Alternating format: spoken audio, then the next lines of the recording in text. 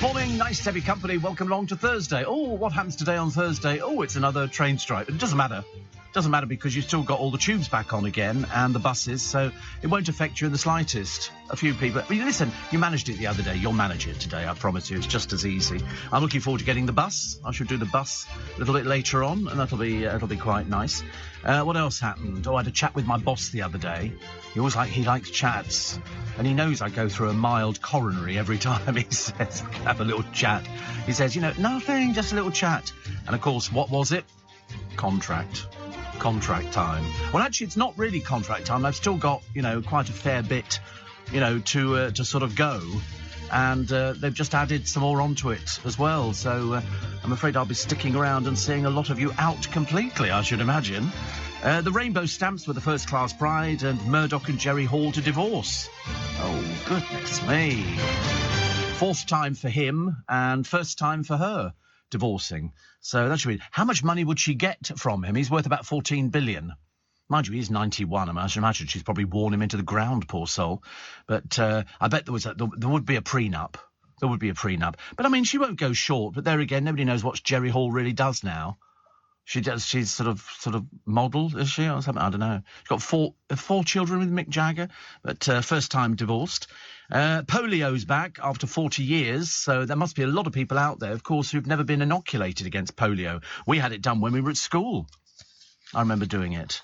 Well, I didn't do it. Somebody came in to do it, which was much nice. The police who've let down the Rotherham abuse scandal victims time and time again. I think about 200, don't quote me on the figures, 260 people abused. Young girls abused by paedophiles, two of the paedophiles, don't want to be deported back to Pakistan because they think they're influences for their own children. They're paedophiles.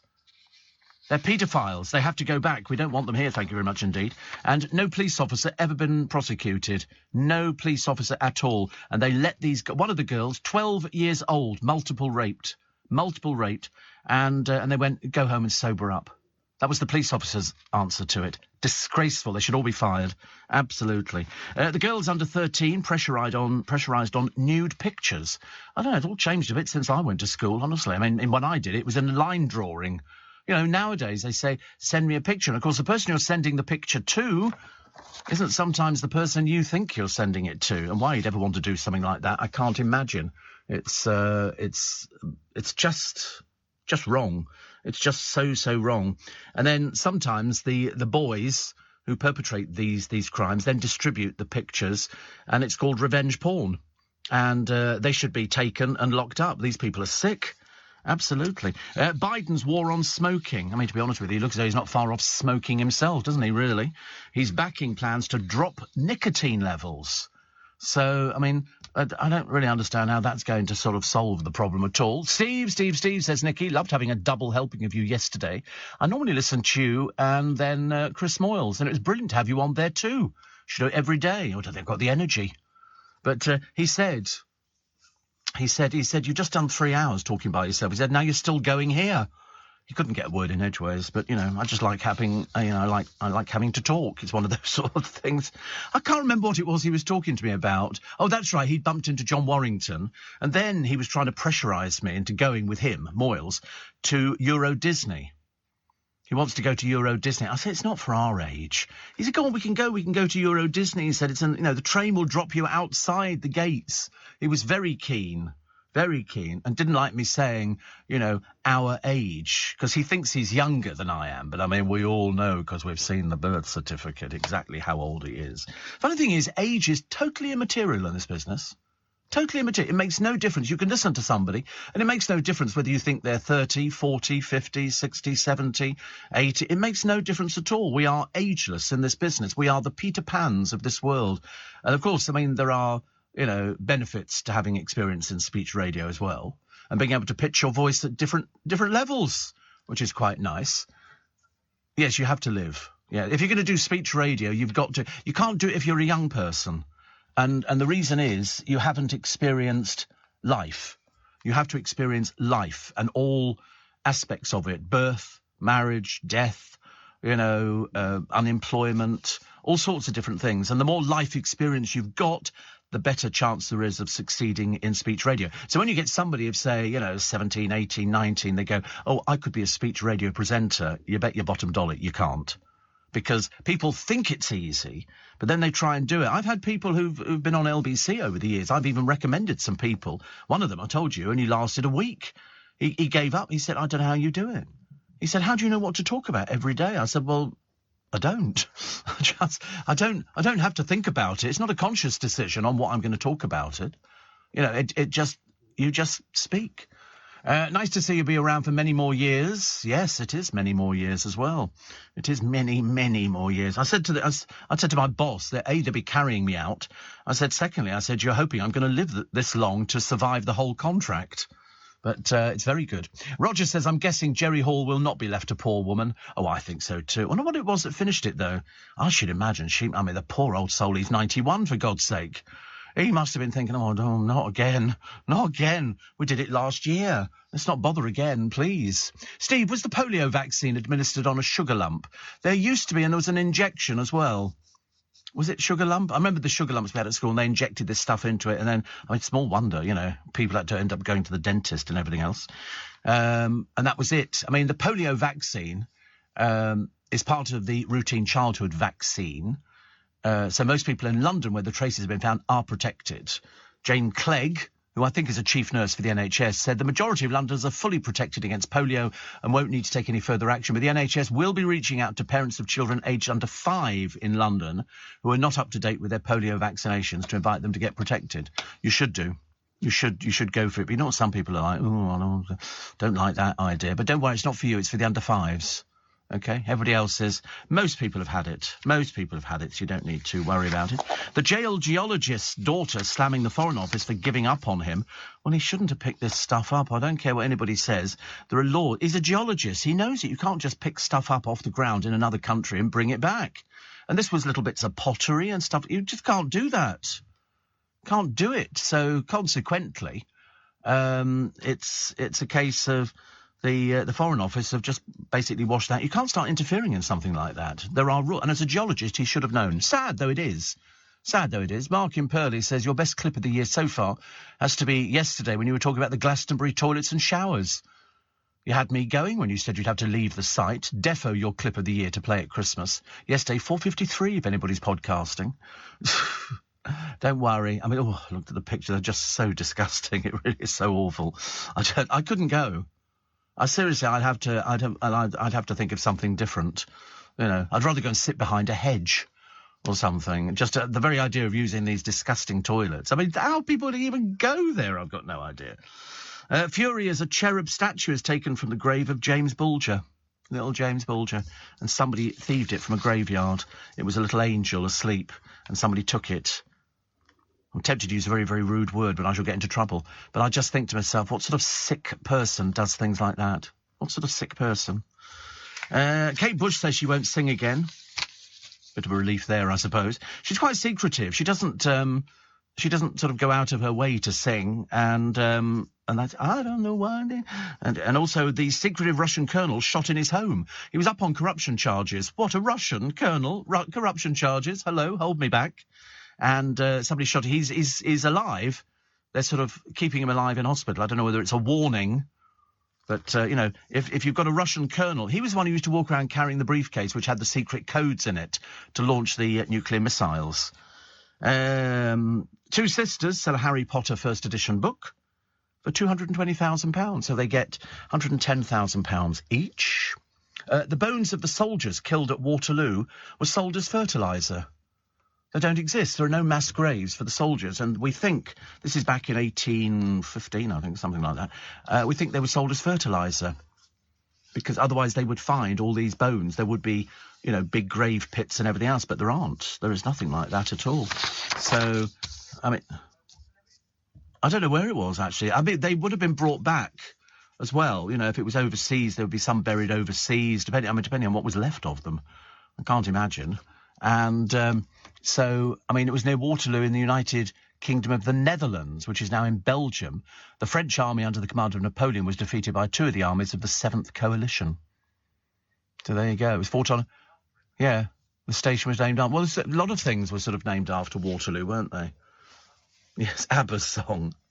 Waterloo, how does it feel that you won the war? You've got 100 days left. 100 days left, incidentally, to use your paper 20 and £50 notes, because on the 30th of September they become obsolete. So do check. You know, the plastic ones are okay, but the paper notes, not very good, and the £50 notes. And some people hoard things like this. So, I mean, I've sorted mine out. One. And they were all right. So make sure you sort those out as well. Facebook owner Meta have removed a large number of accounts with upskirting pictures. I mean, there was a girl walked in front of me, young girl, schoolgirl, up the staircase at Twickenham station. Her skirt was so short you could see her knickers as she's walking up. I mean, seriously, don't these parents realise what their girls are going out? I mean, of course I'd never take a picture, but I mean, some people would. I mean, literally, I couldn't believe that her skirt was so short that her knickers were on display. And you think, what sort of parents have you got, darling? Do the parents know that their girls are going out dressing like this? Really bad. And it's getting worse. I mean, some of them, they're basically the size of belts. If they bend over, you can see their knickers. Just disgusting. And, of course, you know, the amount of pervs that there are out there, it just doesn't make any sense to me. Perhaps the girls have certain length skirts at home. I mean, the fathers must be going, are you going out dressed like that? Well, they all dress like that. The trouble is they don't all dress like that. It's only certain people who dress like that. There's a pub which has sparked fury by installing cameras in its gents' toilet above the urinal. I mean, what's going on there? That sounds a bit odd, doesn't it?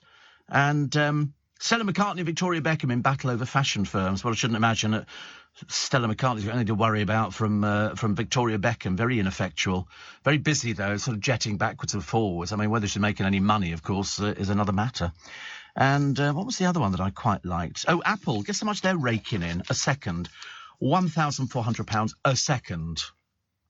I mean, I could cope with a little business like that. That'd be all right, wouldn't it? That'd be okay. And Lauren Harris is back. Oh, God, how dreary. I'll tell you why a bit later. Waterloo Station is named after the bridge, which itself was named after the Battle of Waterloo, a battle that occurred exactly 2 years prior to the opening ceremony for the bridge. Yeah, there's a pub down at Waterloo Station, and they tell you it's one of a number of places that was named after Waterloo. It's good, isn't it? The things we learn. Anyway, nice to have your company. So it's train strike day, but don't worry, it won't affect you. It won't affect you like it affected us last time, but there were no tubes in London.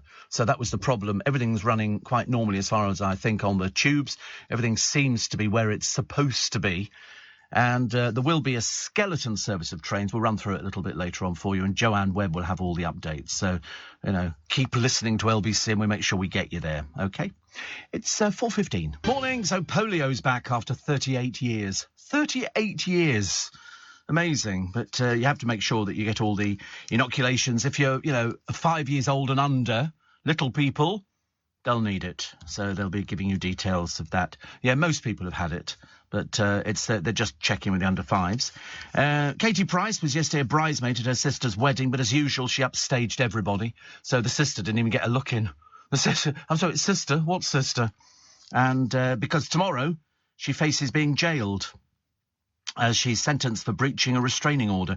I mean, to be honest with you, if she gets away with it, it'll be phenomenal because she's got away with 6 drink drivings, assault, all sorts of things. It's absolutely amazing. And she's also going off on holiday. She's booked a holiday. Bit unwise, isn't it? Unless you've heard something that they're not going to be sending her to prison. And the Sun are doing 90s Power Women. For some reason, they put up the other day Melanie Sykes.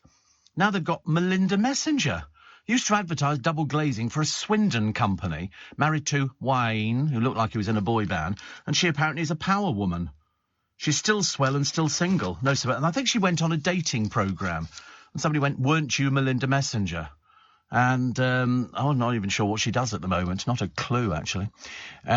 Susie says, annoyingly, the strike does affect us badly up here. Only London has tubes. Yeah, I mean, there are trains around. It's just that it's a much reduced service. Much reduced service. So only London has tubes. There are other places that have tubes, aren't there? Don't anybody else have tubes? Has Glasgow got some sort of underground, the producer thinks? Mind you, he's been wrong before. But we shall find out, no doubt. Working from home today, Steve. So no early morning pictures of St Paul's for you this morning. Thank you. I don't mind people working from home. I really don't. I think it's, if you can do it, Well, then do it. Saves you having to sort of suffer with all these other things. And as I say, little Michael, what's-his-face, doesn't really care. There you go, London Underground, the UK cities with an underground tube system we might not know about. So, Glasgow subway, Tyne and Wear metro. So, Susie, there's quite a lot of places that have them, darling. Quite a lot. Yeah, if you live there. And Merseyrail in Liverpool. Okay. And that's it. But so a few places. We don't have to just sort of, it's not sort of, indicative just of us. So here we go. Here's a picture of some wedding. The jail threat star enjoys her sister's big day. But it's a bit embarrassing, really. They looked as proud as Punch. I mean, very, lovely. But so far she's avoided jail. Since 2003, campaigners have branded it a mockery of justice that the mum of 5 walked free after a car crash during her 6th road ban. I mean, you have to be honest, whichever way you look at it, 6 drink drivings, 6 convictions, and no prison sentence. Anybody else would have been jailed up by now. What do they call it? Knocked up, isn't it? Or something like that. Imprisoned. But the Sun told how she got a suspended 16-week jail term in December after a spell in rehab and a holiday in Las Vegas. It's a real cushy life being a bankrupt, in other words, a failure. She dodged a speeding charge on a technicality, 3 points for talking on her mobile whilst driving, and 4 the next year for speeding at 99 miles an hour. It's an accident waiting to happen. And so she got 2 3-month bans, driving whilst disqualified in another offence. She basically couldn't give a toss. Oh, look, here's her mother, Amy, who, considering she's a terminally ill woman, is just remarkable. Quite remarkable. But they had a picture of everybody there. But as I say, Katie Price obviously looks as though she spent more time getting ready for being a bridesmaid than her poor sister did. But, that's always been her. Brad Pitt has revealed he's on the last leg of his hugely successful career. I don't know what that means. He starred in blockbusters such as Mr. and Mrs. Smith, Once Upon a Time in Hollywood, which he won an Oscar. He says, I consider myself on the last leg, this last semester or trimester. What is this section going to be, and how do I want to design that? Oh, right. How old is he? He's 58. I don't see that as being old at all in Hollywood terms. I'm not. Yes, if he's on the last leg, God knows what I am. Steve, says Cameron from Calgary, Glasgow subway is called the Clockwork Orange, and it's really handy. It looks lovely because it's got orange doors. There you go. Sorry? What? Yeah, it does look better than ours, actually. And I'm a minicab driver in London, says Rashid. I love your podcast. I get annoyed when I get a passenger and get asked to change the radio station. Tell him to do one, Rashid. Tell him to do one. Oiks. Yeah. The driver I had this morning was on the phone to a friend of his for the whole journey, practically. Sorting out something, obviously trying to get another flat or something like that. But I've never heard anything like it. I just couldn't believe it. I was sort of sitting there and he was on the phone.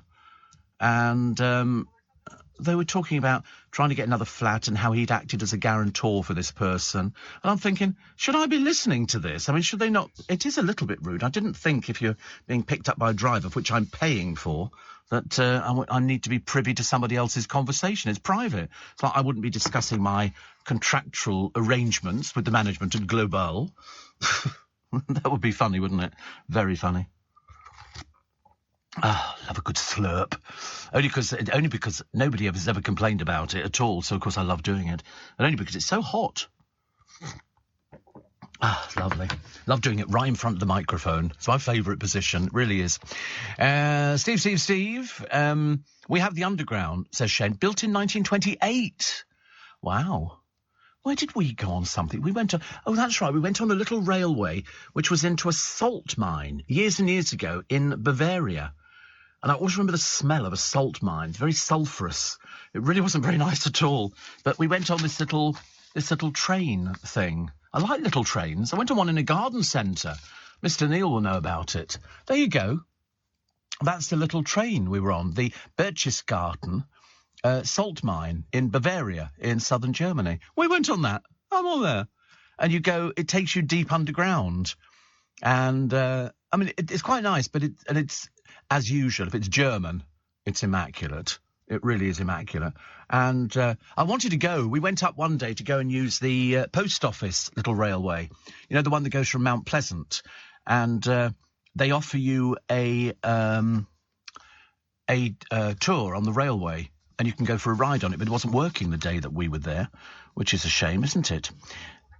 It was for, yes, it's for the post office, for the letters, getting them all over the place, and it's a little way. Opened in 1927, and then the museum within the former railway opened in 2017.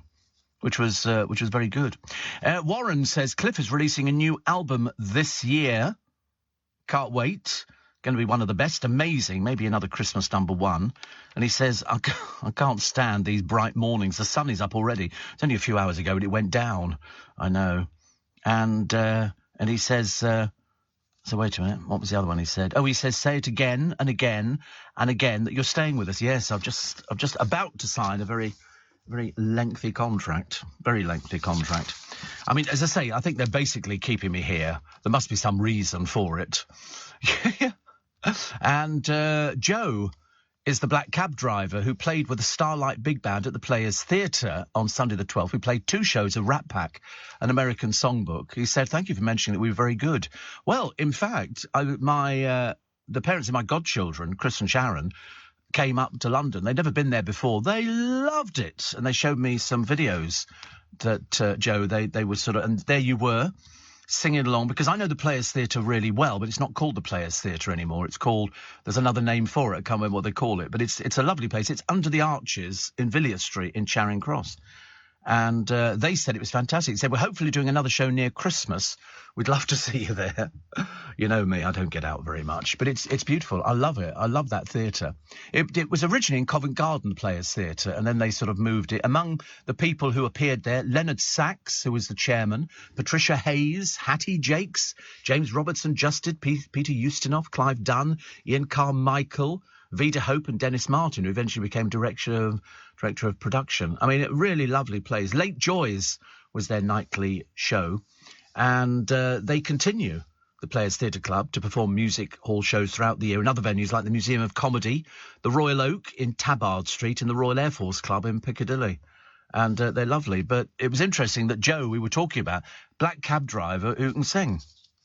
Now, I know we shouldn't be surprised at things like that, because I'm always amazed at people who you hear singing and you think, my God, I wish I could sing like that. You know, and they go, what, do you sing for a living? And they go, no, I'm a cab driver, or, you know, I'm a fishmonger or something like that. So they were very appreciative of it. They thought it was fun. They came all the way up to London from Stansted, down their neck of the woods, and they absolutely loved it. So well done, Joe, and to... all the band as well. Fantastic. The Starlight Big Band. If you see their name, go and check them out. Warren says, say hello to Bonnie. She's just bounced back from Portugal, and she's bouncing off to Los Angeles again, no doubt. Bouncing back again. Bonnie the Bouncer, she'll be known as. No, Bonnie. She's popping in and out here, and then she's there, and then she's somewhere else, and it's fantastic. But today, not a good day to be in London.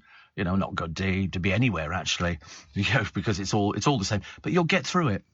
You will get through it. I promise you. It's, you know, don't get stressed out over it. It's just absolutely not worth it. But here's the clincher. If you don't need to go on the train, don't go on the train. If you don't need to come into London, don't come into London. You know, because I reckon this is going to go on for ages and ages. Connie says, I know about polio. I've been told when I was 3 years old I couldn't walk for 3 days.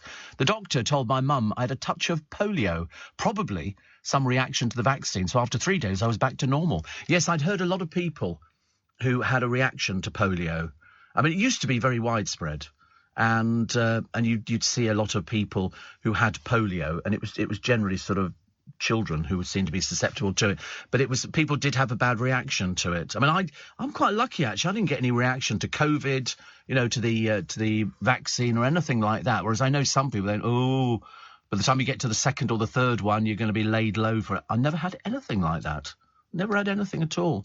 Actually, when I go into hospital for my camera down throat and other places, I'm going to take 2 days off. I'm sort of warn you now. So I'm going to take the 4th of July off and the 5th of July, because it makes more sense coming back after the weekend. If I then come in and then take the next day off and then I'm in the following, it just sounds a bit messy. So it's better to take 2 days off. And And it'll work quite well, and hopefully I should be in a fit state to come back the day afterwards. I mean, all this prodding and poking around and all the rest of it. But as I say, I mean, I feel fine. I feel absolutely fine. But we just don't know what goes on under the surface, do we? And I'm sure it'll be wonderful. What do you get when you mix fashion designers, financial advisors, and dance studio? No, not a catwalk of strutting accountants. No, not a ballet piece about balance sheets. I'm actually just talking about Workspace. With 4,000 of London's most original businesses already calling Workspace home, whatever it is you do, there's a space for you here. It all happens at Workspace. Search workspace.co.uk. Steve Allen on LBC. Text 84850. Morning, nice to be company. How are we? How are you? I know. But don't worry, we're nearly at the weekend. And people did manage to get to Glastonbury yesterday. And they will to get to Glastonbury today and tomorrow. Today and tomorrow are repeats of what we had on Monday and Tuesday. You know, yeah, and sort of Wednesday.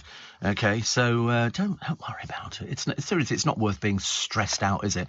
Although in this day and age, most people seem to be stressed out. I was still a bit disappointed. They've gone very shoddy at Marks and Spencer's outside Twickenham railway station. They don't seem to bother with hot food anymore. You know, I mean, either because they think there's nobody on the train, so they don't bother, or failing that, they just can't be stuffed to do it. Because for the last 3 days, I've tried to get hot food in there, nothing at all. They've got the blind pulled down on the hot cabinet. And you think to yourself, what's the point of you being there? A sandwich I can get anywhere. You know, Pret have stopped doing it as well. In Twickenham they have. They haven't in the other ones, but Pret in Twickenham seem to be a law unto themselves. It's really disgraceful. What's the point? The queue to Glastonbury. Did you see it on the television the other day? It was just horrendous. There's 200,000 people all trying to sort of cram themselves in, and the cars and everything. I mean, it wouldn't interest me. I'd have to fly in by helicopter. I'd pay the extra. Now we've got the contract sorted out, I would definitely be flying in by helicopter, and I would be in one of those big yurts. I don't want to be with the Great Unwashed. I just want to have my yurt. Yeah, with barbed wire around it to make sure nobody gets there. And the one that's in the paper today, we did this yesterday. We did it yesterday, £24,000. But then, you know, for people like us, we don't have a spare £24,000. I'm not saying I couldn't get my hands on it, but I certainly wouldn't be wasting it. I haven't done the contract yet. But, and then it's a case of, you know, would I want to go there for something like that? No, I could think of better things to spend £24,000 on. Definitely. But it comes with a gourmet chef, and security, and you've got everything, and you're well away from sort of anybody being sort of, you know, into the tents and nicking things, because apparently loads of stuff gets pinched, you know, because your tent is left there and people leave their stuff there. People just go, how do you know who's in the tent next door to you? You don't, you've got no idea. You know, anybody can buy a ticket, and if you're one of those people who goes around thieving, you can just buy a ticket. Any big event, you know, it's going to attract people who want to take stuff off you, which is not very good. Duncan says, please don't take any days off, Steve. Well, I have to do 2, so it's a hospital appointment. I don't think I could actually manage it without taking the 2 days off. David in Fulford says, very bad hay fever day today. This chewy glued up eyes. Sorry. And it's awful, isn't it? Hay fever. I mean, I'm lucky I don't suffer, but I will sneeze on this programme today. There will be a point at which I go like that, and I generally do too. I do like that. In between that and a slurping, I tell you, small wonder we've got the biggest audience going in our time slot. Thank you very much indeed. I'm very grateful. A biker swallowed by a 20-foot sinkhole in the road, and it just opened up. It's about 20 foot long and about 8 foot deep. And these things happen where underground rivers and streams erode the side, and they just open up. Some of them are huge. Have you seen the ones in the jungle? The sinkholes. They're enormous. Absolutely enormous. And because it's all sand, it swallowed a motorbike. It swallowed a motorbike to catch the fly. I don't know why it caught the fly. Perhaps it'll die. And it opened up in Bexley Heath. Hole emerged on Tuesday evening. The road began to crack. And then all of a sudden it just goes... And have you seen some of the big ones in America where they open up? And literally cars and lorries and everything just disappear into these things. And then you get all the dimwits, don't you? Oh, go take a picture of this. Go take a picture of this, you know, as their car collapses in there. And it's because of underground streams. They erode the side of it, and it gets to that stage where it can't cling on anymore. So it just disappears. And anyway, this poor bloke, he must have thought he was Evel Knievel or something like that. He had to run off. He said, I need a taxi. And the police and the fire brigade turn up, and they all looked into the hole, you know. Ooh, I don't know, the hole. I love it. We've got another album out. This time it's Louis Tomlinson. He's been writing songs with David Snedden, who won the first series of Fame Academy back in 2002. Yeah, nobody's doing as well as Harry Styles. Nobody's doing as well as Harry Styles. And 3 decades since Take That's debut album, and they're not done yet.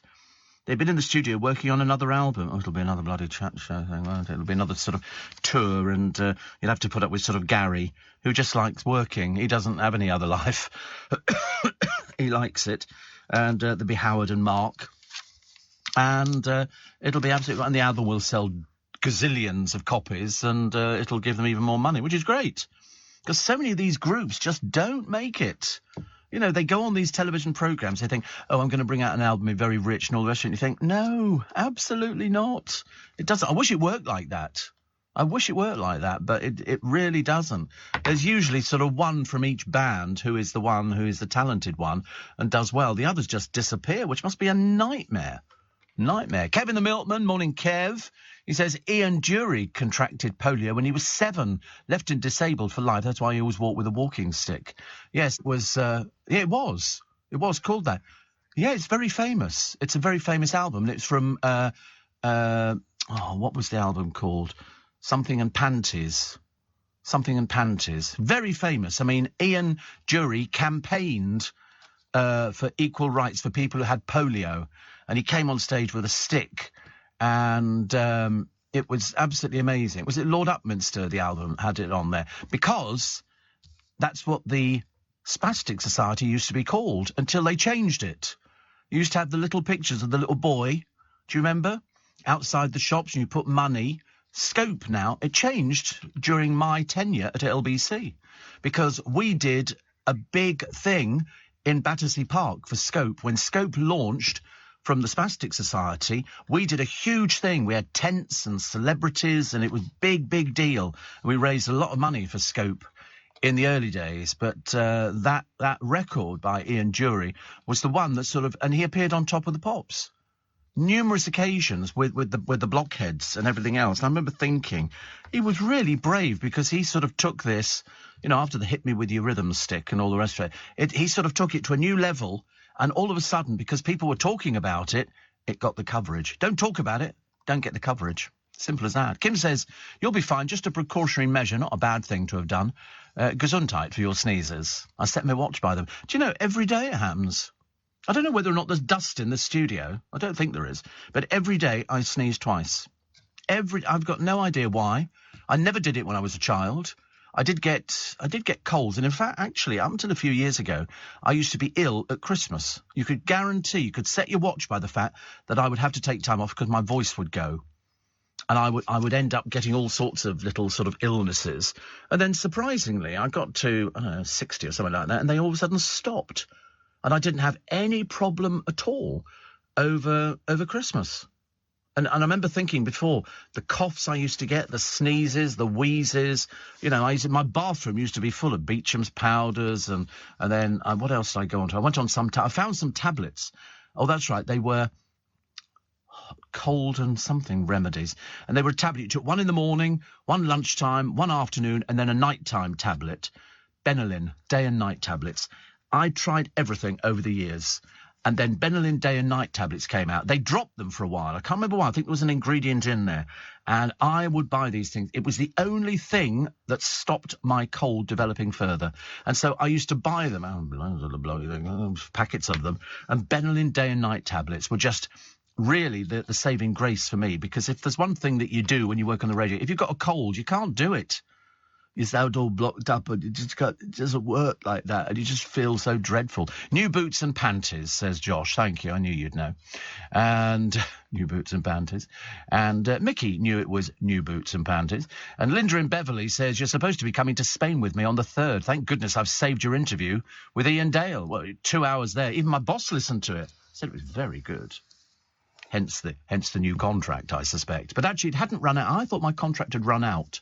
but because I couldn't remember when it was, but it was a very long contract. Now it's another very long contract, which is very nice. It's you get the seal of approval, which is very nice. That's all people want in this business, isn't it? You know, if you get great audience figures and you know, everything else seems to be ticking along quite nicely, then they give you another contract, you know, and then you go, thank you very much indeed. Thank you very much. I said to him, of course, I'm expecting to be, you know, sort of taking over from Eddie Mayer. And there was kind of a sort of a raised eyebrow at that one, so obviously not. Kevin says it was called New Boots and Panties by Ian Dury and the Blockheads. Daughter Jess is dating the Blockheads' bassist nephew, who is himself a very talented bass player. Who were we talking about bass players with, Kevin? Was it? Oh, I know who it was. It was Elliot. Elliot and his bass playing. He went and played in somebody's garage in Cambridge, a bass player. And then a couple of weeks ago, he sent me a picture of him on the beach in his sort of surfing gear. I mean, I've hung on to it for the police. I mean, it's one of those sort of, you can't start sending these unsolicited pictures. And he was in the other day and he came in and waved. And I thought it was like a nightmare. I thought it was a bit of a mirage because we hadn't seen him for about a week. He was wearing his surfing gear, standing there with a huge surfboard. And I remember thinking, oh, God, I'm now hallucinating about him. When did he get, you know, and he just sort of popped back in again. But fancy Jess dating the Blockheads' bassist nephew, who's a talented bass player. I think that really is a very good and tenuous link. I found a nice bottle of champagne for you, Kev, which we could all share. You can only buy it in cryptocurrency. I personally wouldn't touch cryptocurrency with a barge pole, but this one is on sale for £2 million. It's decorated with work from creators of digital NFT art and embellished with Swarovski crystals and pewter. Wow. It's priced at 2,500 Ethereums, which is a cryptocurrency. It's being sold online as an NFT, a non-fungible token. Do you imagine spending $2 million? I don't even know what that is. £2 million on a bottle of champagne. I went into Sainsbury's the other day, you know, the ones with the very expensive carrier bags in plastic, and they were selling their Prosecco at £10. I thought, Sainsbury's are selling it for £10? No, thank you. Blimey, you can get Prosecco so much cheaper. I can get it cheaper in Marks and Spencer's. And when they have a discount on in Waitrose, you get it for about £8.50. £10 in Sainsbury's. Everything's going up, you know. Excuse me. What's the most I've ever spent? About £40 in a restaurant. In a restaurant, yeah. I mean, normally speaking, if you go to a restaurant, you should pay about £25 for a bottle of Prosecco. Or if you, not necessarily a restaurant, but if you go to a pub, they'll charge you £25. They're probably buying it in at about £7, and they charge £25.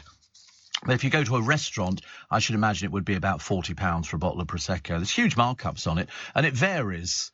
But, I mean, I can't tell the difference. Seriously, I mean, I wouldn't like to, you know, fib to somebody that I'm sort of an expert on stuff like that. It's like, what was that thing about, was it Basil? And the gentleman came in and ordered a bottle of wine, and he poured it, and he went, "Ugh, this bottle is corked." And Basil goes, "Yes, I've just taken the cork out." He said, "No, it's corked," which means that the bottle's been standing up, and the cork has dried out, because you're supposed to have wine lying down. That's the whole idea of wine rags. You don't know if it's standing up, unless it's a certain particular wine. But anyway, normally lying down so the cork remains moist. Because the moment the cork dries out, forget it. You might as well chuck the stuff away. It doesn't matter how much it costs you. Pete the Pool Man says Vaseline up the nose is a great hay fever remedy. I've heard of that, actually. I've heard of that one, actually. And he says, been in gardens, poolside every day. You learn these things. He said, good morning, great show. I've changed the presets on the car radio. Bloody well think so, too. What do you mean change them, honestly? We've been here for 43 years. I mean, it's not like we're new at this game. Oh, look, another break. It's non-stop, isn't it, really? So it's train strike day. We will bring you up to date later on with what's happening and where you can go and where you can't go and stuff like that. But the thing is, you know, if you don't need to come into town today, don't bother. It's as simple as that. If you can work from home, we keep you company all the way through. 14 to 5. Morning, nice to have your company. To have your company nice on this Thursday morning. Hope it's not going to be as hot today as yesterday. Yesterday was dreadful. Didn't like that at all. They've just sold a Rolex. Now, they sell Rolexes on a fairly regular basis, but this one comes with a fantastic piece of history and provenance. This Rolex was worn by a POW, a prisoner of war, in the real-life World War II Great Escape. You know, this is where people sort of, got themselves tunnelled out and all the rest of it. It just sold for £155,000.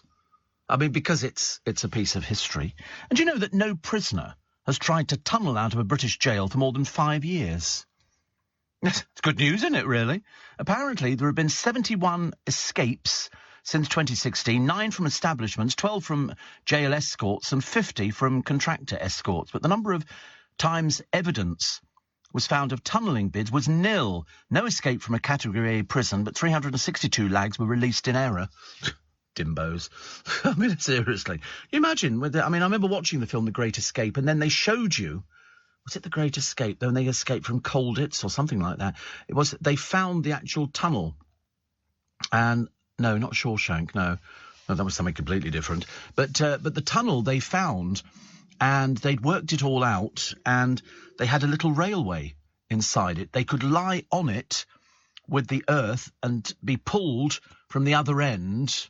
I mean, it's unbelievable, really, that they sort of tried to do it. Unfortunately, in some of the camps, if you were caught trying to tunnel out, you were executed in front of everybody. And that included beheading and shootings and things like that. It was a warning to everybody else not to try it, because it didn't stop people trying it. People wanted to try to escape. A number of people got out, yeah. I think it was like, what was that other place? Alcatraz. They show this film of Alcatraz, and they show this man escaping from it because the current is particularly strong around Alcatraz. In fact, if you go to San Francisco, you can stand on Pier 97.3 or whatever it was, and they actually had a radio station called 97.3. I was quite surprised. Took a picture of it, being slight bit of an anorak, and you can look out to Alcatraz, and they do tours around Alcatraz. But at the end of this film, they say only one man has ever escaped, never to be seen again. And they say, so if you're watching this film, and they put up his name, and you think that's quite clever, isn't it? Quite clever, because some people are very good, actually, at things like that. Wayne in Stevenage. I don't believe there's anybody called Wayne in Stevenage. I mean, do me a favour. He says it's called New Boots and Panties because new boots and underpants were all Ian Dury would buy. New. Everything else was bought from a charity shop. New boots and panties. Well, I like new underpants as well. I'm a bit of a fan of new underpants. In fact, actually, I'm going out today to buy one. No, not used socks. No. Well, I don't know. I never mentioned that. Everything else came. I wasn't aware that you could buy socks in a charity shop. I'm not totally convinced about that. Steve, how do the rail strikes affect LBC presenters, or don't they? Says Chris. They don't. They haven't. Everybody's managed to get in. You've heard everybody. We're all here at the right time. I think Chris Moyle said he walked the other day and walked all the way home, that's where he bumped into John Warrington. And he freaked him out completely. He's at home. He wandered into his kitchen. But no, it's not affected anybody. I think, there are a few presenters who get cars in and out. But, even if you didn't get the car home, there's loads of ways of getting home. As I say, I just took the bus. I've only got to walk down to Trafalgar Square and stand there for about 5 minutes. I mean, we are lucky in London because there's sort of a fairly good transport system. So the fact, yesterday I did a train from Waterloo, but it was late leaving, and which was a bit of a pain. So I thought, oh God, if they cancel it, we have to walk back to the beginning and then go and find another train. And we'd already missed the train, which was short. It's the one that goes to Reading, and it just goes Clapham Junction, Richmond. Ideal. Everywhere else in the country, not so good. But then I think people have learnt to work from home, haven't they? People can do things like that. And it just goes on. It goes on. Steve, if I drank champagne and had cryptocurrency, I'd buy a crate or two of that £2 million champagne for my fellow original spikers. But as I prefer a nice real ale and still convert everything to pounds, shillings and pence, alas, it's a no from me. Sorry, everybody, says Kevin the Milkman. Yeah, but he has got gold top. How do you keep it cold on the back of the milk float? I've got no idea. Is there a freezer unit in there or something, Kev?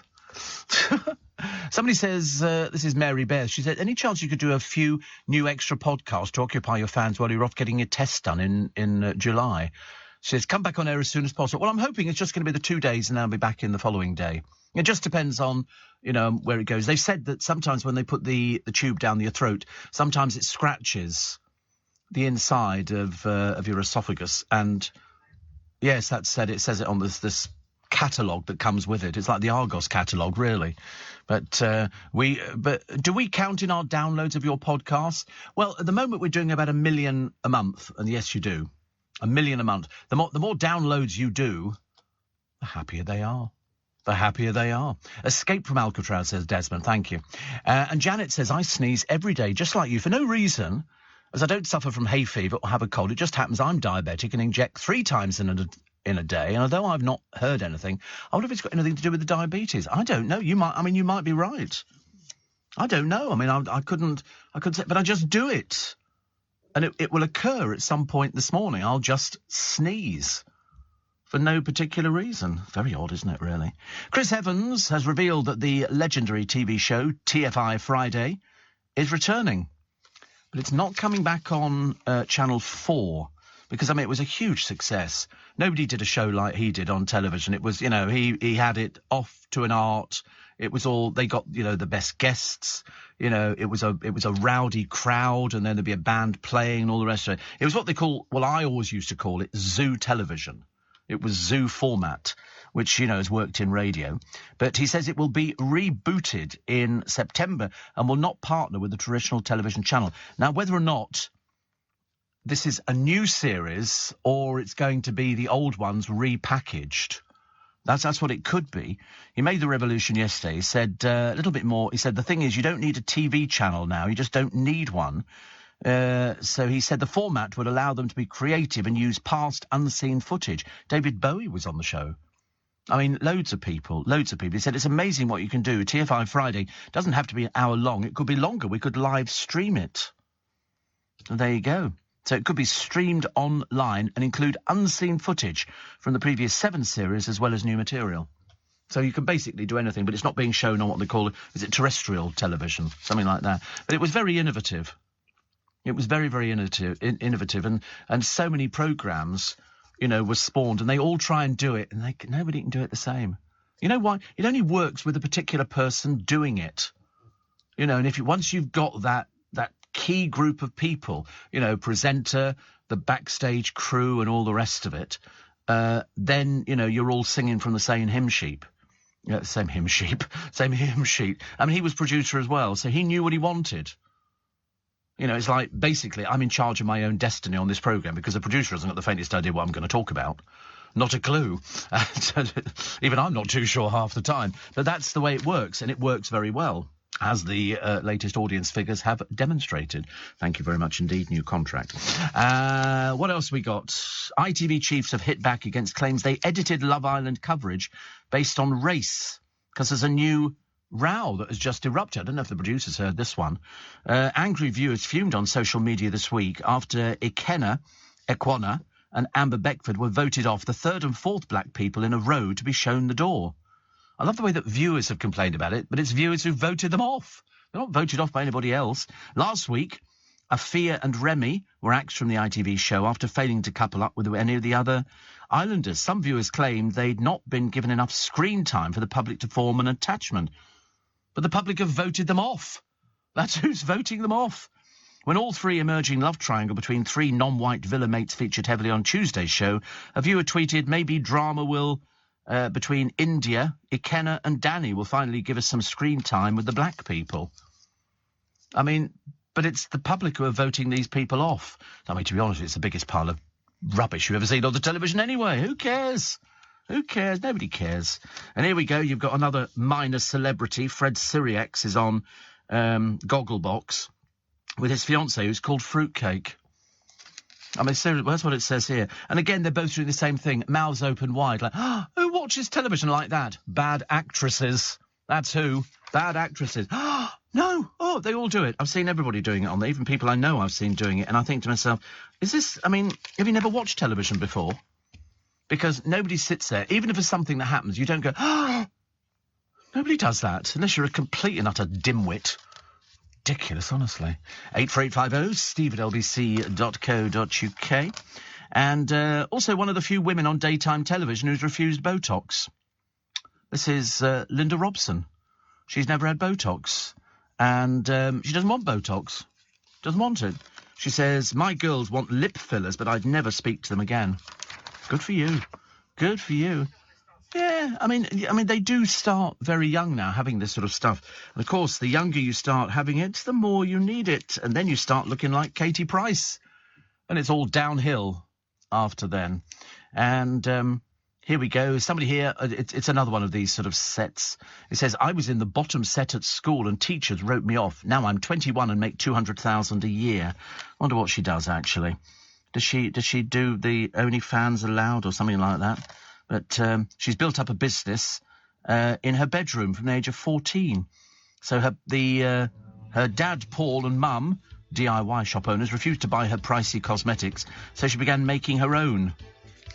And so now she makes them, and she makes 200,000 a year. Now, whether that's 200,000 profit or that's what the turnover is, I've got no idea. But you can't move. I mean, if you watch QVC, and I do like watching QVC, they have more adult presenters on it. You know what I'm saying? And you look at the amount of makeup, although they had a huge thing the other day, all these creams, with like £500 worth of cream, so they said, and they were doing it for under 40 quid.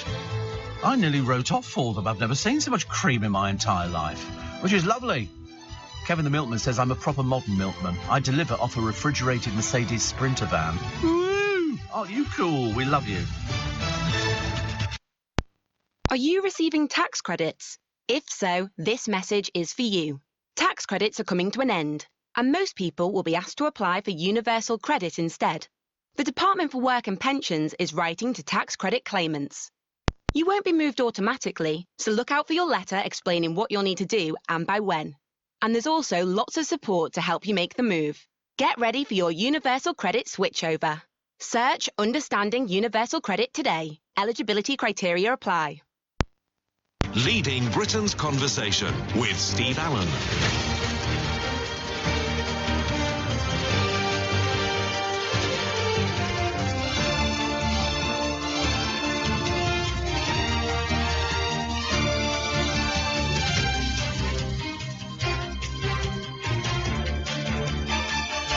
I was just having a long conversation, excuse me, while I just settle myself down. I couldn't believe it, from my AP, who said that he bumped into an American girl out on the streets near Trafalgar Square crying. And I said, oh, that old one again. He said, and she needed a taxi to get to see her boyfriend and all the rest. And so he paid for an Uber for her. I said, are you mad? I said, these people, we had one, John Warrington and I encountered one morning. She was sitting there and she had blood on her face and she needed money. She was basically a street beggar. And she wanted money. And I said, listen, there are people like this all the time. They're ripping people off. We get them in Twickenham and Richmond, same family, mum, dad, son and 2 daughters, very well scrubbed up. And they're, money. And they've all got the same note. Live on streets, hungry, God bless you. Exactly the same handwriting. You'll see them all over the place. They're organised gangs. And I said, she's just ripped you off. He said, we shouldn't make any money out of it. I said, no, she got a car to take her from here to where she wanted to go. If you want to give money to these people, give it to the charity. Don't give it to the people. They'll waste it.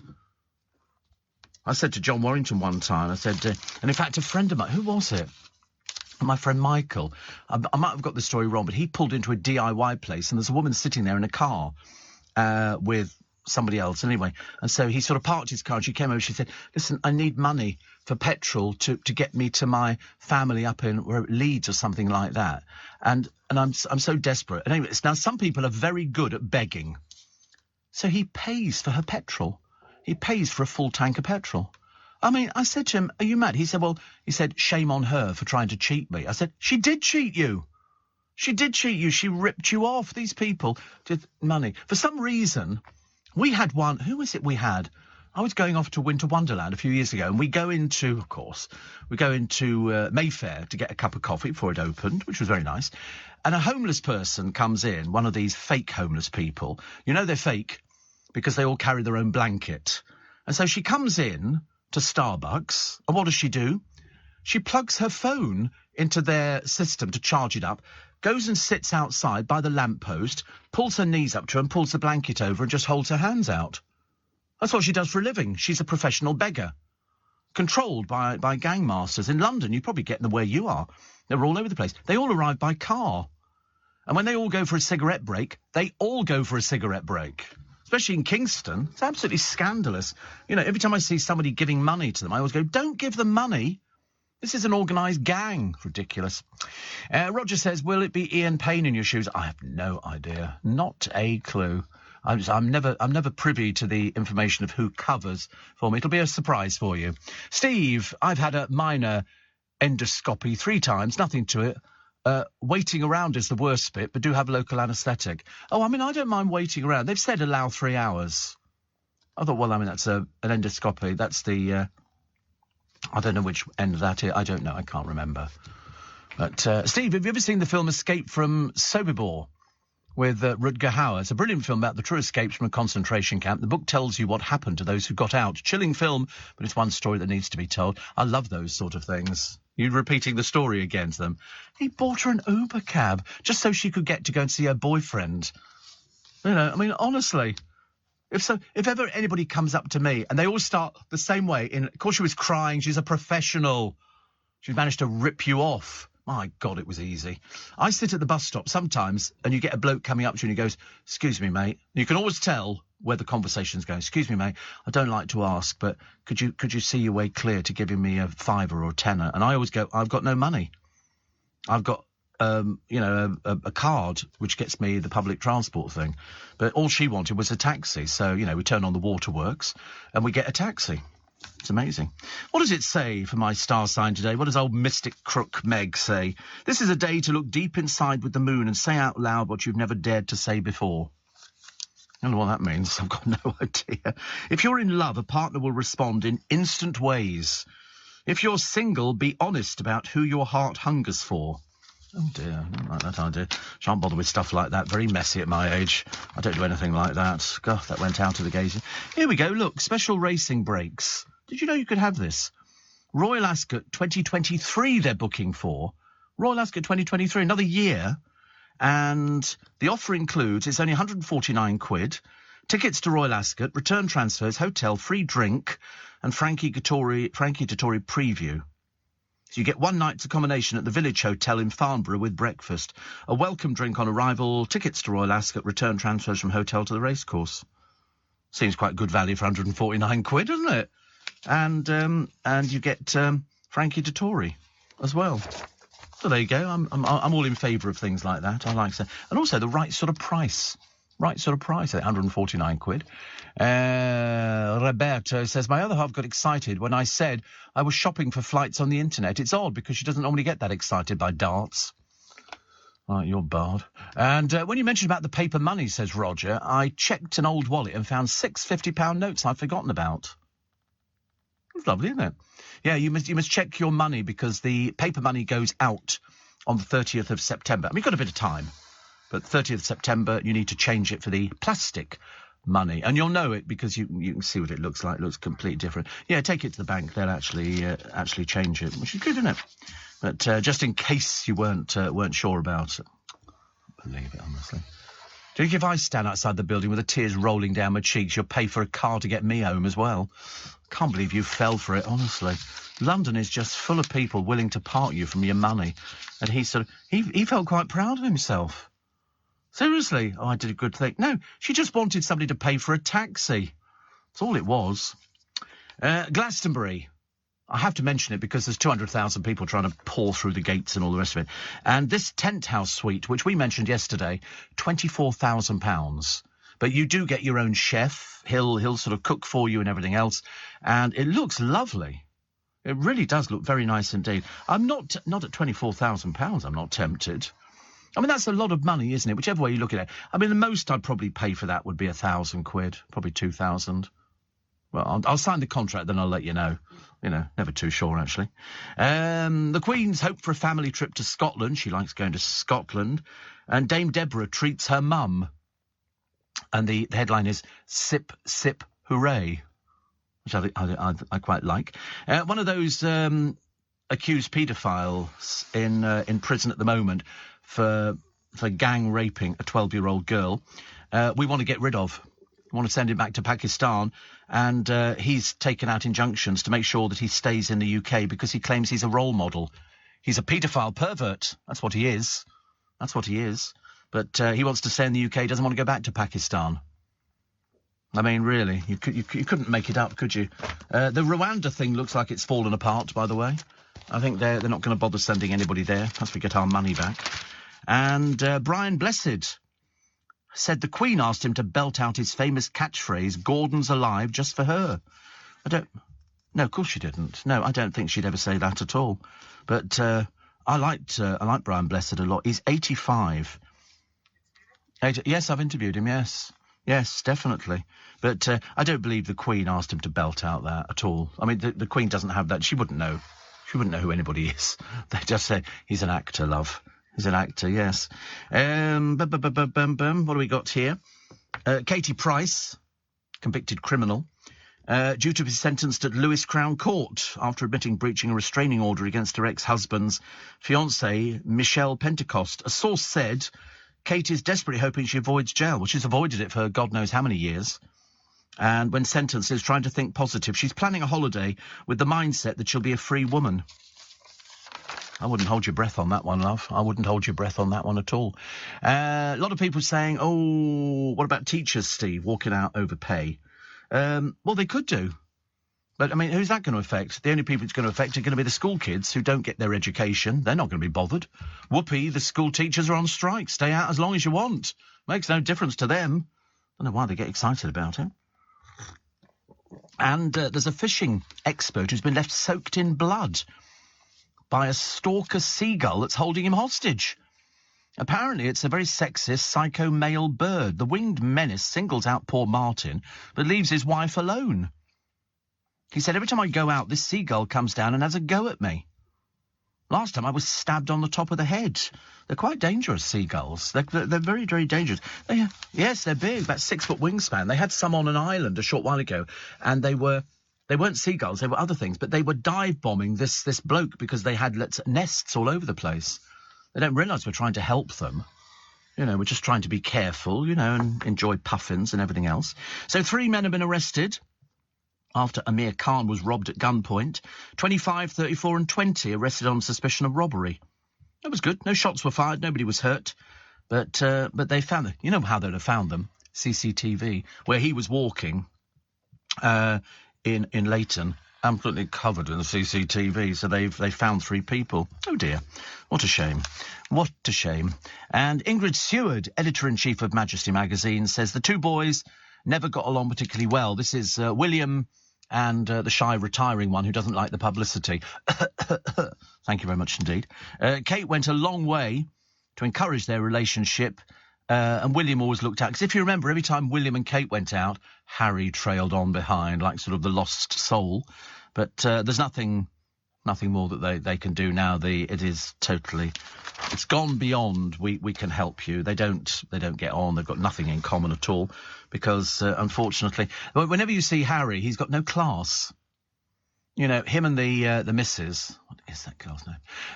They're always holding hands. Always holding hands. Even Charles, when he gets off the plane in Rwanda, he walks down the steps and Camilla follows on behind. That's how it's supposed to be. They're in the royal family. Harry and Meghan behave like 2 3-year-olds.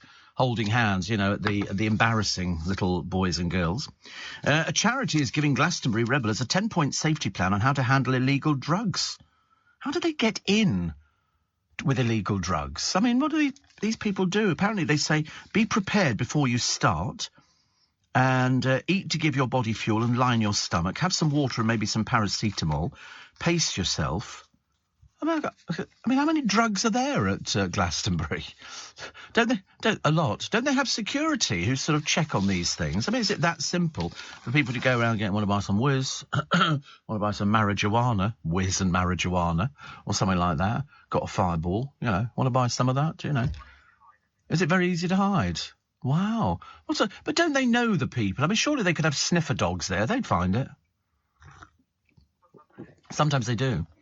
I can't believe it, really, that somebody would actually go to Glastonbury and sell drugs to people. But, you know, look at me. I'm way too old for things like that. I'm still on the paracetamol. Brits who want turkey for Christmas could be stuffed due to a perfect storm of poultry problems. I love the way that they said this last year. Oh, of course, we're going to be really short of turkeys. Lies. Absolute lies. But apparently avian influenza is devastating to businesses, and we continue to offer support and guidance. So the National Farmers Union's Michael Bailey said there's going to be a reduced production for Christmas. Oh, listen, it's June, love. We don't really care. We're not worried about, whether or not we're going to have a blooming turkey for Christmas. I think they're doing it. Apparently there will be less turkeys. What do you want to say? Should we buy them now? Stick them in the freezer? Yeah. Have a goose. Don't bother with turkeys. Tell them to stick it. Tell them they're now going to be stuck with all the turkeys. Simple as that. Go for goose. Go for chicken. Go for anything. Mind you could go vegan, couldn't you? In which case you could just have sort of a ham sandwich. Oh, no, you can't. Or you could have nut roast. That's very popular, isn't it? But really, honestly, fancy telling us in this month now, in June, there's going to be a shortage of turkeys for Christmas. Oh, for God's sake, honestly. Get over yourselves. Morning, nice to have your company. It's Steve Allen's Early Breakfast on LBC with you till 7, Monday through Friday.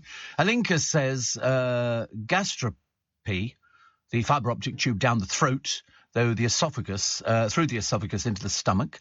And colonoscopy is the fibre optic tube up the other end.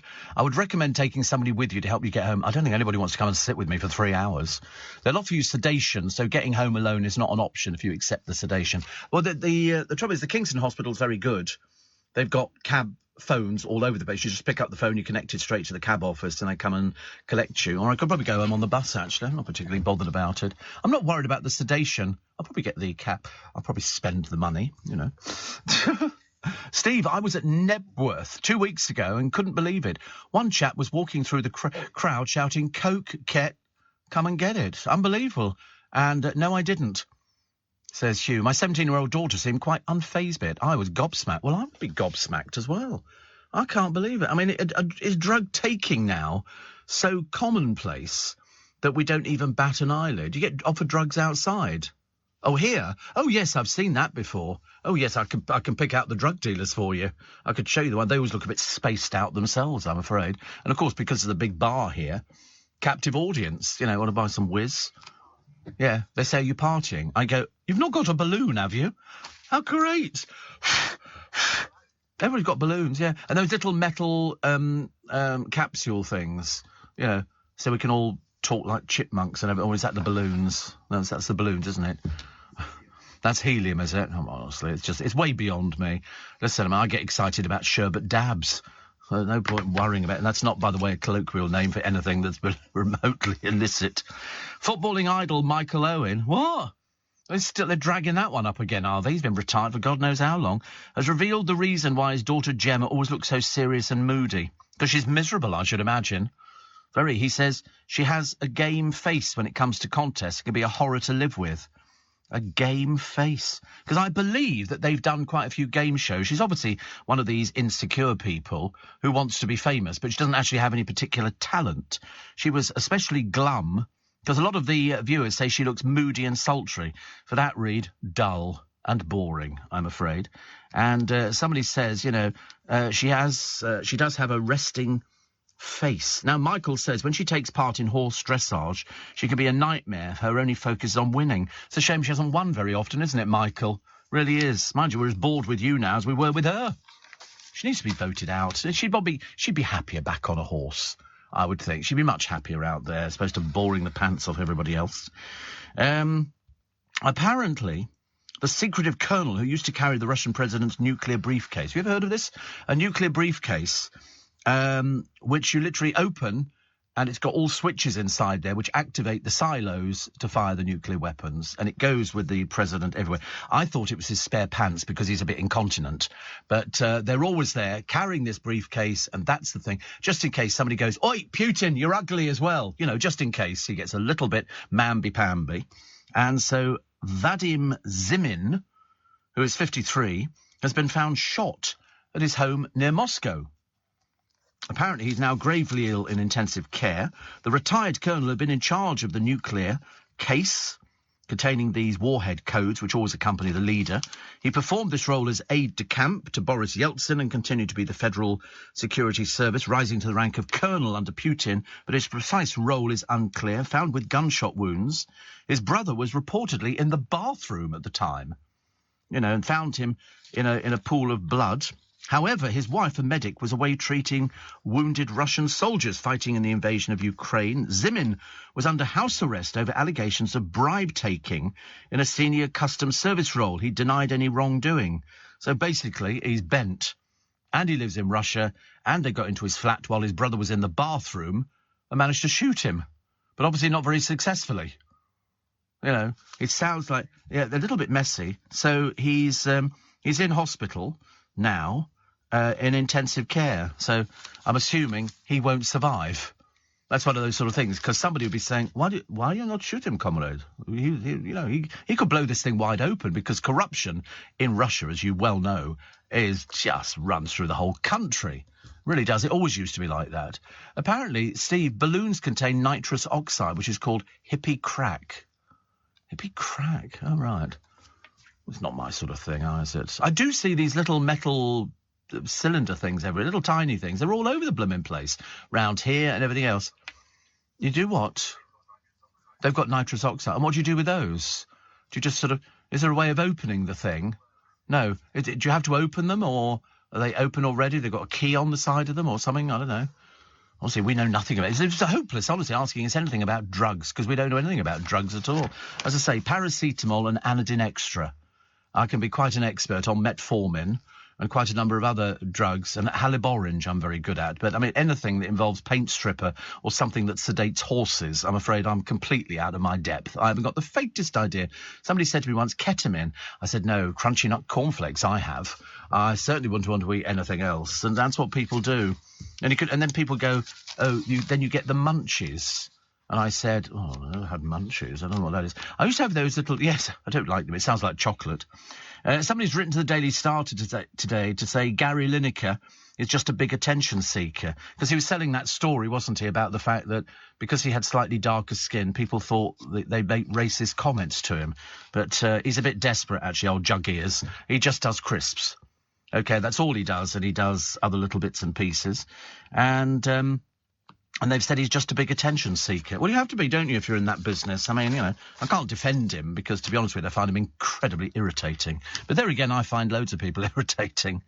Sue says, instead of making podcasts on your couple of days off, I should just recuperate, put your feet up and watch a couple of old classic films. I watch old classic films every day. Do you know I watched the other day, because it was on the telly, The Mirror Cracked, which is an old Agatha Christie, which had Elizabeth Taylor in and Rock Hudson. It was so interesting, actually, but Margaret Rutherford as Miss Marple. But she only made a few films. I think there was only about 4 or 5 films with Margaret Rutherford, who wasn't Agatha Christie's favourite person. Agatha Christie was never a big fan of Margaret Rutherford. She didn't, even though I thought Margaret Rutherford just looked absolutely the part. The Mirror Cracked? There you go, 1980. With Angela Lansbury, Tony Curtis, Rock Hudson, Elizabeth Taylor. It was filmed at Twickenham Film Studios and on location in Kent. That's where they got the house from. But the rest of it, Twickenham Film Studios, were very popular. Very popular. Miss Jane Marple. It's set in 1953. It's a very good film. Very, very good film. But, of course, Rock Hudson, who was sort of in his days of nobody knew he was gay. And then... after he picked up the AIDS virus and he started getting some of the side effects, he started looking iller and iller. And he was in, at the time, was he in Dynasty? Was he in Dynasty or something like that? Whatever it was, he had to kiss Linda Evans. And the papers made a big thing at the time of he's kissed her and he's carrying the AIDS virus. And I've told you before that there was a book that came out after Rock Hudson died of an AIDS-related illness. His boyfriend took him to court. He took him to court, and Rock Hudson was put on trial. I think the book is called The Trial of Rock Hudson, where they put him on trial. They just had an empty chair in the middle of the courtroom, and that's where he would have sat, because the boyfriend said he carried on having sex with me, knowing he was carrying the AIDS virus, and they sued. And I think he was... No, he didn't tell him, no. That was the whole deal. That was the whole deal. I think he was awarded 60 million, but came away with a lot less than that. And again, it was one of those sort of things where they sort of tried to keep it and hushed up, but it was very difficult. I mean, everybody knew in Hollywood. Elizabeth Taylor was a big fan of Rock Hudson.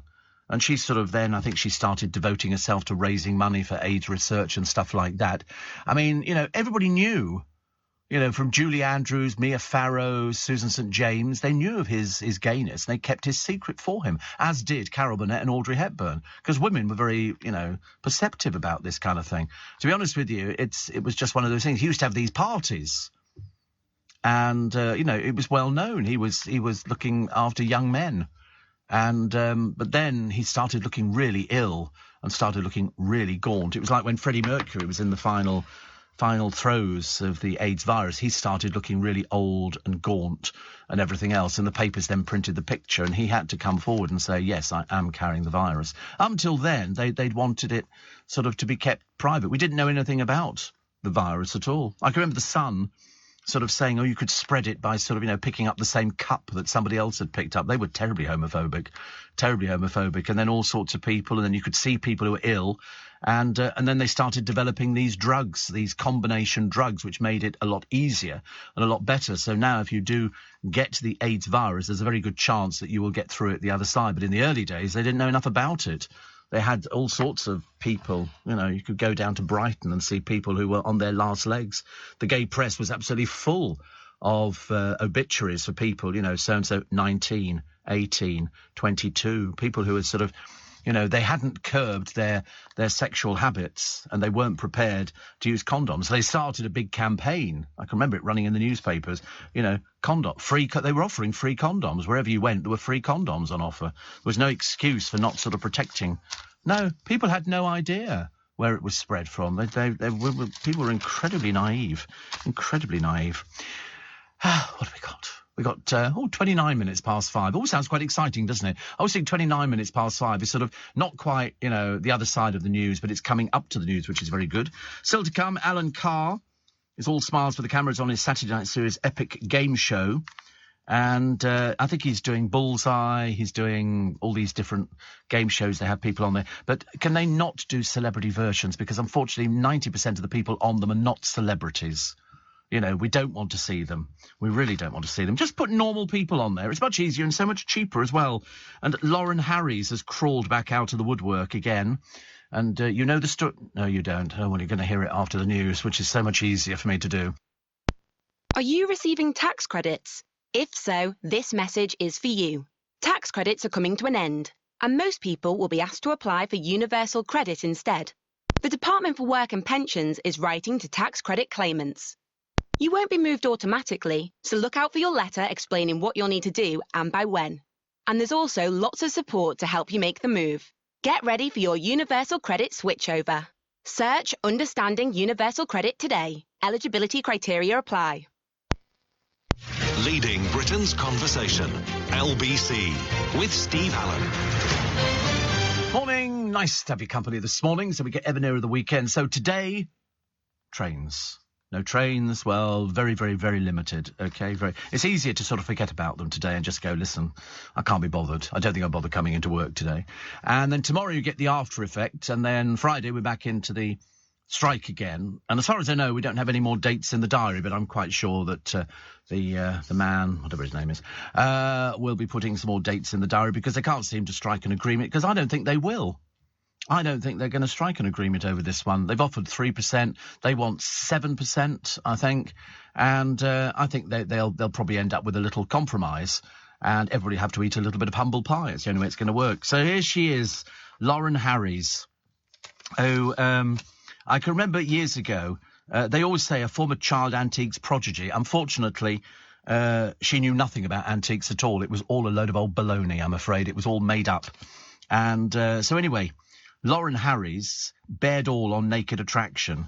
Obviously didn't get picked because it just wasn't the right sort of programme.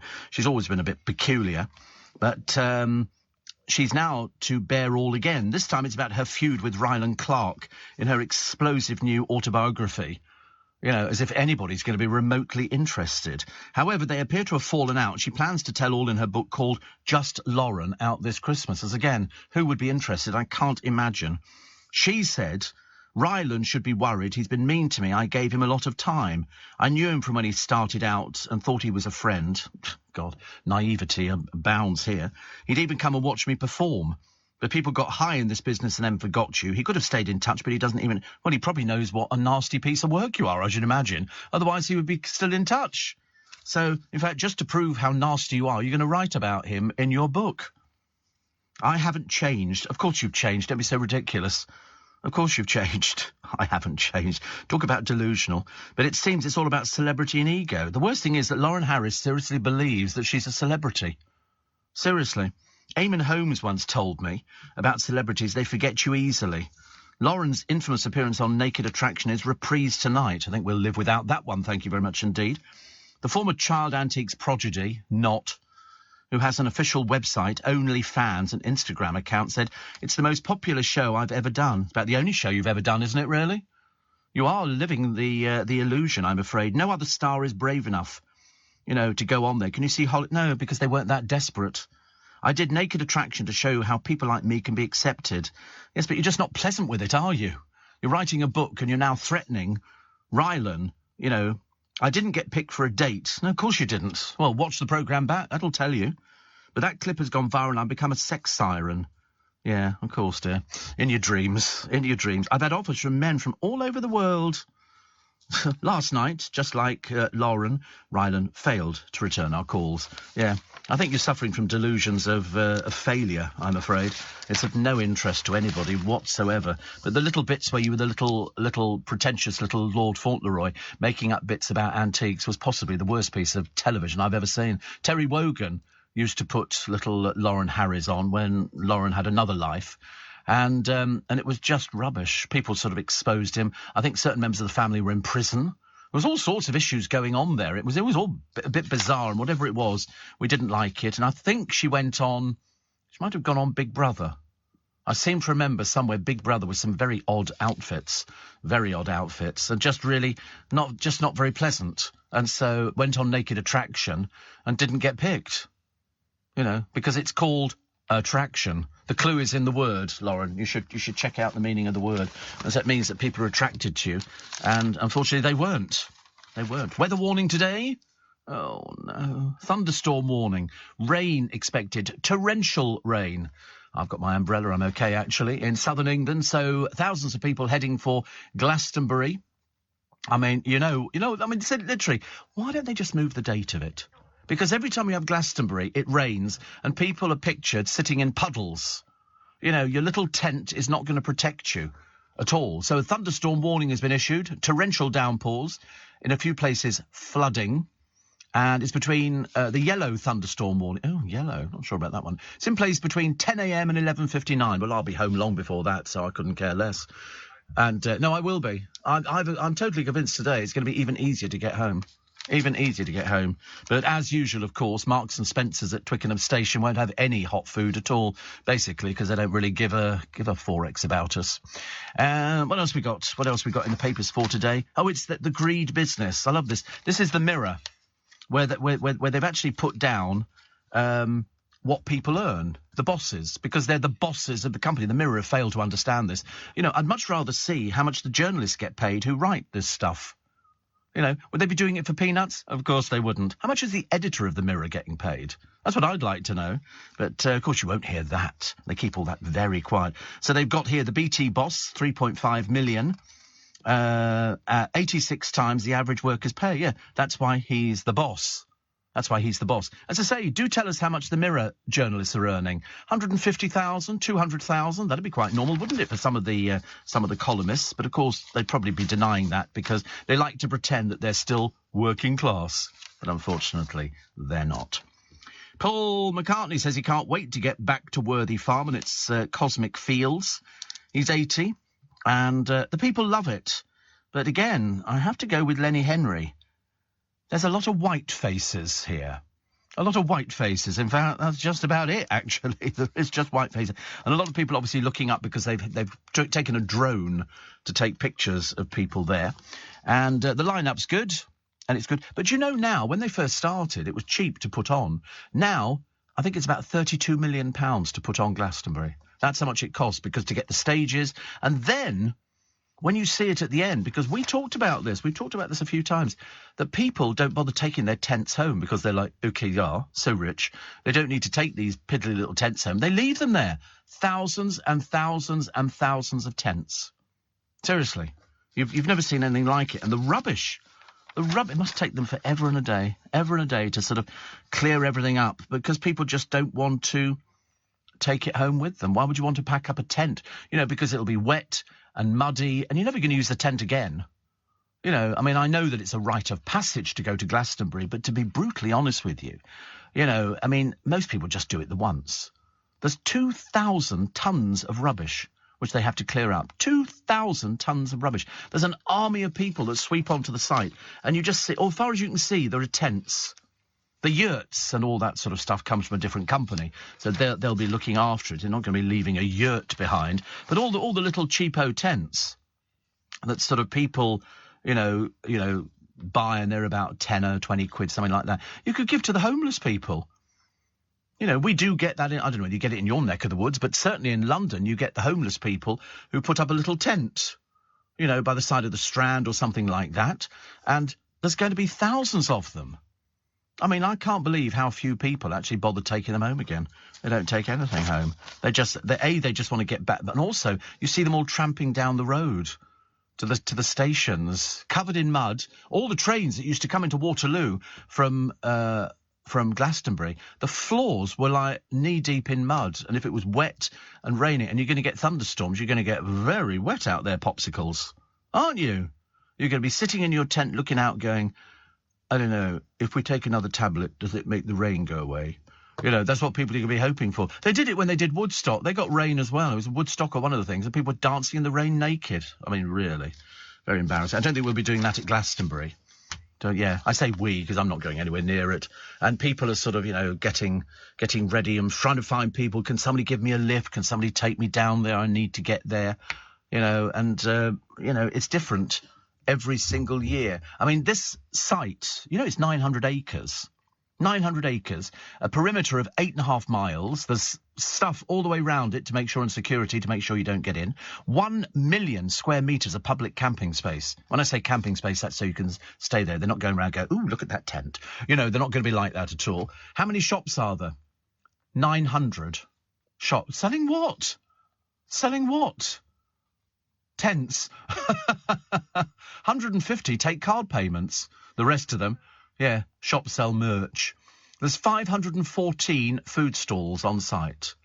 I bet they royally rip you off. I bet you anything. Because the producer went to one of these sort of type festivals. It was for slightly older people. And he bought a sausage in a baguette, and it was like 10 or 12 quid or something. It was just a hot dog. Tenner for a hot dog. Can you imagine? Rip off. But I like the idea that, you can actually go there. I mean, there's 5,000 toilets. Disgusting, horrible. And 3 million gallons of water are used every year just to hose down the people at the front. Although, if you go backstage, luxury, sheer luxury. It's got to be. You get these artists down there, they don't want to get wet. I remember when Shirley Bassey had to be escorted to the stage. I mean, basically lifted her. And Diana Ross, she's going to be very fed up if it rains. But, I mean, the crowd are very, very good-natured. They have to be. You can't go anywhere else. You just have to sort of, put up with it. And for some people, as I say, it's the rite of passage. So you get a bit wet, so your Wellingtons get a bit muddy. It doesn't really sort of matter. My producer just sent me a picture of his hot dog, which is very nice, kind of thing we don't normally talk about on the programme. But, if it's available, I don't know where it is. It's not arrived with me yet, but I shall look forward to seeing it. This is the one he paid a small fortune for. And also, did you see? I can't repeat it. Somebody's written a thing about Prince Andrew, and it's up on a huge hoarding at Glastonbury. I'm not going to tell you what it says. You'll have to search for it. But what can I say? So here is a picture of the producer's giant hot dog. Basically, it looks disgusting.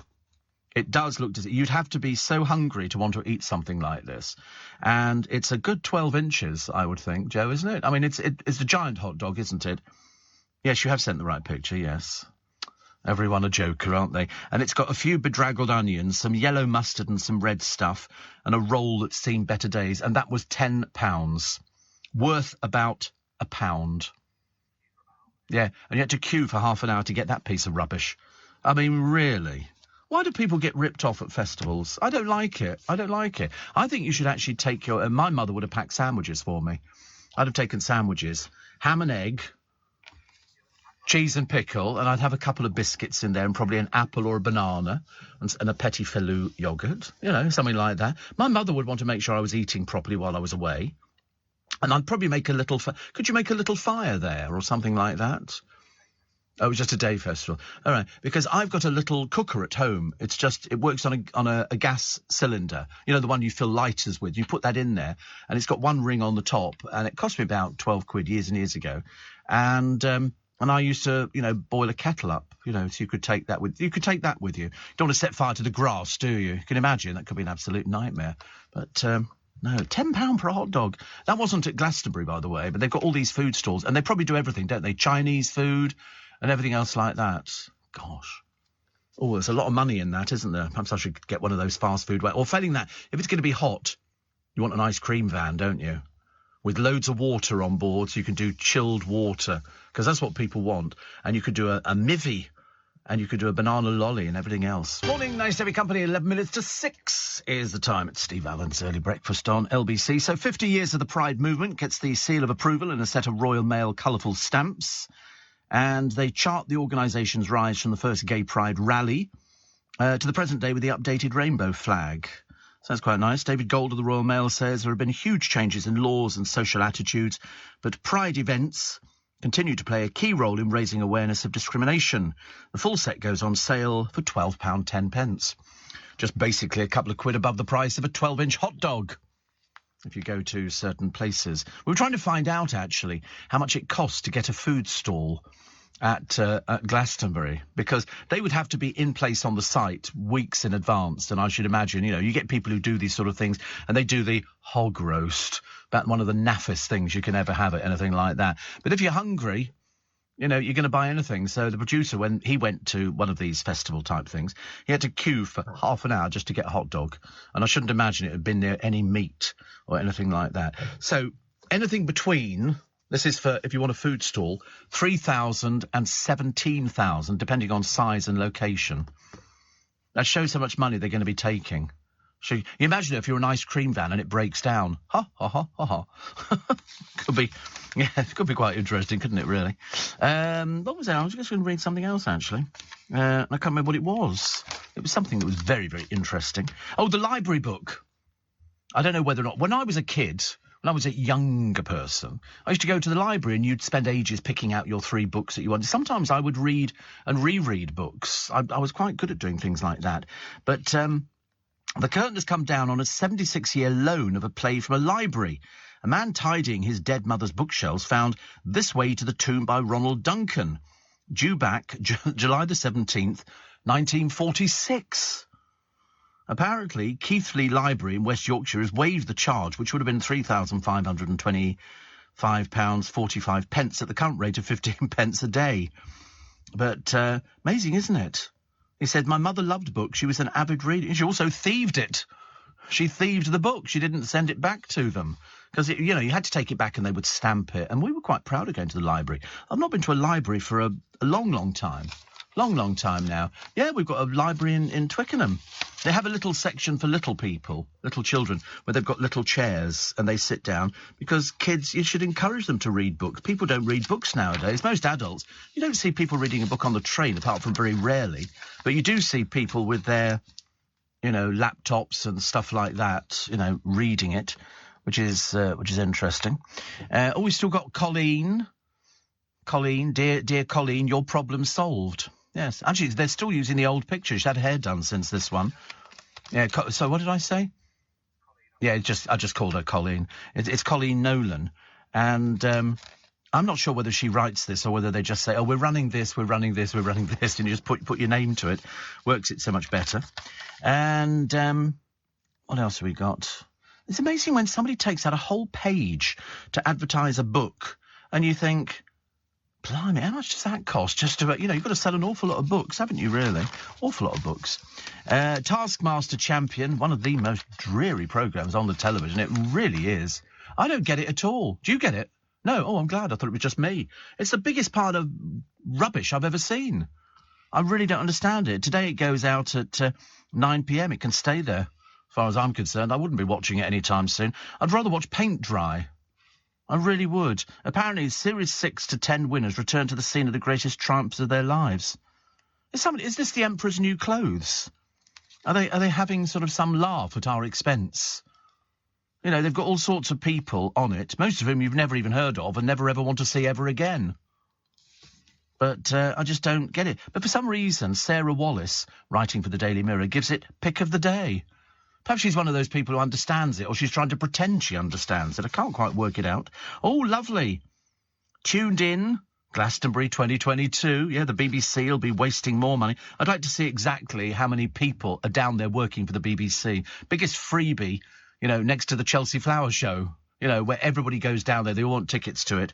And so here you've actually got a load of people who are sort of going to be introducing you to some of the bands. You know, I mean, you know who the people are, but you're going to get, from the bird's eye view over the festival at the park, Lauren Laverne and somebody called Jack Saunders, whoever he is. He used to work here. Oh, right. And Lauren Laverne, I mean, she's still going. What is she, 90 now, 95? And they're going to be joined by special guests. Coverage is also brought to us over the weekend by Dermot O'Dreary. Isn't he way too old for something like that? Clara Amfo, Cerys Matthews, Joe Wiley, Vic Hope and Zoe Ball. Lord above. Who watches things like that? Do people actually watch it? Can't believe it, honestly. I think it's a joke. It's like Taskmaster, isn't it? As I say, people go, oh, you must watch this. It's really good fun. It's just rubbish. Just rubbish. I don't know whoever commissioned it. I mean, perhaps, as I say, they haven't understood the joke which goes on. A bit like Murdoch and Jerry Hall. Yes, Rupert, 91. I mean, to be honest with you, every time she puts her arm around him, he looks a bit frightened. They say, oh, not again, not again. We did it last time, 2 years ago. They're going to divorce. It's been a 6-year marriage. It's his 4th divorce and her 1st. So that's very exciting. And they've done pages and pages on it. They say a shock split. I don't know why. He's been married 4 times before. What do you mean a shock split? They think part of the settlement could be mansions and a £228 million ranch. Well, what's she going to do with it? She's over 60. It's not exactly, you know, somebody you go, oh, look, Jerry Hall. You know, she's going to be sort of, you know, horse riding and everything else. But, I don't know. He has paid out people before in the past. And, you know, other people were married longer. I thought, you know, at 91 years old, and he always looks very smart. You know, for a 91-year-old, I mean, he doesn't look as decrepit as you would think he would look. You know, at 91, you think to yourself, and that's getting on a bit, but I think he's gone past that stage. He looks very good. Very good indeed. What was the other one? William, racism, still all too familiar in the UK. I love the way that the royal family preach to us. I'm sorry, have you been out on the streets recently, William? I mean, I don't want to sort of preach to the converted, but I'm sure you know all about things like this. But it's no good just sort of jumping on a bandwagon.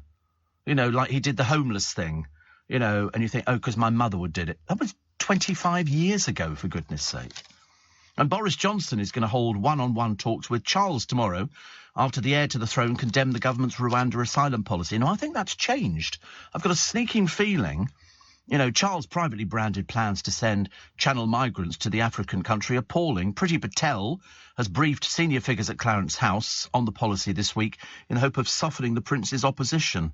I shouldn't imagine he's going to take the blindest bit of notice of you, Priti. I really don't think so. But the royal couple, I think they're the first members of the royal family to visit Rwanda. Because you remember they had the genocide, 800,000 dead. 800,000 dead back in 94. And 10,000 were killed over 2 days, 19 miles south of Kigali. He viewed hundreds of skulls bearing slash marks from machetes. I mean, really quite depressing, as well as blood-stained baby clothes worn by murdered infants. Really awful. I mean, there was the wholesale slaughter of children during a 100-day killing spree in which Hutu militiamen targeted mainly minority Tutsis. I mean, really absurd. And we're sending people there? We're sending people there? I realise it was different people in charge, but listen, they're never going to send people there. Nobody's ever going to get there. Priti Patel is fighting a losing battle. Really fighting a losing battle. It's a waste of everybody's time. You know, out of the more than 12,500 people who've come over on the boats sold to them by the French, which I always thought was hilarious. You know, the French going, oh, yes, we want to help out here. No, you don't. You just can't wait to get rid of everybody. So they come here. And, I mean, they might as well get on Eurostar. Just get a fake passport printed for the amount of money you pay and have a nice, safe journey. on a train, but they don't want to go to Rwanda. You know, there's no interest in Rwanda for any of these people. And somebody says, I've always heard about your show, but I've never been up to listen until tonight. Oh, where are we in tonight? Obviously, it must be in another part of the world. I love it, and how upfront you are. Well, I'm very upfront. I mean, there's no doubt about that. I'm in tears of laughter with you. James O'Brien has now moved to second position. He won't like that idea. Let's not tell him. Nobody tell him today. I don't want people phoning up going, James, Steve said you're in second position. That's not what I'm saying. What other people are saying. And, Steve, my daughter went to Glastonbury years ago. The reason why she didn't bring the tent home, because everybody can't be bothered to walk to the loo, and they come out of their tents and just pee up them. Oh, well, there's thousands which are left. I mean, literally thousands. I don't know what you do with these tents. I really don't. Some of them were sort of rescued, but then there was an awful lot which were just, they were dumped because they've got thin tubing. I mean, they're basically cheap throwaway tents. That's why, you know, if you've got the money, you would stay in a yurt or you'd stay in some sort of caravan or something. You know, there's loads of things you can do. I mean, if you've got 24,500 quid, now whether or not that gets you nearer the stage, I don't know. Or whether you're at the back. I mean, there must be some advantage to spending £24,000. You're not going to be sitting at the back, are you, going, I can't see anything. Yeah, binoculars going. I'm sorry, is Paul McCartney on yet? Let it be. Is that Paul? Or is that Steps? Difficult to tell, isn't it, really? I'm in the middle of a chain reaction. Mary says, when my daughters and their friends came back from Glastonbury, I piled them and all their kit into the middle of the garden and hosed them down. Best thing, Mary. Best thing. And so have you ever seen the episode of Come Dine With Me where the final host says, you've won, Jane, so take your money and get off my property? I haven't seen that, Perdita. We shall have to... Oh, the producer's seen it. You've won, now take your money and get off my property. Or is that one of those bad losers? Oh, I always love it when they go, oh, we think we've actually done the best here. And then you see somebody else going, worst food I've ever eaten in my entire life. I love it. News at 6. Here it comes. On your radio, on Global Player, and Play LBC. leading Britain's conversation.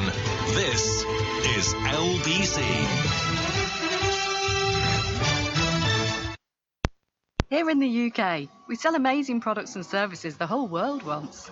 At the Black Farmer in Devon, our produce is enjoyed on both sides of the Atlantic.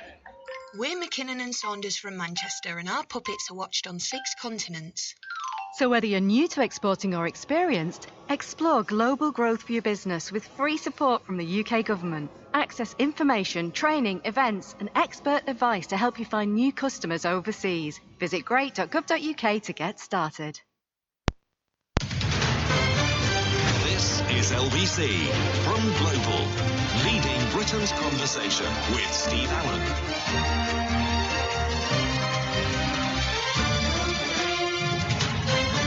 Morning, everybody. Nice to have your company. Well, apparently now we've seen the episode of Come Dining Me when the final host says you won, Jane, to take the money and get off the property. I have seen some people on there who have very inflated opinions of what their cooking is. But I remember the early ones were the funniest. There's one woman, she lived in this house. Well, to be honest with you, you'd have to get a hygiene certificate. And it was a case of she did, for her pudding, it was ice cream. She hadn't made it, and she obviously didn't know. And she'd put Maltesers around it. That was her idea of a pudding.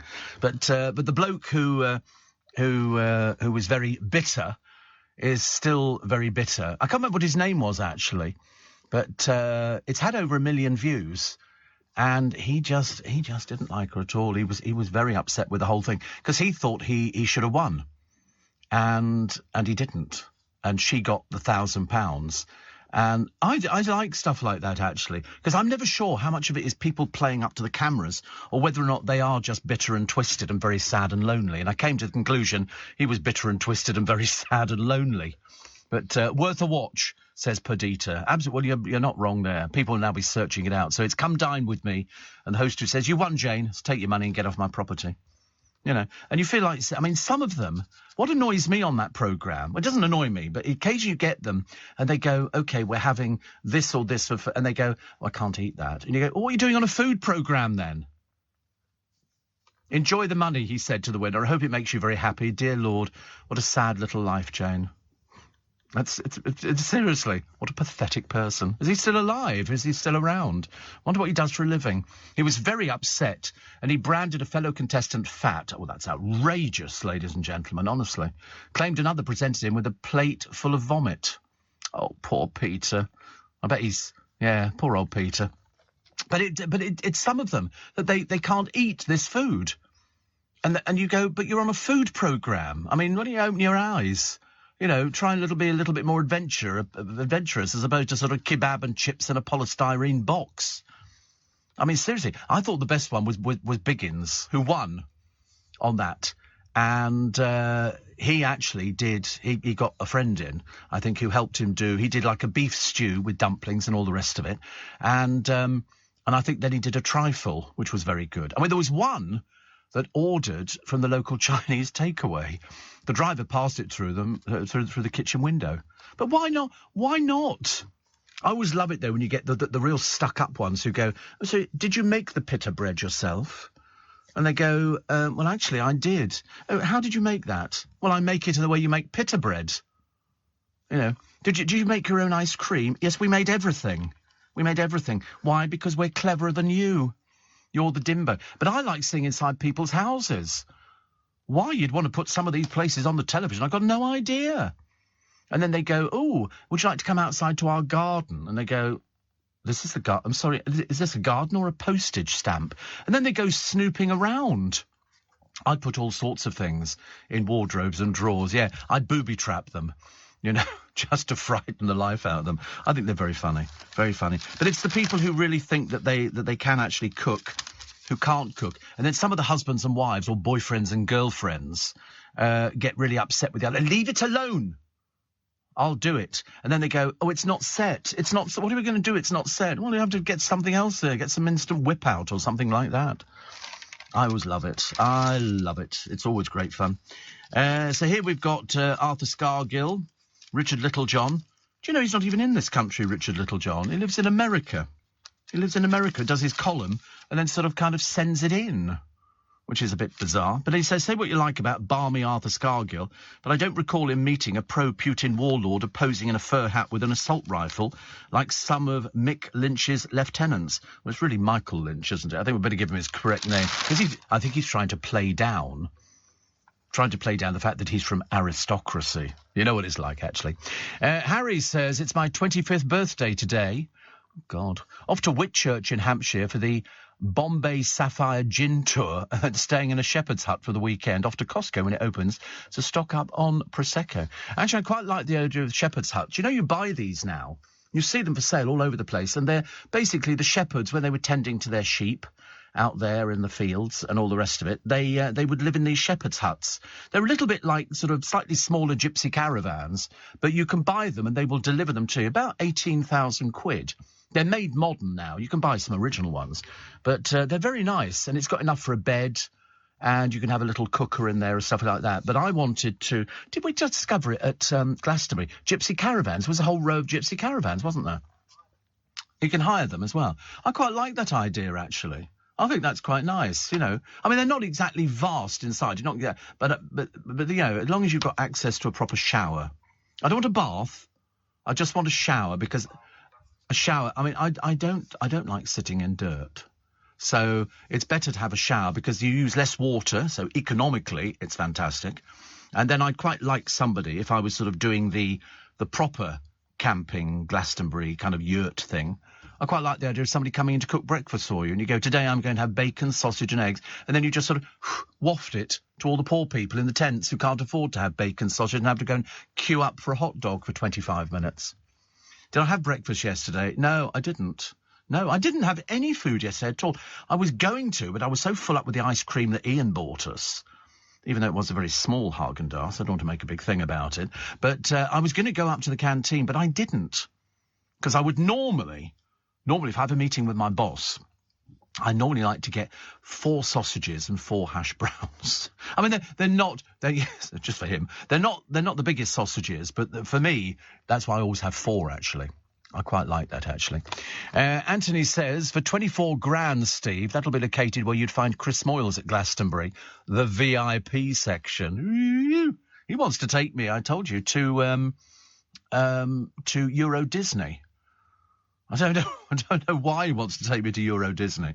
I think it's quite funny, actually, because I'm not going to Euro Disney. I said, it's not for people our age. He said, what's this, our age? He became quite indignant. Billy says, James O'Brien gave you a mention yesterday. It was quite nice. He always gives me a nice mention. Always. You know why? He's in awe of me. That's all I can tell you. He is, and as he said on countless occasions, don't ever argue with Steve Allen. He's always right. You know, it's as simple as that. I can't do anything about it. I try and play it down a little bit. So, the police letting down the Rotherham abuse scandal victims time and time and time again. 265 complaints. You'll read this sad, harrowing story. Girl told the ordeal would teach her a lesson. Action wasn't taken due to racial tensions. 265 complaints, no officers sacked at all. And one of the victims of the Rotherham scandal has slammed the failure to punish police officers. She said, why did nobody take me seriously? One of her tormentors, called Arshid Hussain, was jailed for 35 years. She was put into foster care by her parents to try and stop her relationship with Hussain, who was a married 24-year-old father of two. These people have got families. That's how revolting they are. That's how disgusting they are. The sexual abuse began at 14. Sexual abuse began at 14.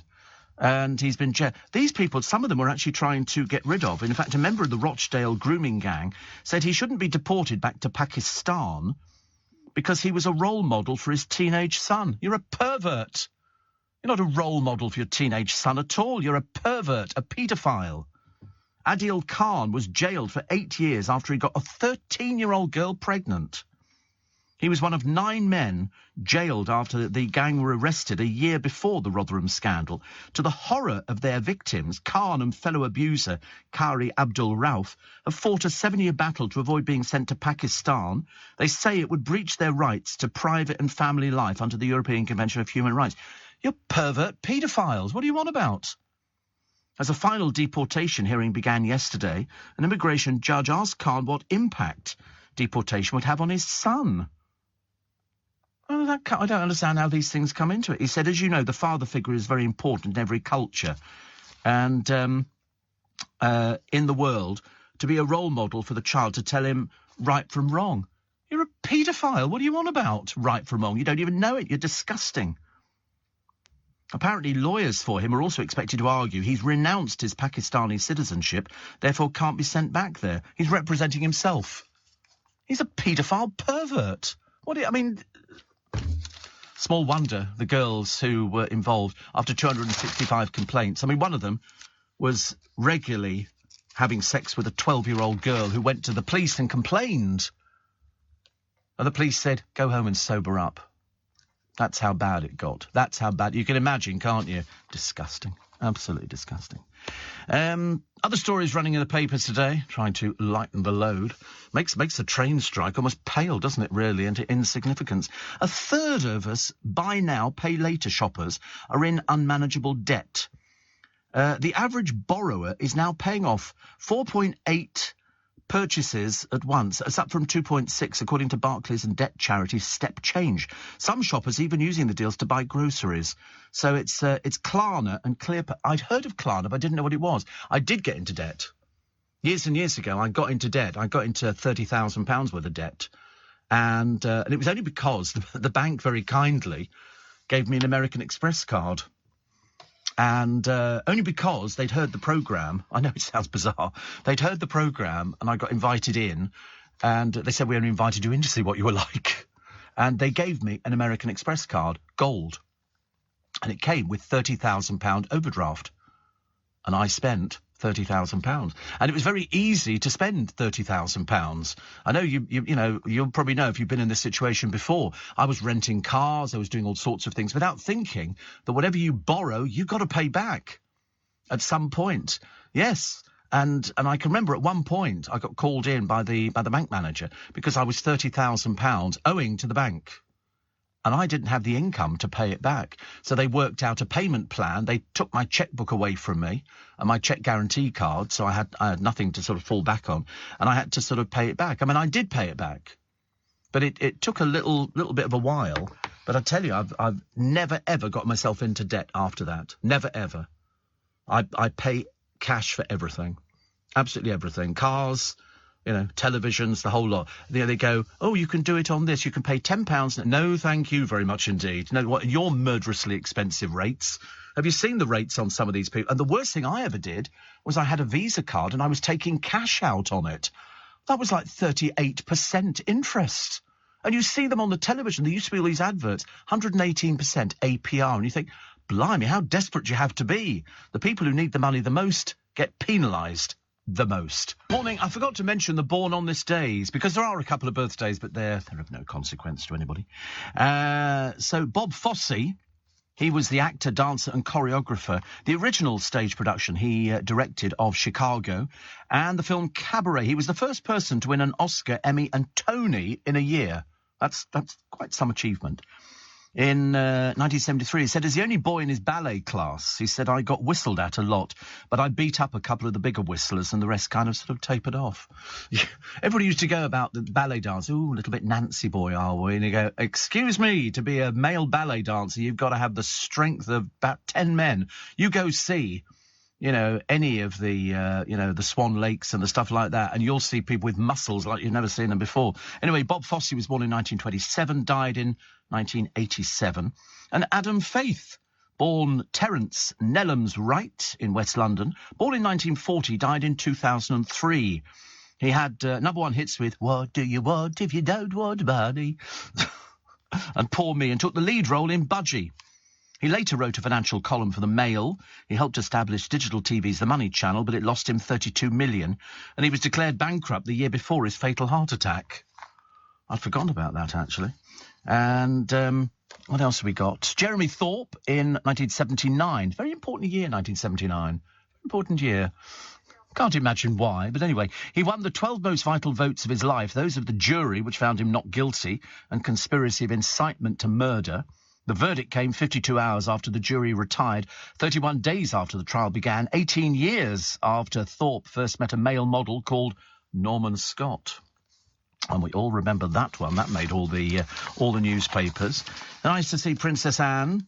Why is it that the royal family have got no idea of sunglasses? Their sunglasses date from the year dot. They don't. Can somebody send them some proper modern sunglasses? But she was shown war graves in Brompton Cemetery, and down at Hove Cemetery they had to clean up some of the VC heroes' memorials so they don't fade into history. I mean, one of them was absolutely disgraceful, and they obviously went round there with a jet wash and they cleaned it off, because nobody goes to these cemeteries. Nobody goes and looks after all these different memorials, because the family have moved away, and it's such a shame. It really is. That's why, as I say, it's in my will, cremation. Not having it. I'm not going to mess around at all. Not going to mess around. So, yes, I've had my own urn and everything, actually. Inaugural event for Glastonbury. 50 years now, Worthy Farm. How much do you reckon? How much was it when it first opened? £1. £1, that's all it was. And the admission came with free milk from Michael Levis's dairy farm. They reckon 135,000 tickets are believed to have been sold to the general public. The site can hold 200,000 festival goers, cast and crew over the 5-day event. There will be 2,800 performances. I mean, you've got to make sure you've got to plan this with military strategy to make sure you're in the right place at the right time. And there's 400 food stalls, which will trade across the festival site. There's also the festival hosts annual Trader Awards based on the sustainability, and winners are offered free or affordable pitches at the next event. There were 40,000 bins. There's obviously a lot of rubbish, these people. And many of them had been individually painted by a team of volunteers. Despite that, the clean-up operation cost just under £800,000. The 6-day operation came after the festival organisers urged attendees to take their rubbish home with them. Take your rubbish home. OK. They don't want to. They just want to leave it there. So people skip out the gate. Well, they don't skip. So, strike info for today. Headliner at the first Glastonbury. Oh, God, I don't know. That would be T-Rex. Mark Bowler, ride a white swan. I like them. But my favourite song, actually, was the one that nobody else liked, which was Metal Guru. I thought Metal Guru was fab. It was one of my favourite. I wish people danced to it in a discotheque, but they never did. I used to play it endlessly. And then somebody said, can you stop playing this? It's rubbish. And I said, no, it's Mark Bolan. And in fact, his biggest hit, of course, the joke was a tree just down at Roehampton, which is still decorated. All the fans decorate the tree because he hit this thing and died. But, I mean, he could have been a big, big star. Well, in fact, he was a big, big star. Loads of songs. I wonder who gets the money from all the royalties. There must be somebody who gets the money. I don't know. I couldn't even tell you who the rest of the band were. I wouldn't have the faintest idea, but he always looked as if he was a bit, life's a gas. He looked a bit sort of freaky at the time, with people walking around in flared. It was glam rock, wasn't it? But the trouble is they all just looked a bit grubby. That was the problem. You used to have flared trousers made out of velvet. I mean, who in God's name wears velvet flared trousers? I did. And very fashionable they were too. I used to have a little satin jacket, which I bought from, I think it was New Musical Express. It was $1.99, considered a fortune in those days. And I saved up my money and sent up, it was in like a bluey green. I thought I looked the bee's knees. I thought, no, I've got it. I mean, heavens above, I was a much smaller person then. I used to have a really tiny waist. Literally tiny waist. You could get your hands around my waist if you played your cards right. Yeah, the jeans are falling down. I walked up here and I thought my jeans are going to fall down in a minute because I obviously need to put more holes in the belt, just make sure. I mean, it's very lucky to have a trim body that is the envy of the programme. Terry in Leighton Buzzard says, my daughter Sarah is on the sound crew at Glastonbury. After, she'll be taking the leftover tents back to London for the homeless as she's done in previous years. There's so many of them, Terry. I had no idea how many, thousands and thousands of them. So well done her. Also, well done, says Denise, to my grandson Harry for winning his 3 races at the sports day and being the ultimate winner. Ooh. There you go. I mean, they have been working on the tent problem at Glastonbury. 99% are taken home last time, but there's thousands of these things, so there's still going to be a load left. Steve, I did exactly the same, says Roger. Getting 20,000 in debt in the 90s by paying the minimum amount was never, again, going anywhere. No, that was it. You get the thing through from Visa, and it would say £111, minimum payment, £12 or something. So you'd pay that. You were paying nothing. You were paying nothing. It just, and then you'd think, oh, I remember a friend of mine took out a Burton's, had a Club 24 card. So you paid in £10 a month, £240 worth of credit. Well, he thought that meant £240 every time you went in there. But of course it didn't. Once you spent the 240 quid, that was it. You had to pay it back. It was, people got themselves into debt very easily, very easily. Too many people, says Martin, don't want to talk about debt. Oh, we talk about debt all the time because they're offering it to you. Didn't they send, was it an 18-year-old boy out on the streets years ago, one of the papers, and they gave him a bank debit card and said, how much credit can you get on the high street? He got something like £40,000 worth of goods on the high street just by showing the debit card. He got the debit card and he was signed up for all these things. And that was an 80. He didn't have any money. It was just done as an experiment. So, read the price of food at festival, Steve, says Dale. My friend owns an aviation hobby shop and it was costing 25 grand to have a stall at the Farnborough Air Show. These festivals charge the earth in ground rent, hence the high price for food. Well, you've obviously got to be, you've got to sell an awful lot of stuff to make your money back. That's why these rip-off American sweetie shops, there's hardly anybody ever in there. How are they affording the rent? They're not paying it. They're not paying it. No news on that. They should all be closed down. It's disgusting. 84850, thank you, Lorraine, very much indeed. And Joe says, Steve, Portobello tents have glamping bell tents on a field next to Glastonbury, complete with beds, breakfast, hairdressers and a massage parlour all on site. And then there's a golf cart that shuttles people backwards and forwards to the main event. By the way, Joe says, I'm not there. Phil says, my first single was Children of the Revolution, 45 pence. That was 7-inch value, wasn't it? You can't fool the children of the revolution. I remember my first single, yes, The Bachelors singing The Sound of Silence. The Bachelors singing The Sound of Silence. And then I went to a Water Rats lunch, and the Bachelors were there. I was a bit excited, actually. I was a bit excited, thinking, that's the Bachelors. And I wouldn't save you for the world. Oh, that was great. I loved all that stuff. First album. Oh, now, I couldn't remember first album. It was probably somebody like, this is going to sound really weird, actually, because I had a little record player, which was cardboard, but covered in like a plastic type film. You lifted it up and it played 3 different speeds, and it was about £6 or something. And I bought Larry Page Orchestra. Because we didn't know about pop music. I never went to gigs. God knows. But the Larry Page Orchestra, because there was no vocalist on it. It was a saxophone who played Les Bicyclettes de Belsailles and all sorts of other things. And that album is still available. I bought it on a CD. And there is the Larry Page Orchestra. My godfathers. They were a bit freaky, weren't they? I didn't realise. But I loved them. I thought they were great. I bought all of that sort of stuff. And because I was geared by the price. It wasn't so much I didn't know anything about pop music, which I didn't. You know, I knew a bit about reggae, and I knew a bit about, you know, stuff that went into the charts, but that was a bit few and far between. Because sometimes you would see stuff go into the charts, you go and buy it, and the next week it would disappear completely. There used to be one well-known group, and what they used to do, they knew which the chart return shop was. Somebody would go around and buy all the records up, so it would shoot into the charts. You knew it was fiddled, because the next week it disappeared completely. Modesty forbids me from mentioning which particular group that was. Here in the UK, we sell amazing products and services the whole world wants. At the Black Farmer in Devon, our produce is enjoyed on both sides of the Atlantic. We're McKinnon and Saunders from Manchester, and our puppets are watched on 6 continents. So whether you're new to exporting or experienced, explore global growth for your business with free support from the UK government. Access information, training, events and expert advice to help you find new customers overseas. Visit great.gov.uk to get started. Steve Allen on LBC.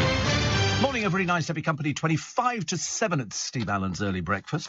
So, strike information. Staff from these train companies are striking today. Avanti West Coast, C2C, Chiltern Railways, Cross Country, East Midlands Railway, Greater Anglia, GWR, LNER, Northern, South Eastern, South Western Railway, Trans-Pennine Express and West Midlands trains. Now, there will be disruption on all train lines, so the rail industry have asked passengers, that'll be you and me, to travel only if necessary today. Work from home if you can. Half the rail network won't have any service at all, and fewer than 1 in 5 trains are expected to run. Now, services will be limited to main lines and urban areas between the hours of 7:30 and 6:30, so nothing at all running at the moment. There's nothing at all. So it's buses again. But because the Underground's running, so we're okay with the Underground in London and the other places that have Underground stations. And Sarah says, did you ever wear Oxford bag trousers? Certainly did. Certainly did. I was trying to explain to the producer. He said to me, he said, have you ever heard of Oxford bag trousers? I'm 68. Of course I've heard of them. I used to have them. They were the same length all the way down. You'll see them in programmes like Brideshead Revisited. You would see these Oxford bag trousers. They were sort of, actually that's a very bad representation of somebody wearing them there, but there we go. You can see they're the same length all the way down. They were not flattering in any way, shape or form, but I had a pair of Rupert trousers, which made me look a bit like I bought them in the King's Road. one of the few things I bought, but you could wear them with tank tops. Tank tops were very popular. I like tank tops. It was a bit Northern Soul. A little bit Northern Soul, those sort of people. And they were the days. And platforms. I used to have a lovely pair of platform shoes. Mind you, I also had a pair of clogs. Clogs became terribly fashionable, and you couldn't run in them, but you could walk, and then you just fall over. Clogs. Yes, clogs. Yeah. Sarah says, I remember falling over whilst walking down Regent Street. Yeah, in my platforms. I mean, some of them, you took quite it's like nowadays you see girls, I see it all the time in London, almost every single day. They've come out of a nightclub and they're having to hold their high heels for the simple reason they can't walk in them. They bought them that day because they look good, but they didn't practice walking. And so they go, oh. And when they've had a few drinks, they can't even stand up. So they walk along holding their shoes. Saddest sight I've ever seen. But yes, I mean, everybody else will also remember the clogs, which became very fashionable in the 70s, late 70s. Cheesecloth shirts were please don't write in with your favourite clothing items. But no, there were loads of things that were very fashionable. The worst thing was the cheesecloth shirts were quite nice, cheap and cheerful, made in India. And you'd put them on. But if it rained, all of a sudden the buttons would stretch and your shirt would be gaping. It really looked quite dreadful. There you go, clogs. There you go, there's my ones. I used to have they were cream, top left. Top left, they used to look a bit like that. And cream clogs. And now you can get, blimey, they're 75 quid now. I think when we bought them, they were unbelievably, cheap. But you see, it's like people I see walking on in flip-flops nowadays. And Crocs. My least favourite thing, Crocs. Who in their right mind ever came up with the idea of rubber shoes? I've never put on... putting on a pair, which is probably quite good. But you can get Croc high heels as well. Can you really? But it's a case of we had cheap... Oh, blimey, they were awful. We had cheap fashion. It was all cheap. We used to have these sort of... so you would vary between being hippie and being something else. We didn't want to be a skinhead, so we were a suede head. And that meant that you had a Crombie and you had your handkerchief in the top pocket held in place because people pinched them with a little thing, which is like a tie thing. And you put it through there. It had a little thing on the back of it to hold it in so nobody could pinch your hanky out of your top pocket. And we used to have lovely tonic trousers. Tonic trousers were fab. They were trousers that almost had a sheen in them. And I had a lovely pair of trousers. Tonic trousers were absolutely amazing. There you go. Mohair, two-tone purple tonic. They were really nice. You considered the height of fashion. Mr. Neil says, oh, Steve, Oxford bag trousers. I had a pair of Brutus with embroidery across the back of the waist with a cheesecloth shirt. See? Happy days. People don't realise how lucky they were. You could go into places. I can remember when Bieber opened up in Ken High Street. It was over the road, very small shop, and then it went mega.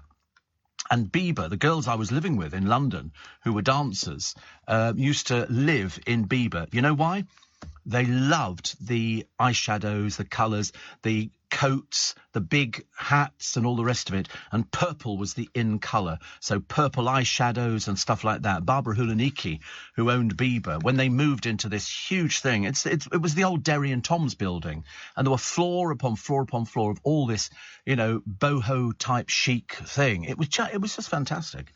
Far more exciting it is nowadays. Nowadays, I still see people wearing jeans which have been ripped, professionally ripped, and they looked ridiculous. And you feel like saying to them, I'm sorry, are we back in the 70s? Honestly, some people got no idea. And bare midriff. Now, the only way you can ever have bare midriff if you are stick thin. You cannot do it. It just doesn't look right. You'll have to change. Producer will have to change. Actually, I was telling him the other day, I'm complaining about it on a regular basis, because the girls' skirts, the schoolgirls, are getting shorter and shorter and shorter, to the point of it's looking embarrassing. These parents cannot know what their daughters look like when they're going out on the town, to go to school. There was one the other day, walked up in front of me, got off the train, Twickenham, up the stairs, and it's quite steep stairs. You could see her knickers under her skirt because the skirt was so short, and she's walking ahead of us. And I remember thinking, do your parents let you go out looking like this? Dreadful. Oliver in Muswell Hill says, what flavour ice cream will you have at 7 a.m. this morning? And will you offer Nick some? No. We weren't sharing. It came in from Ian, and it was Haagen-Dazs. It was chocolate. Actually, I was amazed. It was still hard when it got here. It was very hard, wasn't it? But it was a bit of a cleanser, actually, to be honest with you. We've never had, ice cream at that time of the morning. So we're sort of pushing now for doner kebabs or fish and chips. I don't want to make a big deal about it. 20 minutes' time. Jules in Chelmsford says, do you remember those soft floppy singles you used to get as free gifts? Yeah. They never wrecked the record player. I'll tell you where you could get them from. Waterloo Station or Paddington Station. There was a machine and you could record your own record. And it dispensed one of those plastic little discs. It was a floppy disk, little 7-inch, and you would record, hi, this is Steve, or you'd sing, or you'd do whatever. And then it would just deliver it. It was your own recording studio at the station. And it was very good. And you used to get them with all the record magazines. There'd be a free floppy disk, just a 7-inch, thinnest plastic ever. You could have literally eaten it, I should imagine. And it was very nice. We liked all that stuff. So I remember those very well. Jules. Sarah in Welling said, my first record was Madame Cholet by the Wombles. My mum bought it for me and I loved it. Actually, Mike Batt, who of course was the voice of the Wombles and sang all the hits. I remember Wombling White Tie and Tales. And you could always play when we used to do gigs Christmas in the nightclubs, you'd play Wombling Merry Christmas, or We Wish You a Wombling Merry Christmas, and then you'd go straight into a load of other sort of Christmassy type songs. Phil says, my first album was Shawaddy Waddy. Waddy Waddy. Not so cool. I remember I went to the Fairfield Halls in Croydon. I was doing a show there, and they were in the next theatre, and they were doing the, Under the Moon of Love, da-da-da-da. I used to love Shawaddy. They must still be around, mustn't they, I think? Ray in Wales, he doesn't tell us where in Wales, but he liked Woman by John Lennon. Yeah, I remember there was that piano. Was it the white piano that John did it with Yoko? For some reason, actually, I remember, because they met in an art gallery, and I think she gave him a card, and on it had the word breathe. They were all a bit fruity, a bit sort of, crackpots, I'm afraid. Shawaddy Waddy is still around, and they're playing on Saturday night, Folkestone. Well, somebody's got to, I realise, but, Folkestone on a Saturday night, Shawaddy Waddy. And very good. They will attract their fans. It's like Noreen, and she's a big fan of Peter Noon and Herman's Hermits, and, I mean, he mentions her at concerts. It's as simple as that. Steve, I was at the second Glastonbury, free to get in, Stevie Winwood and Bowie, no glampy yurts or hairdressers, and around 10,000 people, but I did see the legends they have on the legend stage these days when they were young, says Hillary. Wow. Sid Cup Julie says, I used to wear grandfather shirts. I remember those. And Roger says, did you ever wear leather trousers back then? I bet Dale did. I've got them. I've got his leather trousers. And I've got his camouflage trousers. He had camouflage trousers. And did I have a leather jacket? Yeah, I used to have loads of leather jackets. He persuaded me to buy a leather jacket once. We went into Boss, and they just had a delivery of leather jackets, and Boss jackets. Now, I'll tell you how long ago it was. It must have been ages. You could crumple this leather jacket up into a hand. The leather was so soft, 600 quid. 600 quid for this jacket. I remember walking into a pub in Twickenham. It was the George, actually, and there were a group of, for the purposes of the programme, let's just call them yobbos. And he came over, he said to me, good fake jacket, mate. And I went, really? Thinking stupid as well as ugly. And he said, how much do you pay for that? I said, not a lot. Thinking, I don't think he's probably ever heard of £600 before. But he said, he said, I know fake straight away. He said, it's moody. I said, well, it is when I wear it. And that was it. And I left him to his own devices. I don't think he amounted to anything, actually, after that. Don't think he was ever allowed in the pub again. But, yeah, 600 quid. I just managed to bring him down to size. But, no, you could crush this jacket up. It was so soft. And years later, I gave it to a friend of mine because I'd ceased to fit into it. But it was such soft leather. The harder the leather, the cheaper. The cheaper. Oh, look, 14 minutes to 7. Morning, everybody. Nice to be company. 10 to 7, it's Steve Allen's Early Breakfast on LBC. It's quite amazing, actually. You mentioned something from your childhood that you remember, the clothing and stuff like that, and immediately there's an avalanche of people who go, one here from Mike, who says, Oxford bags, tank tops, 3-inch platform shoes, T-Rex, just been taken back to 1973. He said, earlier this week, the Stratford branch of Morrison's played Blockbuster by the Sweet. Do you know, the saddest thing I ever saw on the television, this'll get you, was they did a programme about all these groups from the 60s, and they had the lead singer of the Sweet on there, and he still had the same long hair, but he looked so old. And I think he was very ill. I think he died, actually, shortly afterwards. And I remember thinking, oh, how sad, because when I saw the Sweet, they were a glam rock band. And they were a bit outrageous on the television with Ballroom Blitz, Little Willie. I know. And all these others. Brian Connolly. Was it Brian Connolly who was the lead singer? But I think he died of cancer, I'm pretty certain. But he looked so old, and yet he had that hair. I used to think it was quite fashionable. I thought to have long hair and turned, I thought was absolutely amazing. He died back in 97.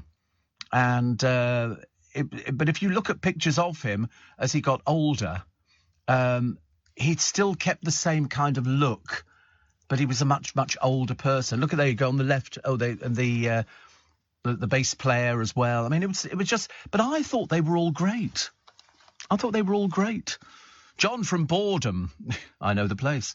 I had a pair of Oxford bags with triple waistband. Oh, you have to go one better, don't you, really?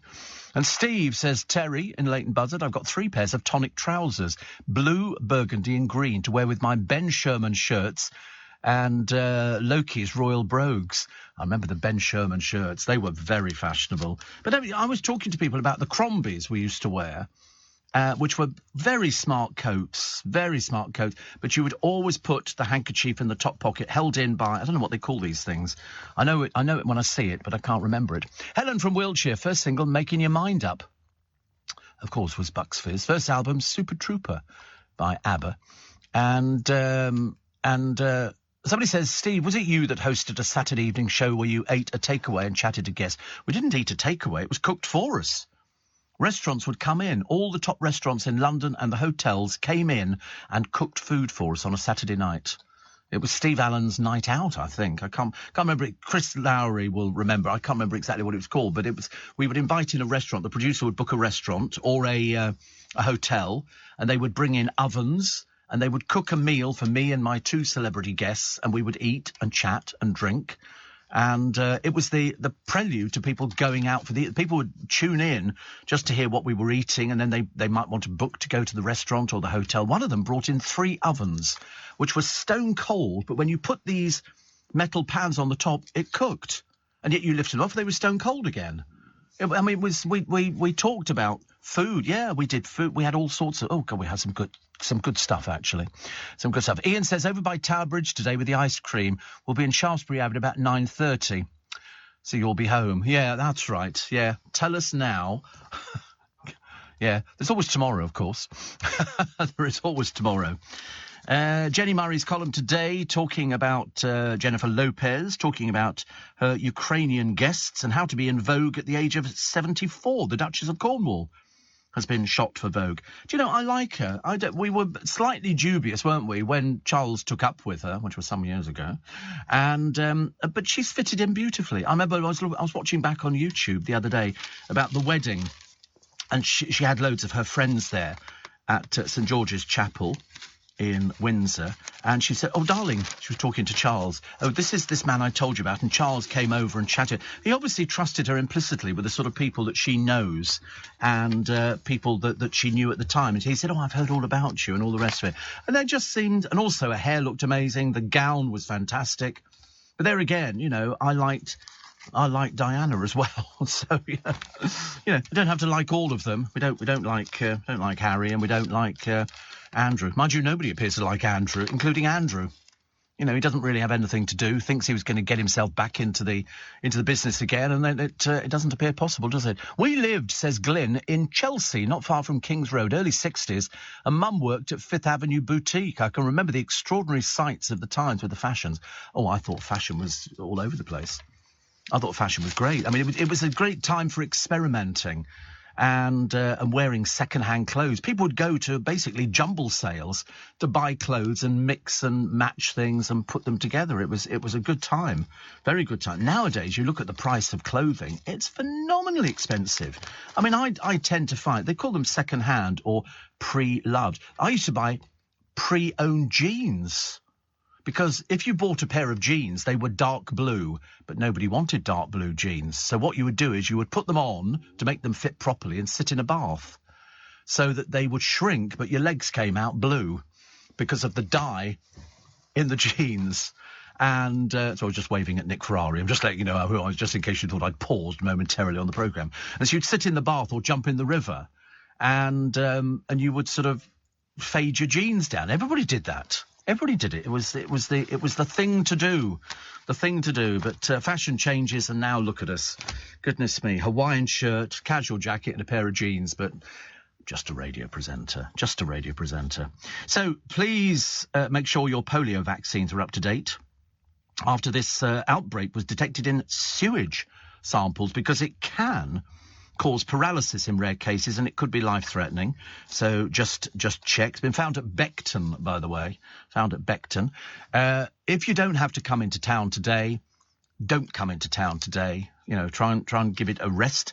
And if you do, just remember the underground is working fine. The buses are working fine. It's just most of the overground trains are not doing particularly well. And that covers the whole country. So do check. You can go onto the internet and you'll find out exactly how you can hopefully get there without causing yourself too much stress and strain. So we did it the other day. I didn't think it was going to be as easy as that. I mean, even though the bus was packed and rammed, I got there. I think by the time we got to Ken High Street, I got a seat and I was quite happy.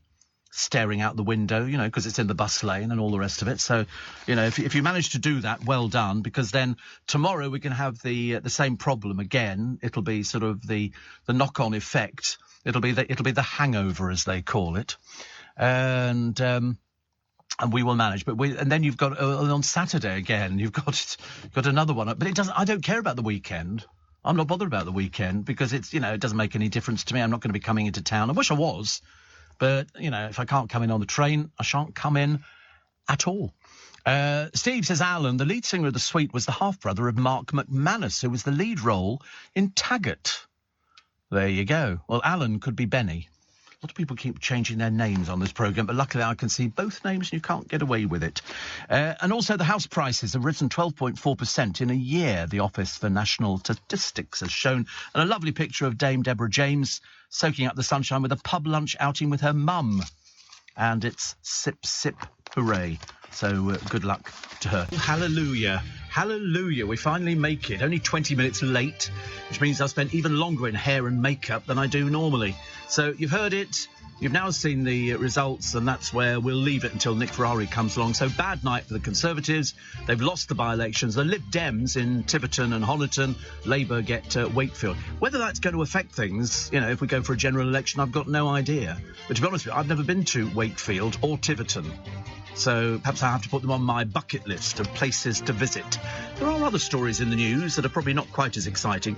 Do you know how much it costs to go to the theatre nowadays? I mean, I seriously couldn't believe it when I looked at top price seats for Moulin Rouge, Cabaret at the Playhouse and To Kill a Mockingbird. Plus, the anguish of the young man who is transitioning, goes to the NHS, has a sex change operation, wakes up and goes, I didn't want that doing. So he's suing them. He's suing the NHS because they removed his sex organs. And I don't quite understand. If you are transitioning, I thought that was part of it. But anyway, we'll talk about that a little bit later on. I mean, it's a bit much to wake up and go, what have you done? I mean, normally, whenever you go into a hospital, and I speak as somebody who's, well-versed in hospital, they run through everything twice.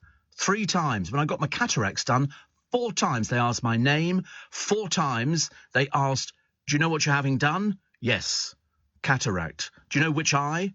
Yes. And they then repeated it, and the other people around there wrote it all down. How you go, remove Willie? Did anybody ask about this one? And so they did, and he then wakes up and decides that he wants it back again.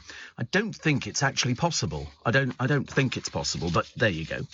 The columnist who thinks William got it badly wrong over racism in Britain. And the other Mrs. Beckham, Peltz Beckham, says the parents of her husband are very pushy. Because he's never been happy with because he can't do anything. He tried to make a sandwich on television once. He tried making a cup of coffee. He's tried being a photographer. Basically, he's a failure at every single one of them, which is a little bit embarrassing. Also, the Nigerian politicians' UK plot to harvest organs from a child. They wanted to smuggle a child in to take organs from. The New York prosecutors who say that Ghislaine Maxwell should spend 55 years in prison.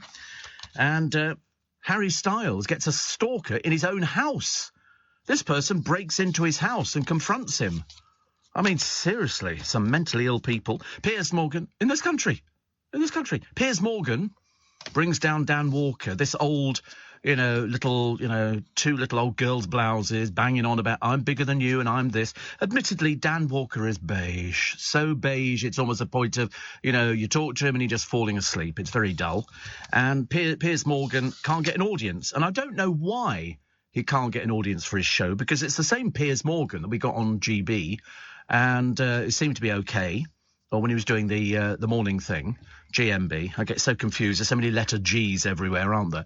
And it's a case of, why did he bother doing it? Answer, money.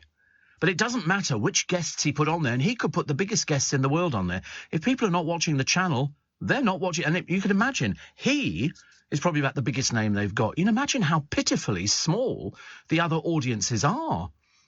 I mean, I do believe that the Ozzy Osbourne's wife, I mean, 2,000 people on some of them. All right, 3,000. Yeah, but I mean, you think to yourself, what a waste of money. My God, we could be saving lives. Supposed to sort of, poncing around with a television channel that nobody's watching. I mean, Eamon Holmes, I don't know, I mean, he's probably doing better with the amount of people watching how bad his feet are getting, as opposed to anything he's saying, because I watched him on the television the other day. He looks like he's lost interest. He was looking down, reading his script and looking at the questions and all the rest of it. And I thought, the whole idea of television is you engage us through the television. He used to say, nice to see you. And I used to think, you can't see us at all, love. Little bit delusional, you've had a drink, But it's a case of that's what they do. And then they do it for money, and then they just lose interest. He's only 60-something. He's not old. But already he's looking fed up with it because he knows there's no audience. In fact, there's probably more people watching the bowl of fruit they have on the programme than there is watching him, which is a bit of a shame. What was the other one? Why is Rupert Murdoch's love split? His fourth split, Jerry Hall's first divorce. And the answer is because he's 91 and he doesn't know where he is. He's got, you're married, Rupert. Huh? You're married, love. He doesn't care. He's 91.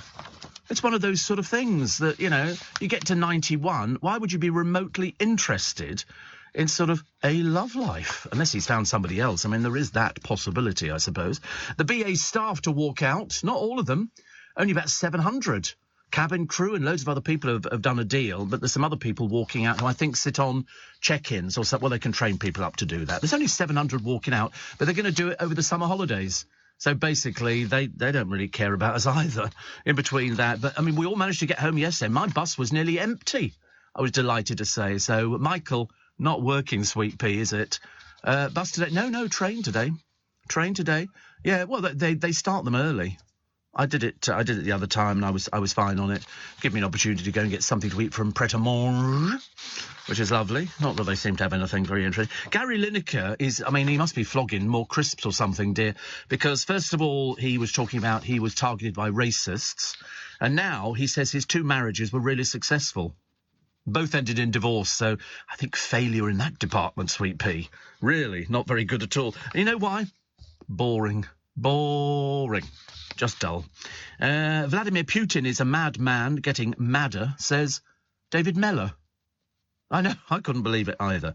And what was the other one? Oh, yes, the family of a drunk grandfather who goes to Wetherspoons to go to a stag night or something. I mean, I have to be honest, if you're going to go, a grandfather. I mean, if you go for a stag night, the last place you're going to be going to is a Wetherspoons. Anyway, he falls down the stairs. Sadly, he dies.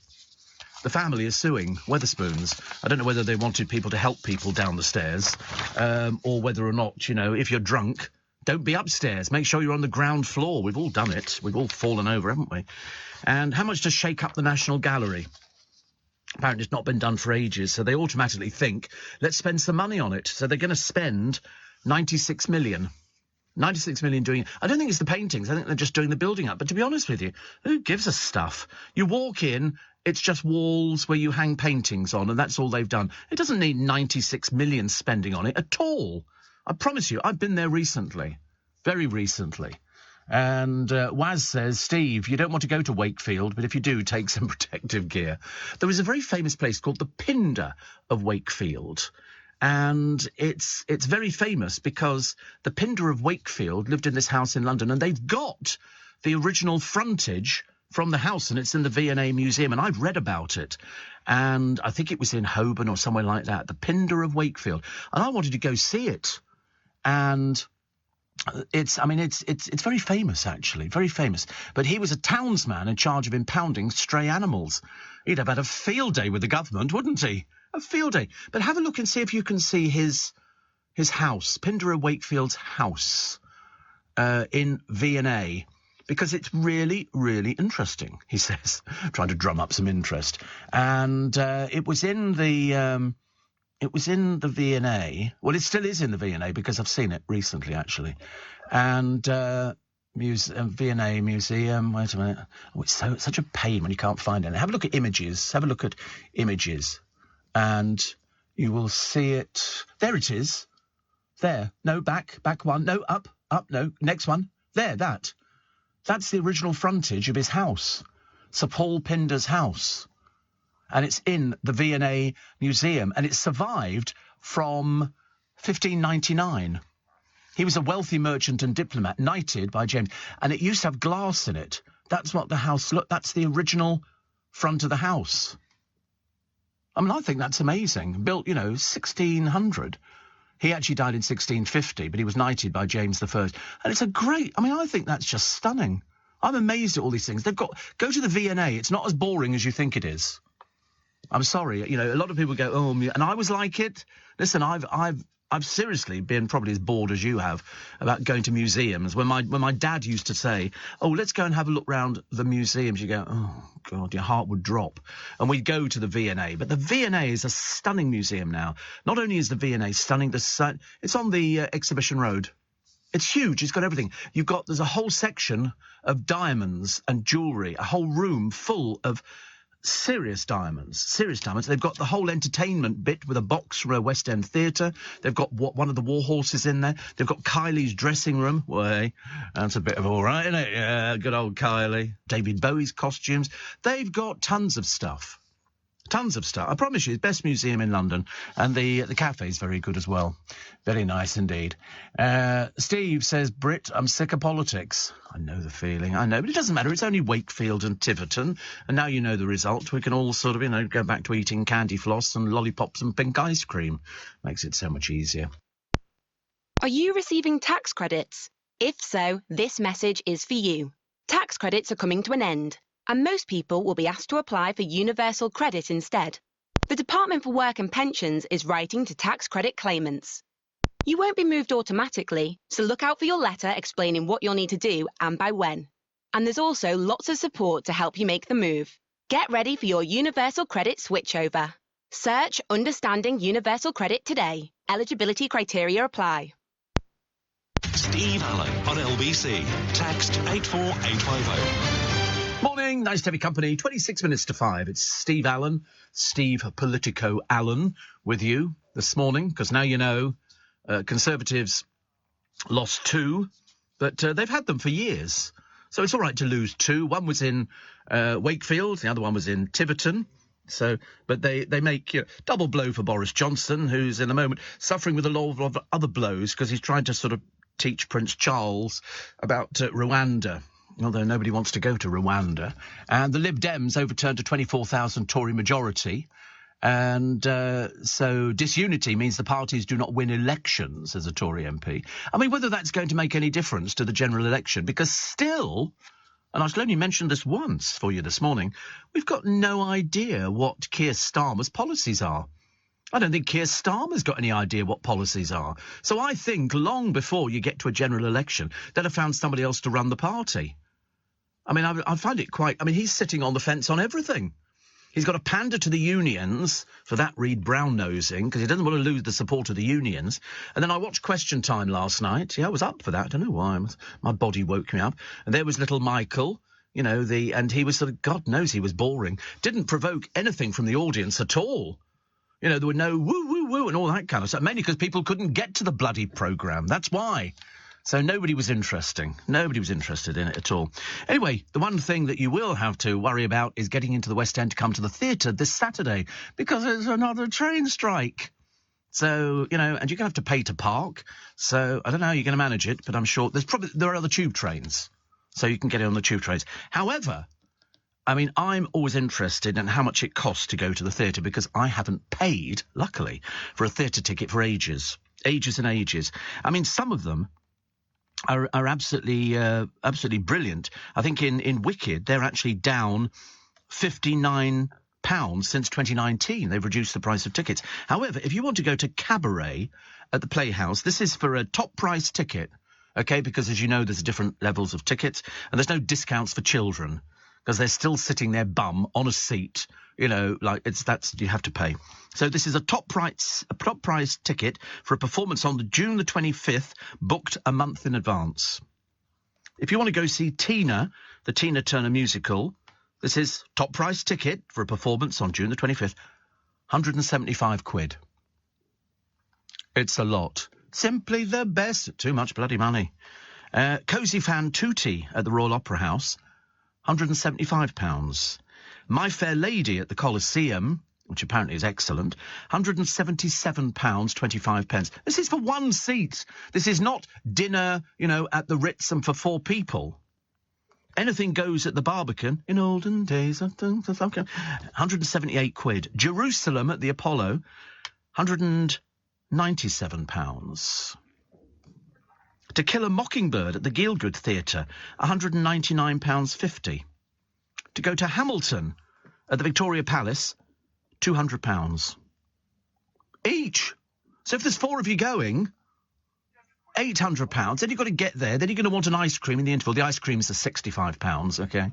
And if you want to drink, well, you have to go and drink from a puddle. It's a lot cheaper, yeah. Hamilton, I say, £200. Moulin Rouge at the Piccadilly, £228.50. But the most expensive is Cabaret. Cabaret at the Playhouse Theatre, which is down on the Embankment, and it's just at the end of Northumberland Avenue, £303.80 for a top price seat. Somebody's taking the Michael, do you not think? What do you get with that? You get the seat.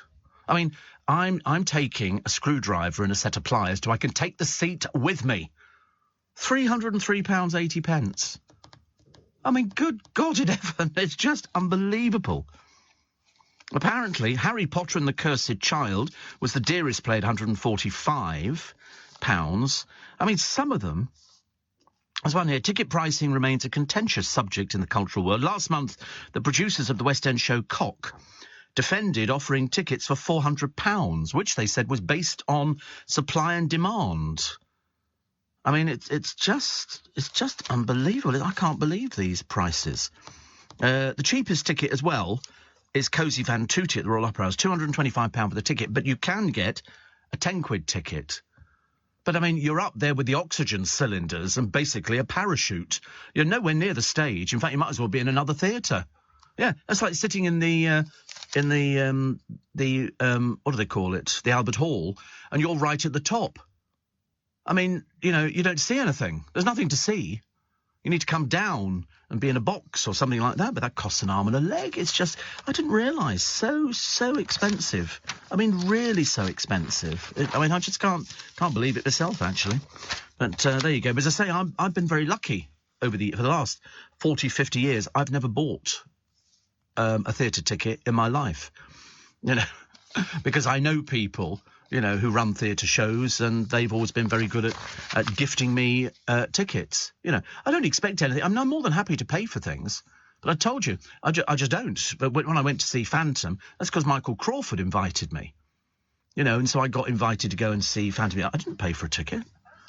Yeah, a person invited me, phoned me up. Steve, it's Michael. I've had a bit of trouble. It's just like that. It was fantastic.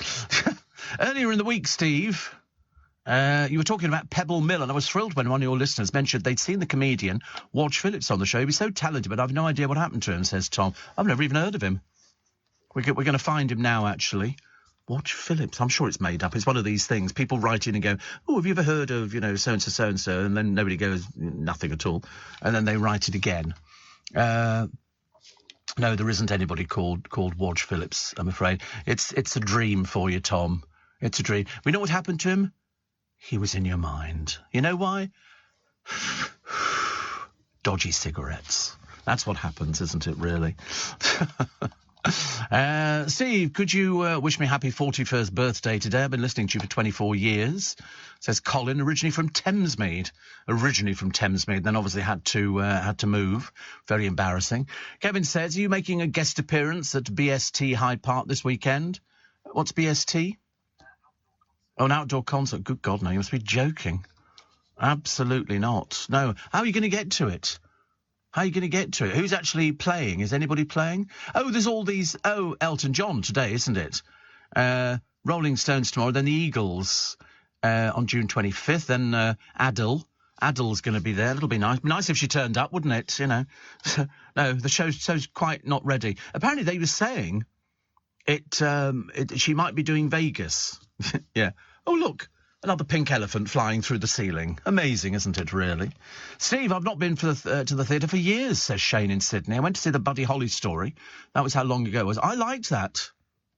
I liked the Buddy Holly story, especially at the end after they announced that he was killed in the plane crash. There were people who were dancing in the in the aisles, and they got down on one knee. And they did the, taking the knee thing or whatever they did, just in sort of memory of Buddy Holly. Because there was three of them, Buddy Holly, the Big Bopper, and Richie Valens, I think, died in the plane crash, which they shouldn't even have been in. They went up, the pilot was not experienced at flying in snow. The only reason they took the plane is because they had a gig to get to and they couldn't have got the vehicle through. No, in America. Roger says £303 for cabaret. I could probably get dinner for four in a decent restaurant.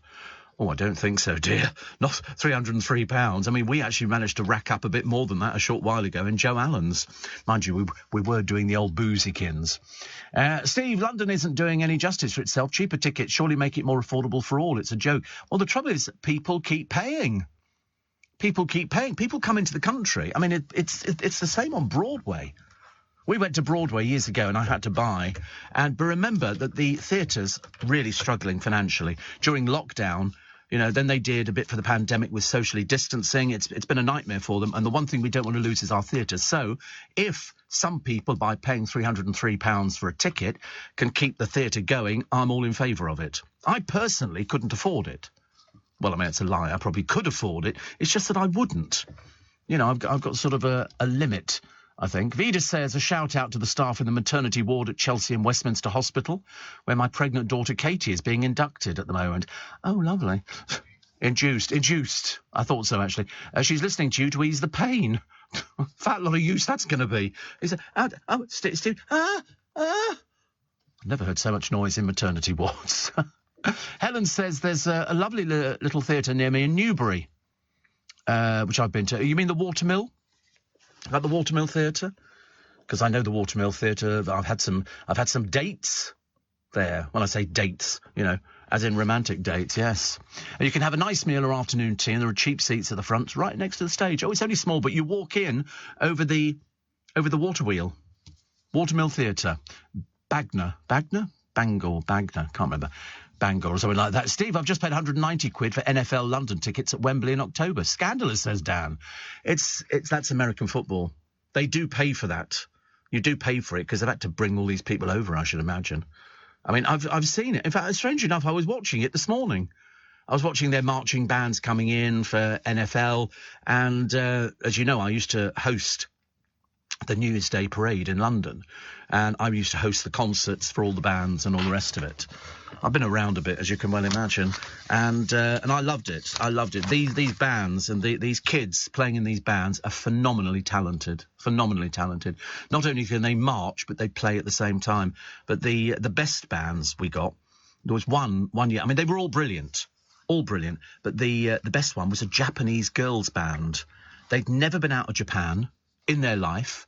They didn't speak any English, but they came on stage, and I remember thinking, I wonder what they're going to be like, because, you get these American bands, they're superbly costumed, and this Japanese girl band was about 300 strong.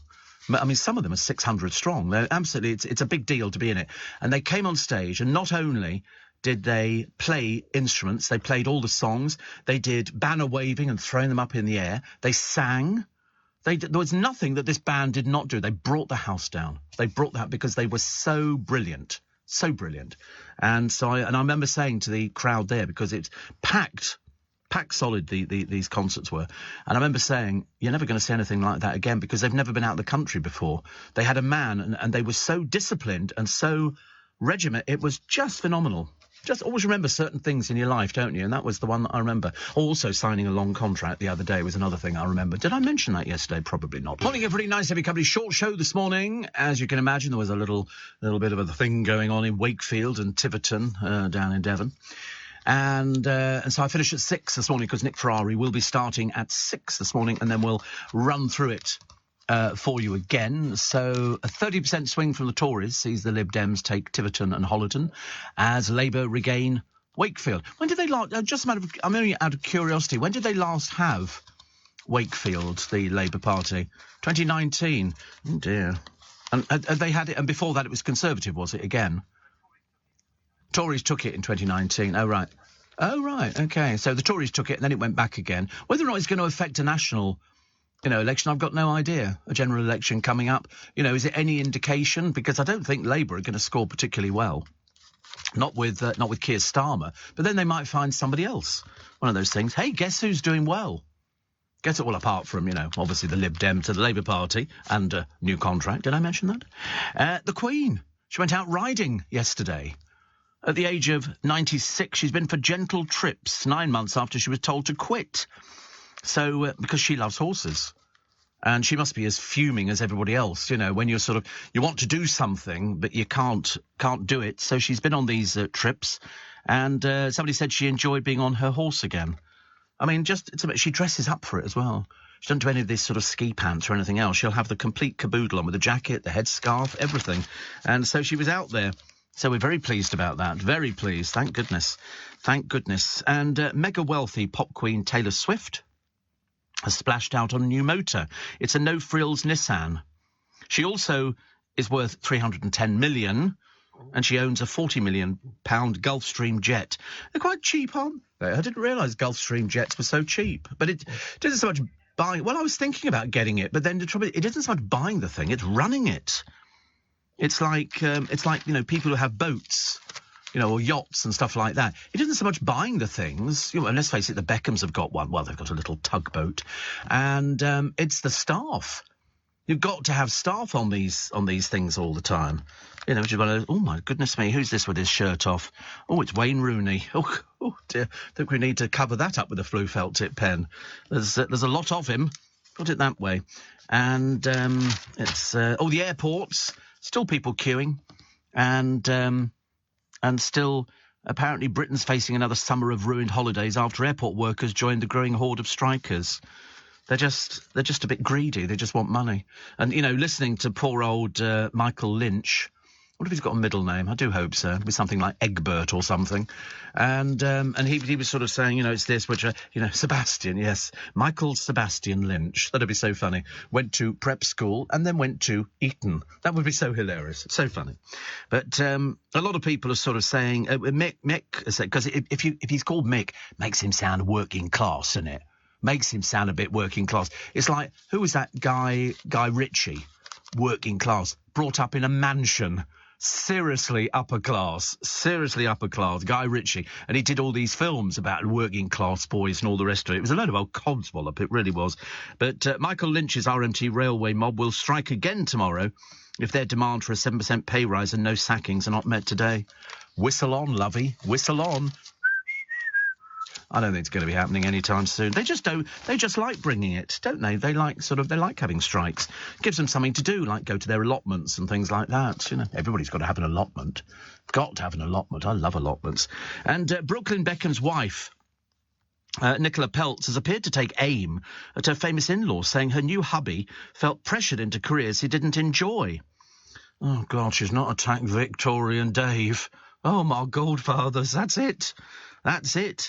When asked about his career change from photography to cookery, she said Brooklyn, 23, playing age 17, felt a lot of pressure to please people with his career. He hasn't got a career. He made a sandwich on television, Sweet Pea. He made a sandwich on television. It cost 64,000 quid. It needed that many people to help him make a sandwich. He can't take photographs. They're all horribly out of focus. And he couldn't make it. Did you see the book? I mean, the book is hilarious. I mean, it's got to go down in history as one of the biggest piles of rubbish you've ever seen. But the whole family, don't have... I mean, let's face it, even his mum can't get the business off the ground. How long she had it now? It's been propped up by so many people. But she said, I'm marrying my best friend, and I guess that's all that matters. So that was lovely. And, of course, Brooke, he doesn't know. Look at the picture there. Huge fan of Brooklyn Beckham's terrible photographs and even worse captions. He can't take photographs. It's as simple as that. Once an idiot, always an idiot. And he was going to be... Wasn't he going to be... They were going to put him in for something else. He was going to be a paparazzi and all. I'm thinking, oh, do me a favour. He doesn't do anything. He doesn't do anything at all, which is terrible. Fine. Oh, power women of the 90s have now found another one you've never heard of. Natalie Imbruglia. I mean, she had a song out, didn't she? I don't know what it was called, but... sorry, it was called? Torn. Oh, right. I am da-da-da-da-da-da-da. Something like that, yeah. And And they put her down as big back then, big still today. Certainly is. Certainly is. Day 5 of the series, and it's Natalie Imbruglia. I mean, I love the one the other day. Who did they put up? That sort of ex-Page 3 girl who was the one who used to advertise double glazing with her boobs out in Melinda Messenger. I think they went, she's just as big today. I thought, are we in the same world? I don't know whether or not sometimes the sun, sort of lead us down a path, and we want to have a bit of a laugh about it. What have we got here? I'm trying to find some stuff, actually. And great TV lies and delusions of the week, courtesy of Ali Ross. Backstage with Catherine Ryan. I'll be joined by 4 of the best comics in the country. Jimmy Carr and 3 deadbeats. Love Island, Jacques. I'm not big-headed at all. Love Island, Ekin Su to Luca. You're being, I wouldn't say clingy, because you're not clingy. I just wanted to be less clingy. Because they're really intelligent on Love Island. Really, I'd say. I mean, you seriously are dealing with people from Mensa. It's one of those sort of things, you meet them and you sort of think to yourself, my goodness me, it's amazing. Amazing. So here we go. So Glastonbury's kicked off with a lot of people in a field. And some in tents, some not with sort of tents. Zoe Ball's going to be down there, but I mean, she's sort of down there. And there's going to be a winter series of Love Island, which is very exciting. And so whether or not they're going to be sort of, full makeup and boobies out, I don't know. Billie Eilish is on tonight. Not on Love Island, she's on at Glasto. They call it Glasto. Have you heard a radio presenter the other day go as Glasto? I remember thinking, you're so middle class. So middle class. Yeah, Nick Ferrari. 2 years ago, after Bosses cancelled the spin-off, they announced it will return in South Africa, as exclusively revealed by The Sun. And it's a bit dreary, I'm afraid, actually. New Islander and as a famous friend, Anthony Joshua. Of course she has. She's bleach blonde and she's got her boobs out most of the time. I mean, that's exactly what people want, isn't it, really? But this actress, Ekin Su, looks fit to bust after her partner, Jay, eyed a move for another Islander. Did you see one of them burst into tears? I couldn't stop laughing. I mean, it's a case of, it's just a little show, dears. It's a little show. You don't cry when you go to the beach, do you? Oh, good Lord above. Students at Cambridge... who weren't wearing very many clothes. Something about these people in Cambridge. They went out the show. There was one bloke walking up the stairs with a bare bottom, but like going up the stairs of Twickenham and watching all the school children in front of you. It's almost disturbing. Most disturbing. Also, the family of the drunk granddad who died after plunging from stairs at a stag do are suing for £150,000. This bloke went over the banister and dropped 8 feet onto his head because he was drunk. I mean, the clue is in it. His family blame his death on the unusual design of the staircase. Have you heard of such a thing before? And the High Court heard it made it more likely that somebody who fell on the steps would fall over the banister. So there you go.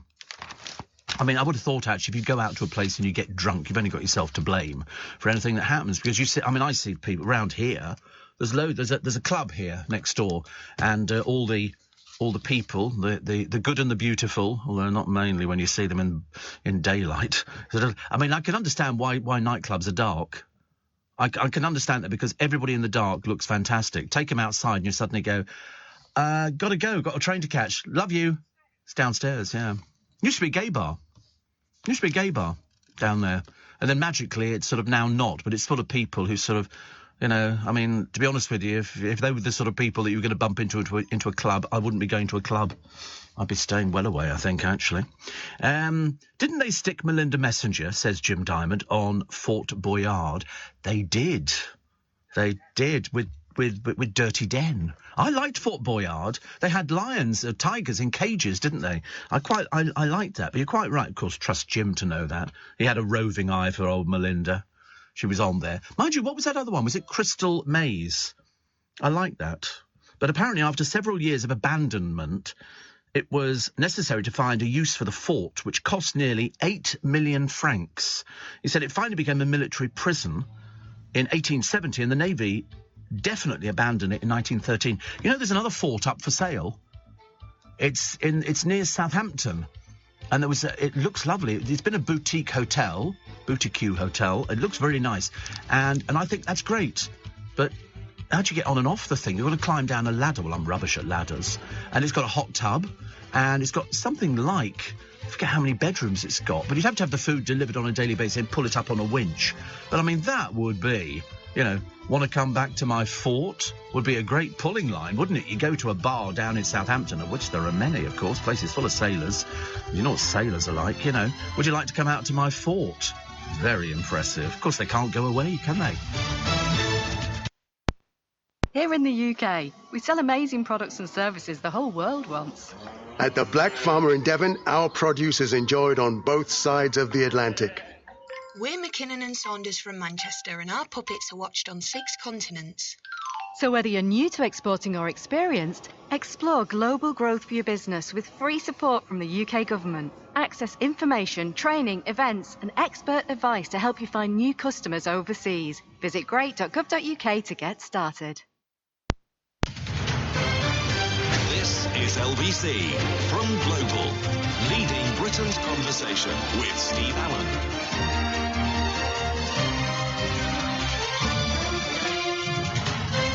Morning, nice to have your company. It's Steve Allen's shorter programme today. It's nice, actually, because it means that my weekend starts a little bit quicker than it would normally, which is lovely. So it means I get an extra hour. So I finish at 6 this morning because Nick Ferrari will be here. So he'll run through everything that was happening in Wakefield and Tiverton, and they'll get reaction from both sides and trying to sort of unravel what this could mean in terms of a general election.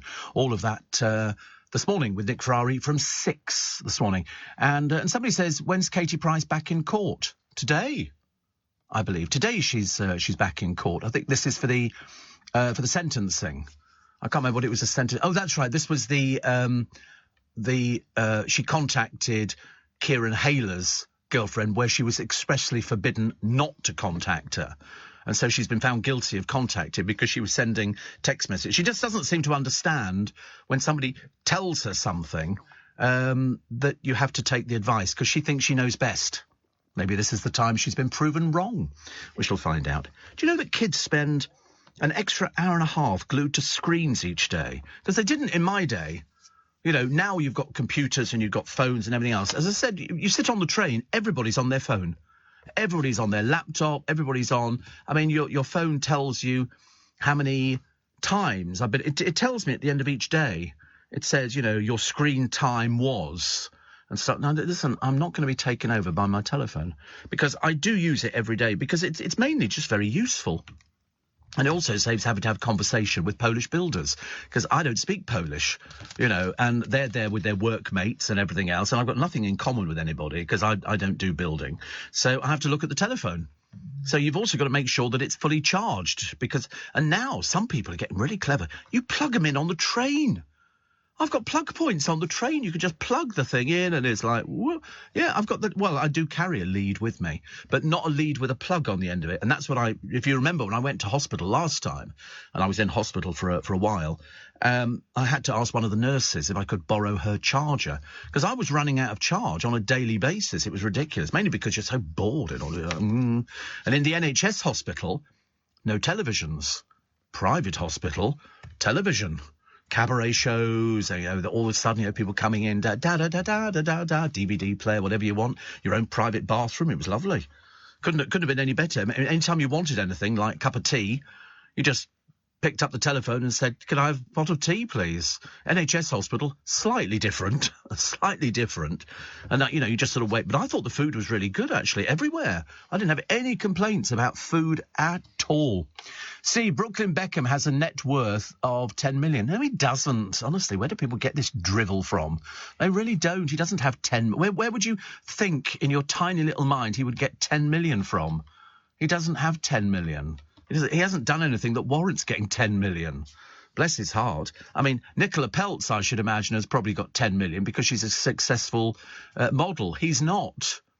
He's not a successful model or photographer or sandwich maker. Another one that says, any good albums? No, nothing. And with all the disruptions at airports, says Kevin, cancellations at the last minute and baggage nightmare, what would you suggest for a getaway?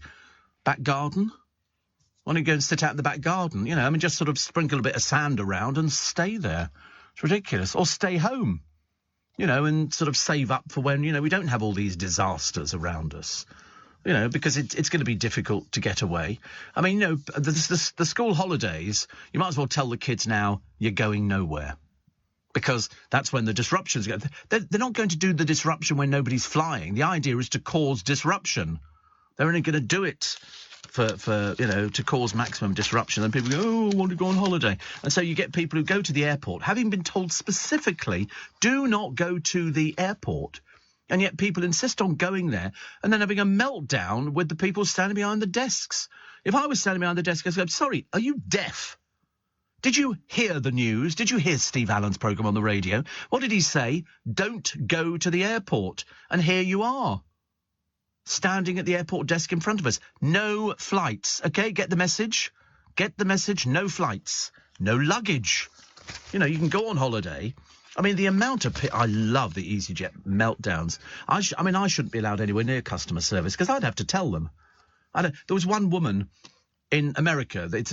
In America, they seem to have more people breaking down and doing everything. And this woman had been told that she wasn't flying. The reason being she was abusive to one of the check-in staff, called her the B word. And so the manager comes along and he said, you're not flying with us today. Well, I'm telling you, I am flying. He said, you're not flying. It's as simple as that. I want my money back. Give me my money back. He said, well, you can write in. Of course, that really annoys them even more because they're so frustrated. They don't know how to write, and they probably couldn't spell anyway. And so you get all these people standing there, effing and blinding and all the rest of it. And then this woman drops the bombshell. I've got a gun on me.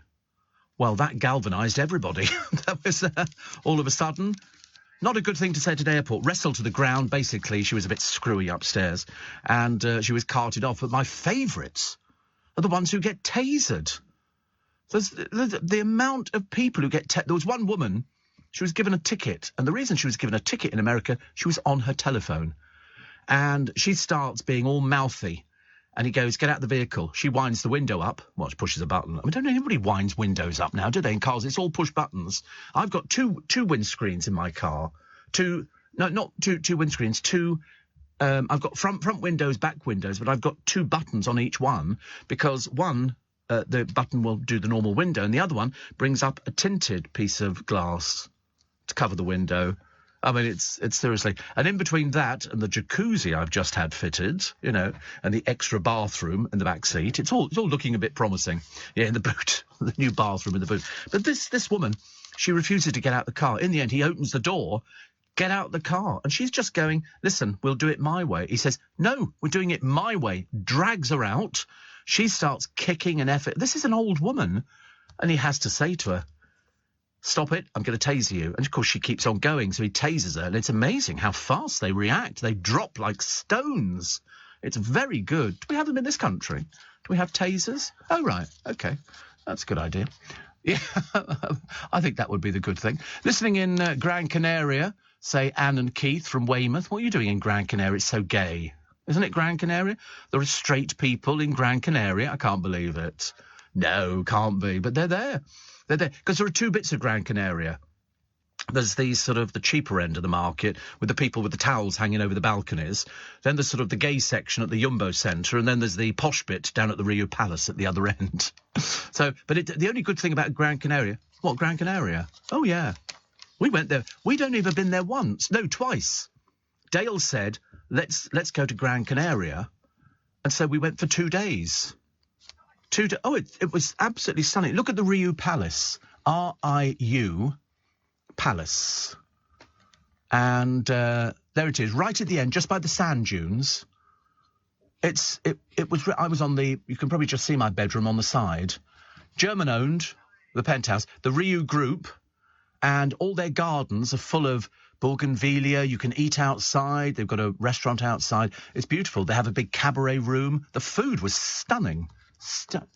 How long to walk to the sea? Oh, I don't know. Nobody does the sea.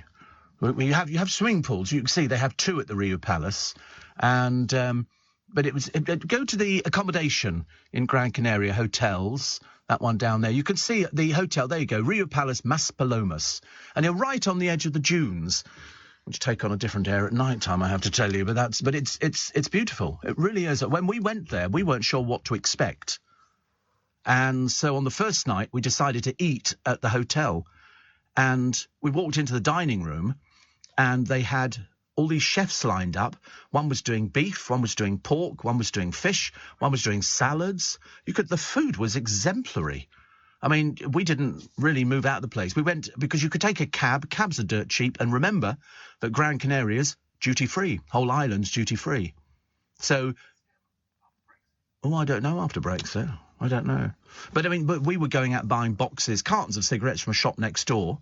And then you go to the Jumbo Centre, which, as I say, is a little bit different at night during the daytime. In the daytime, it's all families and little shops. And at night time, it's kind of a series of gay bars and drag and lots of things like that. And some bars called things like the prison. And, they're fairly sort of rough. Well, we had to avoid it. It was so difficult. I had to persuade Dale not to do drag. More stories coming, I should imagine. Steve.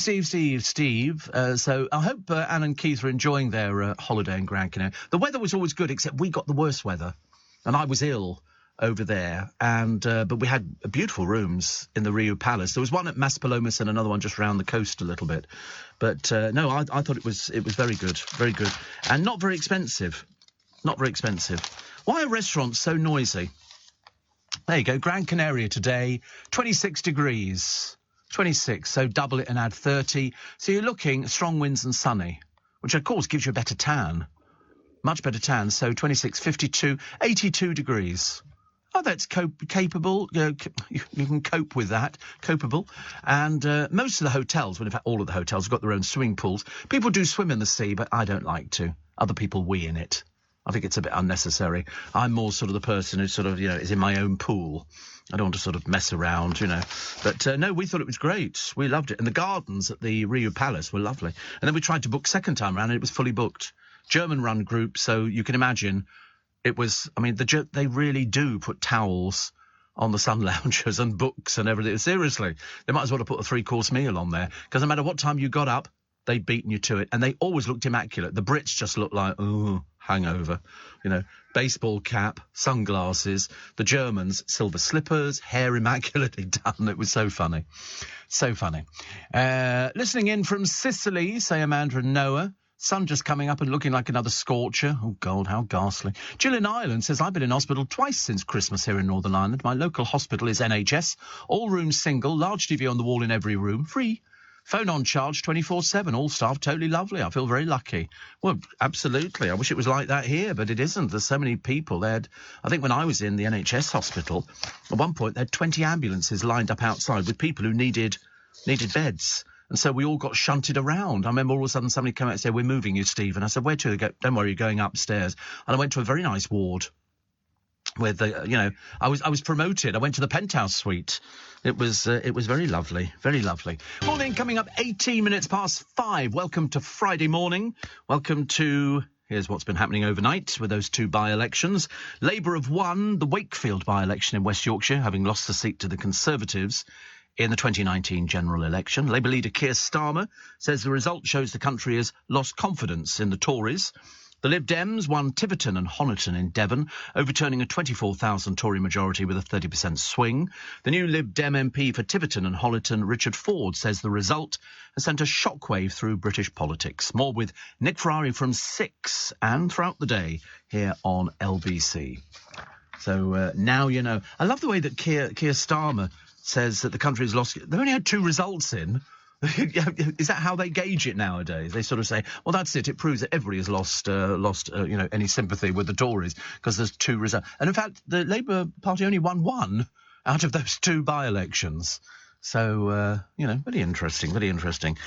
Strictly star Giovanni Panici says he would love to follow in Tony Beake's footsteps and become a judge. Yes, thank you, dear. Nothing worse than somebody appealing for it. Oh, do you remember I told you yesterday, after James Bulger's stolen grave statue was stolen from his grave? It's been found, actually. It's been found. His heartbroken mum, Denise, said her husband Stuart noticed the sleeping cherub stone was missing on Wednesday, and a tip-off led to one of James's cousins to search around Liverpool cemetery for the treasured memento. So they've found it, which is good news.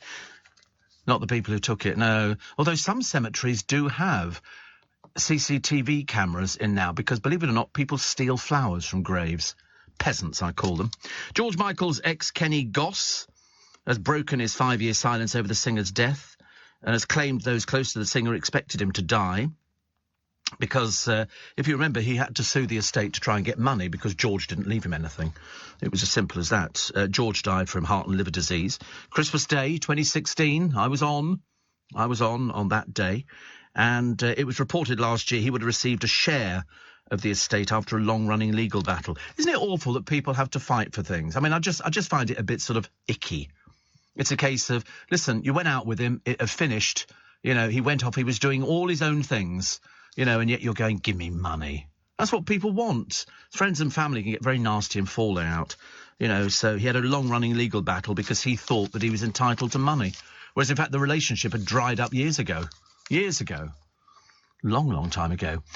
Steve, the best resort I stayed in Jamaica was the Grand Palladium, Lady Hamilton, in 2012. Amazing restaurants and scenery, says David in Shropshire. There's some lovely hotels around the world. I mean, you know, if you get a nice hotel and you get nice weather, then that kind of sort of covers it, doesn't it, really, I think. Steve, weather permitting, my husband is taking me flying this morning. He recently qualified to fly light aircraft. The first person he took up after qualifying was his father, who was thrilled, says Jane. Yes, I used to have a friend who got a private pilot's licence, and they always go, why don't you come fly with me? And I think, oh, no. I have done it a couple of times, actually. Greetings from Bali, from a place called Sanur, says Paul. Sat in the pool listening to you escaping a Western Australian winter. Does life get any better than pina coladas and Steve Allen on a 30-degree day? Well, I don't know. Depends what they offer for breakfast. I should, I don't know what I fancy for breakfast this morning. I think I'm probably going to end up getting the car washed again. And I must put some petrol in whilst I've got money. I don't know if it's going to rain today. Is it going to rain? But I'm definitely going to have to put some petrol in today, so I should probably put 80 quid's worth in and then see how far that goes. That should get me home, I should imagine, just about. James Argent, good God, he's not still around, is he? Blimey, I thought that had finished a long time ago. He wrote from Greece, I've lost 14 stone, so I'm entitled to wear what the hell I want. Yeah. He didn't really do anything, did it? It's sort of, because he had some gastric thing fitted. He hasn't actually lost it by anything at all, apart from somebody paid for him to sort of lose the weight. They all say that, don't they? They all say, oh, I've lost all this weight. I think Gemma Collins did I've lost 3 stone, and she dragged that one out for about 6 months. And I saw a picture of her the other day. 24 degrees today, no rain. Oh, well, that's good. I like the idea of no rain today. I can cope with that. I'm not sure about pina coladas, though. I don't know what drink I would want to drink. Something with sort of coconut juice. Something with coconut water in or something like that. I'm not sure, actually, if I want a pina colada. It's very sugary, isn't it? Mind you, all of these cocktails are very sugary. I don't know what I've had. I'm just worried about all the people trying to get to Glastonbury tomorrow, and all the people who've got to get to the theatre, and all the people who are coming in for the Elton John shindig. You know, in hyper... As today, is it? People will do it, though. They will get there. How are they going to make there? I've got no idea. Yeah, I mean, the tubes are running, actually. Apparently, Gary Lineker says his 2 marriages were really, really successful. God, you really do live in a pipe world, don't you? It's such a dream. He says he married Danielle Bucks. He was married to Michelle Cocaine for 20 years, but they've kept up a good relationship. Yeah, but she's divorced. She's divorced. And Danielle Buck split up with him 6 years later. He said, I had 20 years with Michelle. We married young and after a long period of time drifted apart. But he hit out at divorce lawyers, claiming he and Michelle were exploited. Oh, dear. It's a shame, isn't it? That's one of those things, actually. Everybody gets exploited. You know, I'm sure that you've probably exploited people. Everybody does it, you know, whether you're buying drinks in a bar or whatever. Everybody else gets exploited. It's a shame, really. A money launderer was nailed when police found money, dirty cash, hidden in his washing machine. Christopher Moray, 50, was jailed after he admitted money laundering and drug dealing charges. Oh, he was running a large-scale supply operation. How much was hidden in his washing machine? £320,000. I don't know what it was in, actually. But I should imagine it was probably in £20 notes or something like that. But anyway, they sent him to prison for 2 years. Oh, Christopher, you enjoy yourself in there, love, because I'll be watching you very closely when you come out again. Vladimir Putin is a madman, getting madder by the moment, says David Mellor. And a dog search team that specialises in recovering human bodies is stepping up its training ahead of an expected Ukraine mission. So they have these dogs that can sniff out cadavers, bodies, and that's what they do. They're there to sniff out corpses and stuff like that. I mean, I find it amazing. Seriously, I mean, if only they could find the same radio presenters, that'd be so much easier, wouldn't it? We could sort of go round sniffing at people. You'll be a radio presenter. You'll do very well indeed. The mum of Love Island's new bombshell has admitted she didn't know her daughter was going to the villa. There's a close family for you. I had no idea. And then she pitched up there. But the celebrity chef Tonya says the 26-year-old would make us proud. Really? Obviously not watching the same programme the rest of us are watching. Peter, the Toastmaster from Malvern, says, Chris from Jersey here, about to see what Manchester Airport looks like, heading back home. Let's see what security looks like. Well, I don't know, actually. I haven't been to Manchester Airport. Did I go to Manchester? No, we used to go to perhaps I did, actually. Yes, I might have done at some point. And Darryl says, listening and living in Lanzarote. Yes, the Canary Islands are duty and UK tax-free. 5% general local tax, even after Brexit, as it only affected the UK. So I was right. I know it's embarrassing to say, isn't it? I was right again. But, that's the way it goes. I try and do my best. The tram that killed Alan Bradley in Blackpool is up for sale. Remember Alan Bradley in Coronation Street? Rita's husband. It's sold by the Fleetwood Heritage Leisure Trust. The trust, John Woodman said, if we don't get an owner, it'll have to be scrapped. It's for sale for £5,000, but where do you run it? The actor died. Did he die quite recently? Did he? And he died. I didn't know he died. Nobody tells me anything nowadays, do they? Really, honestly. I should be told these sort of things. Yes, he was married to Audrey, who's terribly posh in real life. Terribly, terribly posh. And he was killed in Blackpool. I seem to remember Rita was there, wasn't she, as well, at the same time, and they were running. But it wasn't Rita running across the lines. It was a double, somebody wearing her wig. And she ran across the line, because I'm good. So Mark Eden, I'm sorry, just to do a spoiler alert. Mark Eden suffered from Alzheimer's in later life, admitted to hospital with the disease. Wait for this. You won't get this one. He died on the 1st of January, 2021, so the other year. How old do you think he was? 92. 92. Unbelievable. I mean, blimey, he was a very good villain. That's a very, very good age. I can't remember if I interviewed him. I did do a lot of people from Corrie and things like that. Piers Morgan has reignited his war of words with Dan Walker, branding him the world's most boring interviewer. I mean, is this... I don't know whether this is serious or they're just doing it to try and drum up some interest. He let rip over their contrasting interviews with the RMT boss Mick Lynch, really Michael Egerton Lynch, late of this parish. Former BBC Breakfast presenter Dan, who now hosts something nobody's ever seen. We're not even sure it was still going, but there you go. Made a dig by posting his own video of a chat he had with Michael, writing, "We live in the age of this jabby confrontational interview." And the RMT's Michael Lynch, who's had a few of them. Piers said, is there anybody more deluded in television than Desperate Dan? They don't like each other, do they? Which I think is quite funny, actually, because surprisingly at the moment, Dan appears to be getting a bigger audience, which is quite a lot bigger, which is a little bit embarrassing. But he called Dan a mood-hoovering dullard, adding, your pompous lectures on how to do interviews are bloody funny. Yes, I mean, Dan is actually, I would agree, he is ultimately boring. Very, very dull. Steve, nice drink for a sunny day. Guinness with ice cubes, a little side bowl of dry roasted nuts, and you've nailed it. Well, I have to be honest to tell you that... I've never drunk Guinness in my entire life. I've never tried it. Never tried it. I mean, it just doesn't interest me. But with ice cubes, actually, before it came out, I did put 2 bottles of water in the fridge, so they'll be ready to drink. Pete the Poolman Simpson, thank you. And Laura from Shenfield. Oh, I know Shenfield. Went to see The Drifters Girl with Beverly Knight. Organised coach trip and tickets, £68. Fantastic value and a brilliant show. Good, I'm glad you liked it. It is a fantastic show. Also, Anna Karen died as well. Olive from On the Buses. Yes, she did. Yes, she did. I liked her. She used to be a nude model. She did a lot of nude modelling for artists. They call it life drawings. I just call it nude modelling. Okay, getting your bits out for people, because people I don't know whether or not I could cope with anything like that. I think I know you couldn't. I think I'd just laugh. I don't know why. Little slurp.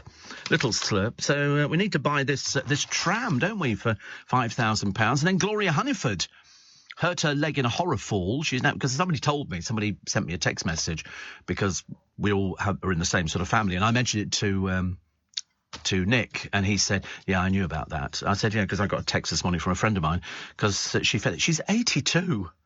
Seriously, she's got boundless energy normally, but anyway, her eyesight at the moment is good. She had to pull out of the Jubilee Parade because she was going to be on the front of the bus with Cliff. So that's why we knew about it. She's still on that show in the morning. Yep. I don't know whether they're pre-recorded. And she also did Loose Women the other day. But which I think she likes doing. I think they need to find some different people on Loose Women. I'm not saying that because it's sort of running out of steam, but I think they need to inject something else into it. And unfortunately, some of them, not all of them, are not very good. Bonnie Lithgow, as you know, I'll have to tell you that one in a moment, because we were talking about her on yesterday's programme. Don't forget, this morning I'm only here till 6. Nick Ferrari starts at 6 this morning after those 2 by-elections. $4.56 million. 456 real contestants. But there can only be one winner. Eliminated. The biggest Netflix show ever. Squid Games. Let's get real. Becomes Netflix's biggest reality competition series. They will absolutely double-cross you. Outshine the competition. This is insane. Steal the show. Squid Game, The Challenge. The real game begins November 22nd, only on Netflix. This is LBC with Steve Allen. I think I want to buy an ice machine. I've decided, actually. I want to buy an ice machine. I don't know why. It's just one of those sort of things. I could quite happily crunch ice cubes. And I saw this thing for sale. I can't remember what it was called. And it was rubber. And you filled it with water, and then you opened it up at the end after it froze, and then you just popped all these ice cubes out. It was brilliant. Absolutely brilliant. Steve, there's a Red Hot Chili Peppers concert due tomorrow in the London Stadium for 80,000 people. Just wondering how people are going to get there. Well, that is the problem. That is the problem. I mean, well, there isn't a tube strike. Helen, you're all right getting there. There's no tube strike. It's a train strike. So there is no tube strike. OK, tube's still running. So you're OK. Are you going to that? Who's going? You two are going. Oh, really? How rivetingly boring.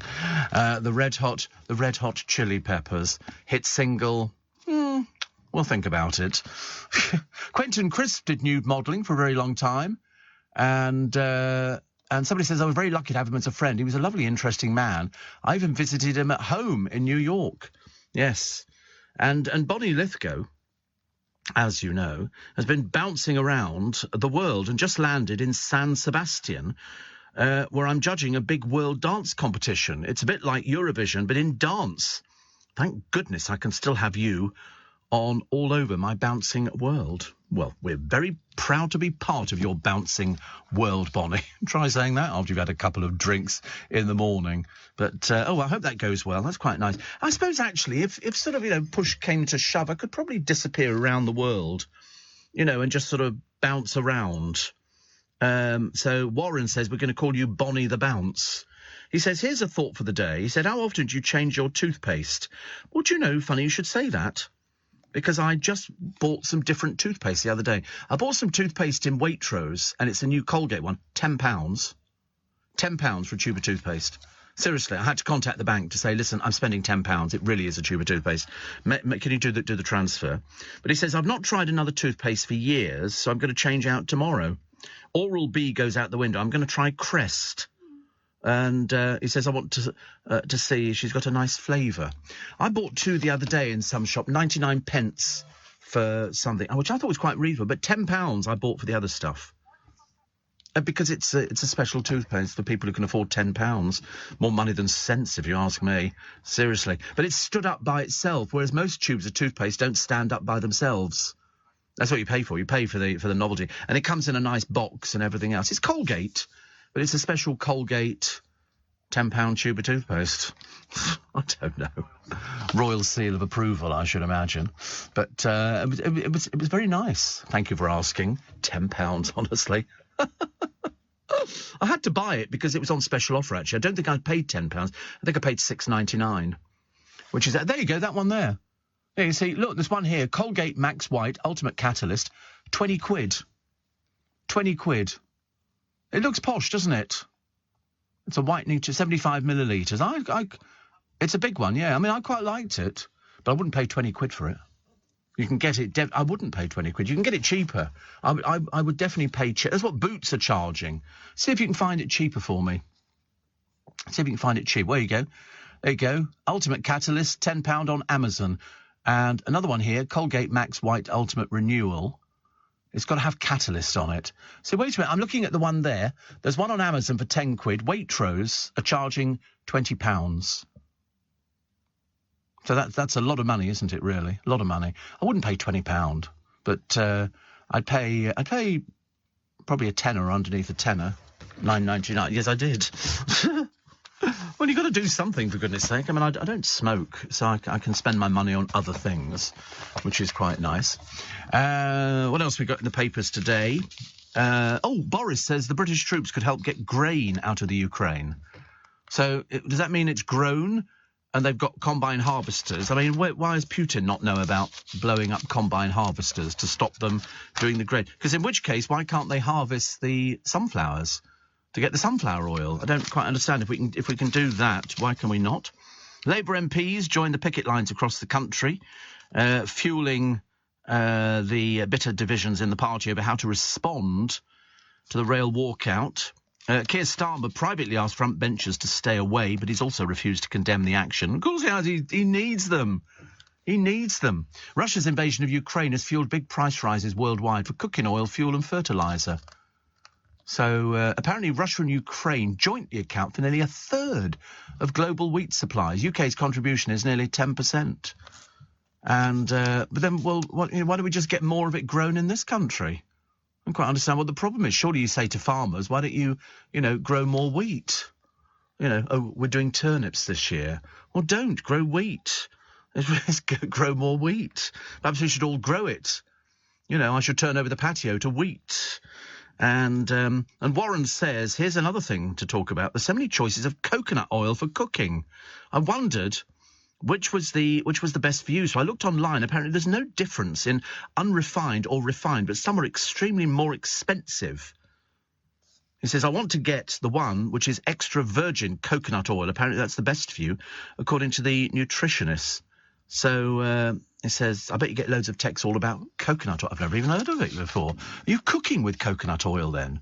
So which one are you getting? So extra virgin coconut oil. Where would you get that from? Got no idea. Wait a minute. Here it is. Holland & Barrett coconut oil. Groovy Food virgin coconut oil from Waitrose, £3.60. That seems quite good, doesn't it, really? It's an edible oil derived from the wick, meat and milk of the coconut palm fruit. It's a white solid fat melting at a warmer room temperature of around 25 degrees. Yeah. We're a bit like that around here. We melt at about a cool 25 degrees. Apparently, unrefined varieties have a distinct coconut aroma. What is coconut oil? What do you think it smells of? Basil? I mean, I ask you honestly. We don't think it sounds very nice, actually. We think it's not good. Britt says, I've been using that toothpaste for 3 months now. It's brilliant. I stopped smoking and using this toothpaste. It's cleaned my teeth up lovely. I mean, I quite like it as well. In fact, I bought these two ones the other day and I used one this morning. It was okay, but I think I might have to go back and get some other things. What do we got here? So Labour so divided as MPs join the pickets. And just to add to the mix, there was a blast from the past as they dragged up Arthur Scargill. He famously led the miners' strikes and effectively closed down the mines in this country. He was up against Thatcher. And, of course, Arthur, even though he sort of postured and did all his sort of fannying about and all the rest of it, she basically wiped the floor with him. And the poor old soul is now a shadow of his former self. Apparently, Shadow Immigration Minister Stephen Kinnock became the latest front bencher to speak out in favour of the industrial action. He said he would have voted to strike if he was an RMT member, but of course, luckily he's not. So he didn't. Airport at the front line in risk again.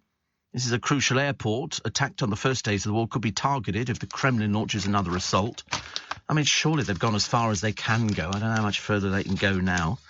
And Jerry Hall, having sort of been with old Mr. Murdoch, 91, he's thrown himself into work. Quite literally, thrown himself into work through the front door. They reckon that she'll probably end up about with £10 million a year and access to a private plane. It's only Jerry Hall. She's only a Texan model. I mean, for God's sake, we're not talking about the Mona Lisa, are we?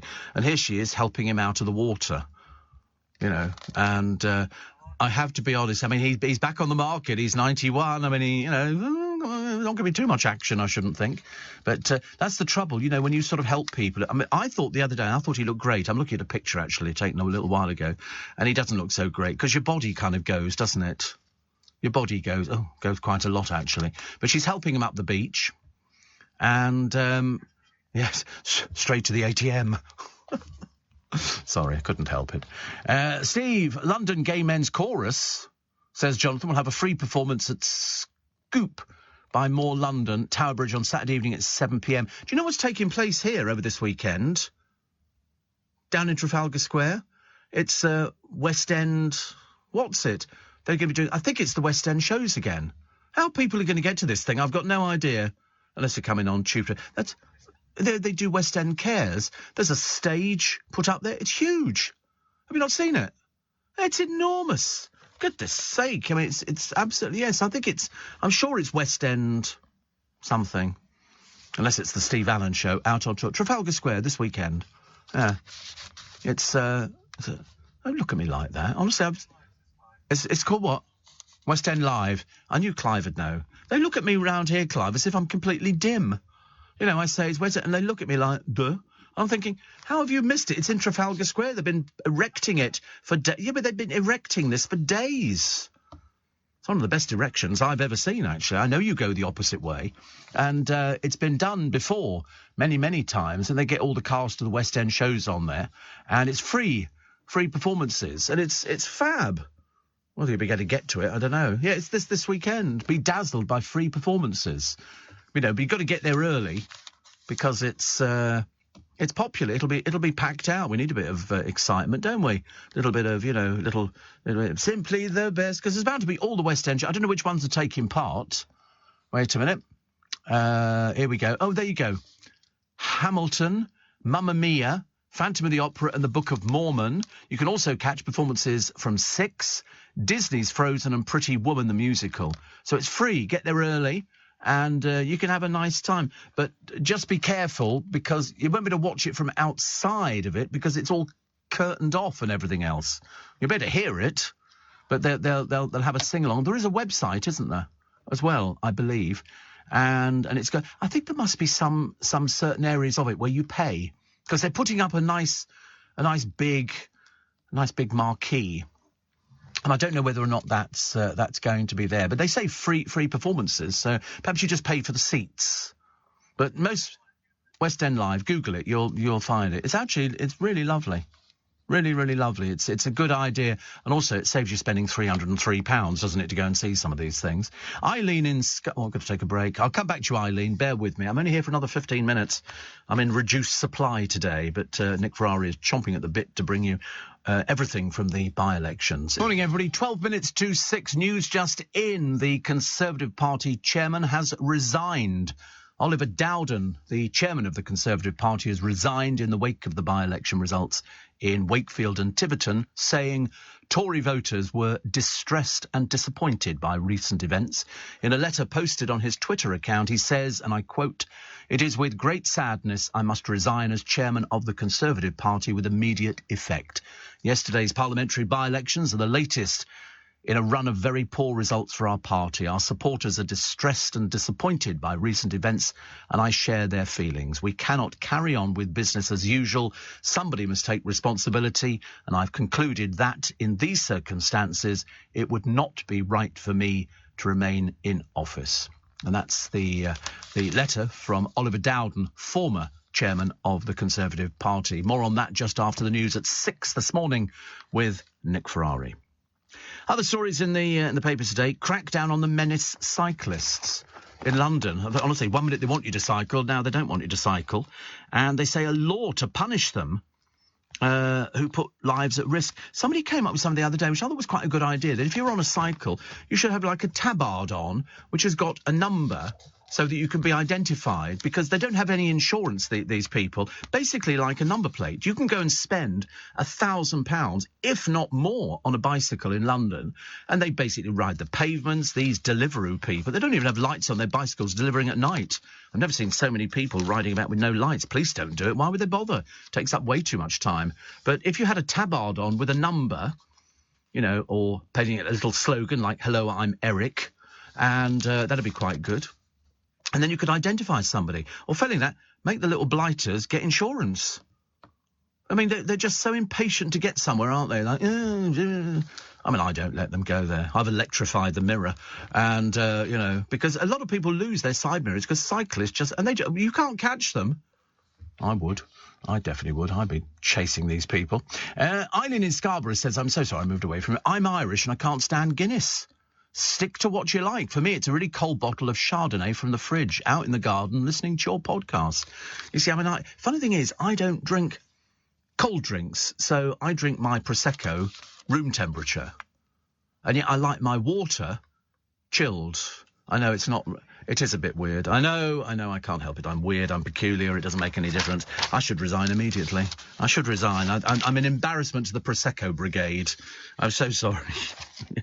I do like the Prosecco, and I do like the idea that I drink it room temperature. I don't think you're supposed to drink water freezing cold, but I love it freezing cold. It makes such a difference.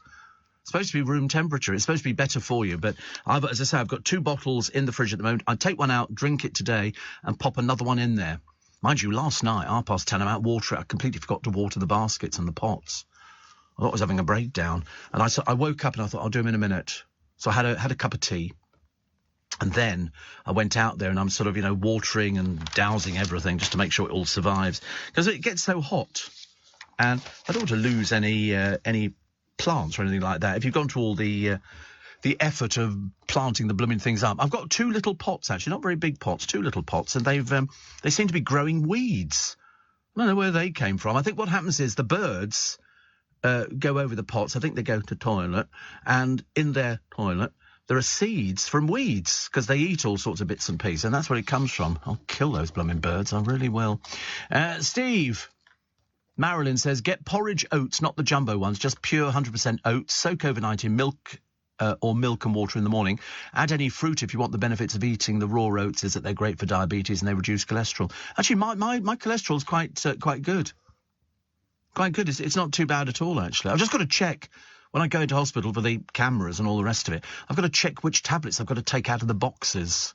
It's like a book that comes... I said to a friend of mine, you're going to need to read it and explain it to me. I'm an idiot.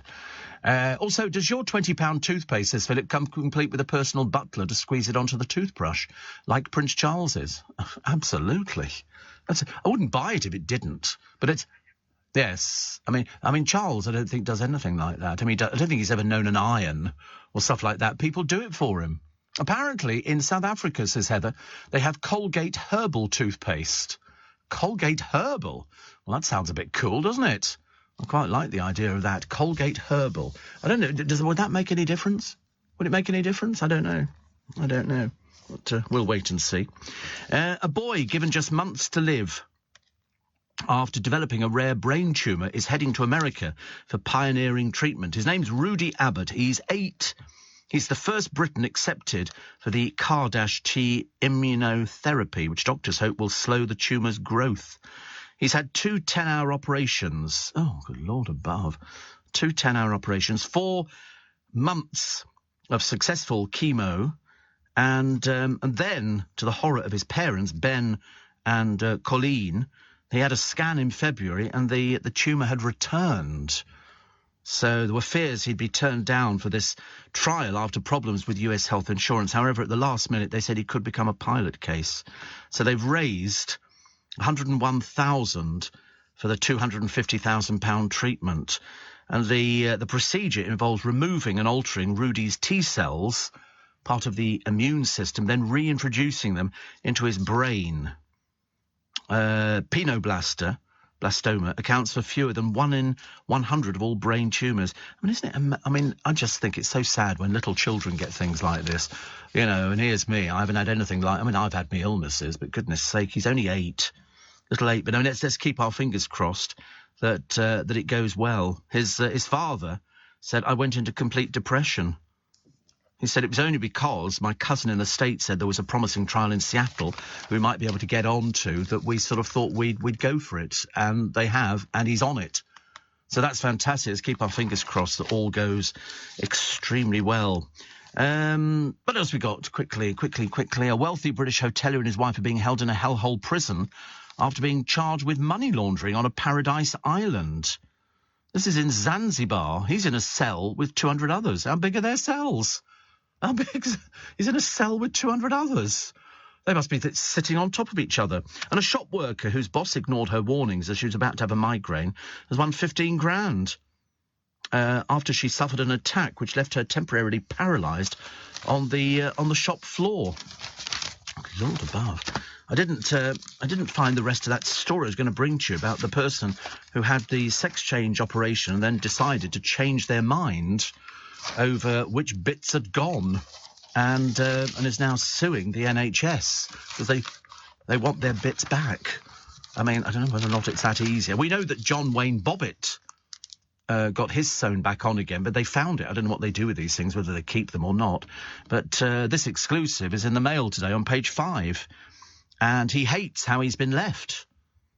I say he, perhaps it's she, but that's what they've said here. Do you know there were 13,500 people waiting for an initial appointment for gender identity treatment? 13,500 people. That is absolutely amazing. And, that's lovely. My brother has just said, we've been paid. Whoopee! Try not to sound too excited, Stephen. It is only just another weekend. And, as I say, you will be going to the concerts because you can use the tube, you can use the buses, and there'll be coaches operating to get people in. You know, you should have thought about this before because we have been telling you for ages and ages. I'm hoping that most of the trains are back to normal today for me. I'm not expecting 100% service. I'm expecting a bit of disruption and perhaps a little bit of a later... So 60% service. Oh, that's okay. That's okay. I can cope with that. 60% service. But I think the parents of my godchildren, I think they're up for...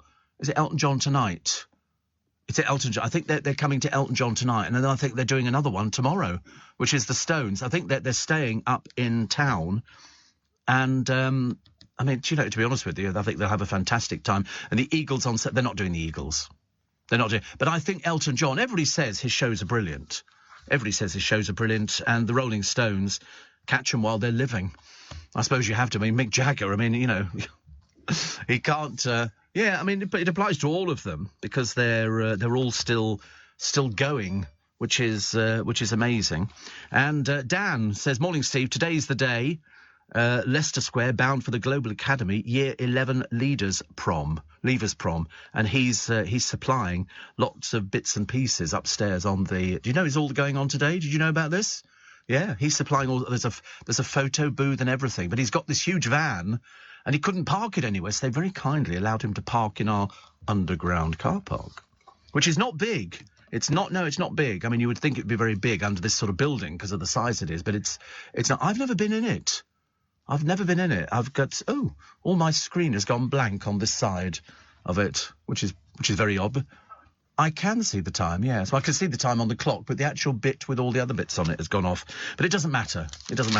The rail boss, who says he'll go straight to the staff with the pay offer, and Sharon Graham is the first woman to lead Unite after replacing Len McCluskey last year. They call her a firebrand. Apparently it makes them a bit more exciting, doesn't it, really? And also, once a striker, BBC's Gary Lineker backs the Unionistas. Oh, dear. Well, there you go. And then there's pictures of all the, the people of the MP who've defied the Labour leader and turned up on the picket lines. So there you go. But today, 60% back to normal. It'll get there slowly but surely. If you're going to Elton John tonight, leave in plenty of time just so you can get there. And there's, we're open all the time here in London. Do pop in anytime you want to come and see us, or if you want to sit outside of the Elton John concert, you better hear him. I should imagine he won't be doing it quietly in any way, shape or form. It should be quite nice, actually. Morning, nice to have your company. It is the Monday. It is the June the 27th, which means coming to the end of the month, which is very exciting. And I hate this weather. I don't like it. I don't like it when it's hot. I realise that for those people who sort of, go out there, they're gym bunnies, James Hall, and people like that, they probably love the heat. I just can't abide it. I can't get to grips with it at all. So, in fact, I'm delighted to tell you that this week the heavens are going to open and we're going to be drenched. Mind you, I got the car washed yesterday. There's blooming Sahara sand. I'll be building sandcastle soon. And I drove down to my brother's, and what happened halfway down? It started raining. I thought, no, please not more sand again. That would be ghastly. Wimbledon tennis today. Emma Raducanu might play tennis, or she might just go for a sponsorship deal. Difficult to tell. And Sakia's MPs defy his ban again. Don't go on a picket line, although we couldn't work out which picket lines.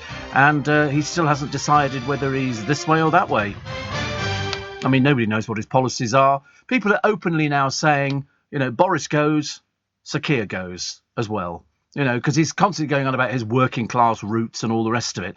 And yet he doesn't seem to have sort of an original idea in his body. It's a bit disappointing. If they're sort of saying Boris is definitely going, because there's a few wishy-washy MPs who are sort of saying, perhaps we should, sort of go somewhere else, perhaps go to the Lib Dems. I mean, to be honest with you, I should imagine they must be absolutely delighted in the Lib Dems because they've not had anybody in power for ages.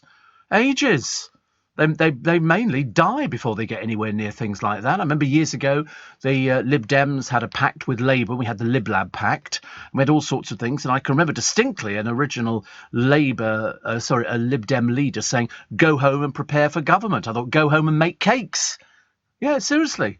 I forget who that was, actually, but they said go home and prepare for government, as if that was ever going to be likely. It was always between Conservatives and the Labour Party, although at the moment it's looking a bit doubtful in both departments. I don't think people in this country, it might have been David Steele, who used to feature on Spitting Image as a little tiny puppet, little tiny itsy-witsy puppet, because he didn't really feature very well. That's like Keir Starmer. They might as well paint him as sort of, the man who is beige, because he doesn't seem to have anything going for him at all. Boris has, I think, thrown his hat in the ring to go for another term. And, the way his luck's going, he'll probably get it. He's going for 2 terms, isn't it? I mean, it is absolutely unbelievable. But somebody keeps saying to me, and I keep hearing it on the radio all the time now from open Labour supporters, and believe you me, this is not a political programme. We don't do political programmes at this time of the morning. We think you've had enough of it by now. So we try and be the lighter end of the day, talking about Glastonbury and how marvellous Paul McCartney is. And will he make it to 90? The answer is, well, if he does, he'll probably do it again. How brilliant were the Pet Shop Boys? Brilliant. And did Diana Ross look like 70s drag? Yes, she looked like 70s drag. She also sang about as badly as you could sing. And it was flat. I don't care what anybody said. They go, but it's Diana Ross. You go, listen, she's 78, for God's sake. She's lost the power. I'm coming out. The voice power was not there. Somebody said, it was the microphone problems. The hell it was. No, same at the Jubilee. In fact, it was even worse at the Jubilee. So she hadn't improved by the time she got there. The Pet Shop Boys proved how endearing they are because they had, this wonderful light show and everything else. And Chris Lowe disappeared for the first 20 minutes. Problem being, the stage set didn't work and he got trapped behind the screen. So it took 20 minutes to retrieve him from that. But then I was never too sure whether he did anything or it was all just pre-programmed. You just touch a button on the keypads. But either way, it was brilliant. And Neil Tennant's voice as good as ever, which made Diana Ross seem even worse. But, when she wandered on stage looking like an oversized powder puff, I began to wonder whether or not it had all gone horribly wrong. There were a few mealy-mouthed fans who went to see Billie Eilish. They're not fans of Billie Eilish. They went to see Billie Eilish because they'd been told that Harry Styles was going to be performing, which, of course, was the biggest load of cobblers we'd ever heard. Because it was a rumour on the internet. They went, well, we're really disappointed. We had to suffer with Billie Eilish because we're waiting for Harry Styles. You went, it was a rumour on the internet, thickos. Nothing worse, is there, than dim wits. Did you get to see your breakfast time, 11 p.m, the Pet Shop Boys at Glastonbury? I did, Roger. I did get to see them. Although somebody said, was it Richard Bacon? He said Glastonbury is best viewed on the television because when you get there, it's a dump. It is absolutely a dump. He said it's just a sea of rubbish and ain't. I mean, the people are getting older and older. I don't know what he was expecting. John says, you mentioned your new favourite cocktail, the Paper Plane. Well, on the weekend, I hunted down the various ingredients and, wow, it is so good. We've renamed it the Steve Allen here at Manly Beach, says John. It's very nice, the Paper Plane. I mean, you can drink. I could drink about 4 of them.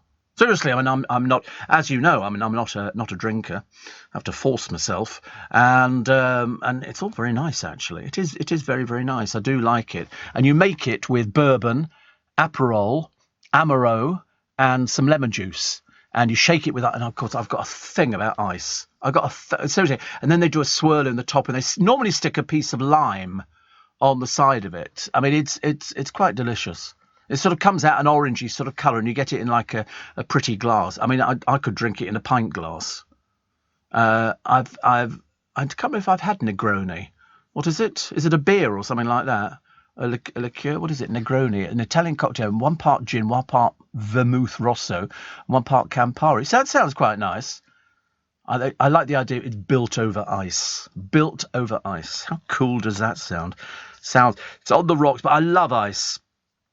I absolutely love it. I can't get enough ice, in my life, which is probably quite good, actually. And it does water things down, but it doesn't matter, actually. I'm sort of fine with things like that. My friend Gavin Inskip says the hardest working people in Britain today, Diana Ross's backing singers. He said so much so that Mick Lynch is fighting to get them a pay rise. But in fact, it really was, it was Paul McCartney's event, and I think the Pet Shop Boys event. There were other people there, don't get me wrong, but, they were just the best. I mean, Neil Tennant, I think, is 65, 66. No, he must be 67 because he was born in 1954. So I was right, thank you. And I thought his voice was as good as it ever had been, actually. I thought they were very good. But somebody had already pre-informed me. They said, you wait till you get to see the Pet Shop Boys at Glasgow. They call it Glasgow. And he said, you won't be disappointed because they've been touring at the moment. And it's a good show. So they knew and they put everything into it. And I was really, really thrilled, actually. It was a great lineup. Kendrick Lamar, I don't know anything about. And rapper. Oh, right. See, I'm a bit bored with rap. I think one song and you've heard the catalogue, And hip hop, a hippie bang bang boogie. Herbie Hancock was there, loads of people, and some I'd never heard of, but it doesn't matter because the people who go to Glastonbury will love it. And today's their cleaning up day, so they'll all be up early. There'll be thousands of people there to do the cleaning up. And get home as quick as possible. Everybody else is going, we just want to go home and see Mummy and Daddy because it's been awful and we haven't been able to go to toilet properly. And we want a cooked breakfast. So what else we got? The petrol price crisis still going on. Love Island stars proving to be a bit thick. No surprise there. Because they can't talk like that, a little bit simple. And then they have this dreadful programme presented by whatever her name is who presents the programme. Laura Whitmore. I mean, seriously. She sometimes has to look to the auto cue to read the next question. She's that dim. So I'd like to ask you, how do you... Oh, please, honestly. And so there's another 2 have disappeared. Have I noticed petrol prices yet? They're up to about 2.2, 2.9. £2.09. Seriously, I mean, it's a lot of money. But I'm quite good. I don't take the car out every single day. I take it out if I've got to go to the godchildren or my brothers. I had to go to my brothers yesterday and I just watched it drinking petrol. I'm probably taking, actually, to be honest with you, I'm not taking it out less. I'm just sort of, the only time I go out, I don't go out just for the sake of going out. I go to Costco or I go down to my brother in Southampton and my godchildren around Stansted. And that's about it. The rest of the time I come up to town by train. But I was so fuming on Friday about this sort of waiting at the train station, thinking I was going to get home. I should have gone home by bus. But I stupidly decided to trust my luck in the trains, even though the strike had finished. But the knock-on effect was that no bloody trains were moving till about 7:45. And then the rest were after 8 o'clock. I mean, it would have been okay if I'd finished at 7. It would have been a lot easier. But we all sort of sat at the station, and nothing was open. There was no Pret-a-Manger open. There was nothing at all. We had to sit there and wait. No, they weren't on strike. They just obviously don't open till about 7:30 or 8 o'clock. No, it must be before that, because I'm at the station before that. But it was just, and there was about 4 of us on my train. 4 of us. They're still putting on there, because they're not particularly bright, they're still putting on a 10-carriage train. I don't know why. Never need a 10-carriage train where I'm going. Absolutely ridiculous. 2 rampaging holidaymakers at Bristol Airport, believe it or not, took out 2 workers in an airport row. They're currently being interviewed by the police because they were drunks. You only have to look at them. A pair of old tarts. One woman, one bloke. And they were arguing with somebody because they were drunk.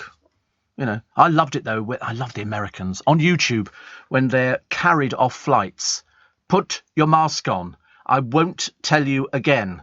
Right, you're off the plane. You're off. My favourite is a woman who was complaining about a child next to her. In fact, there's 2 children. This one, she said, the child's going to scream. Can we just move to another seat? And the stewardess says, no, you can't. This is her seat. She's booked the seat and all the rest of it. And so she said, what's your name? Tabitha. You may not have a job, Tabitha. She worked for the mayor's office.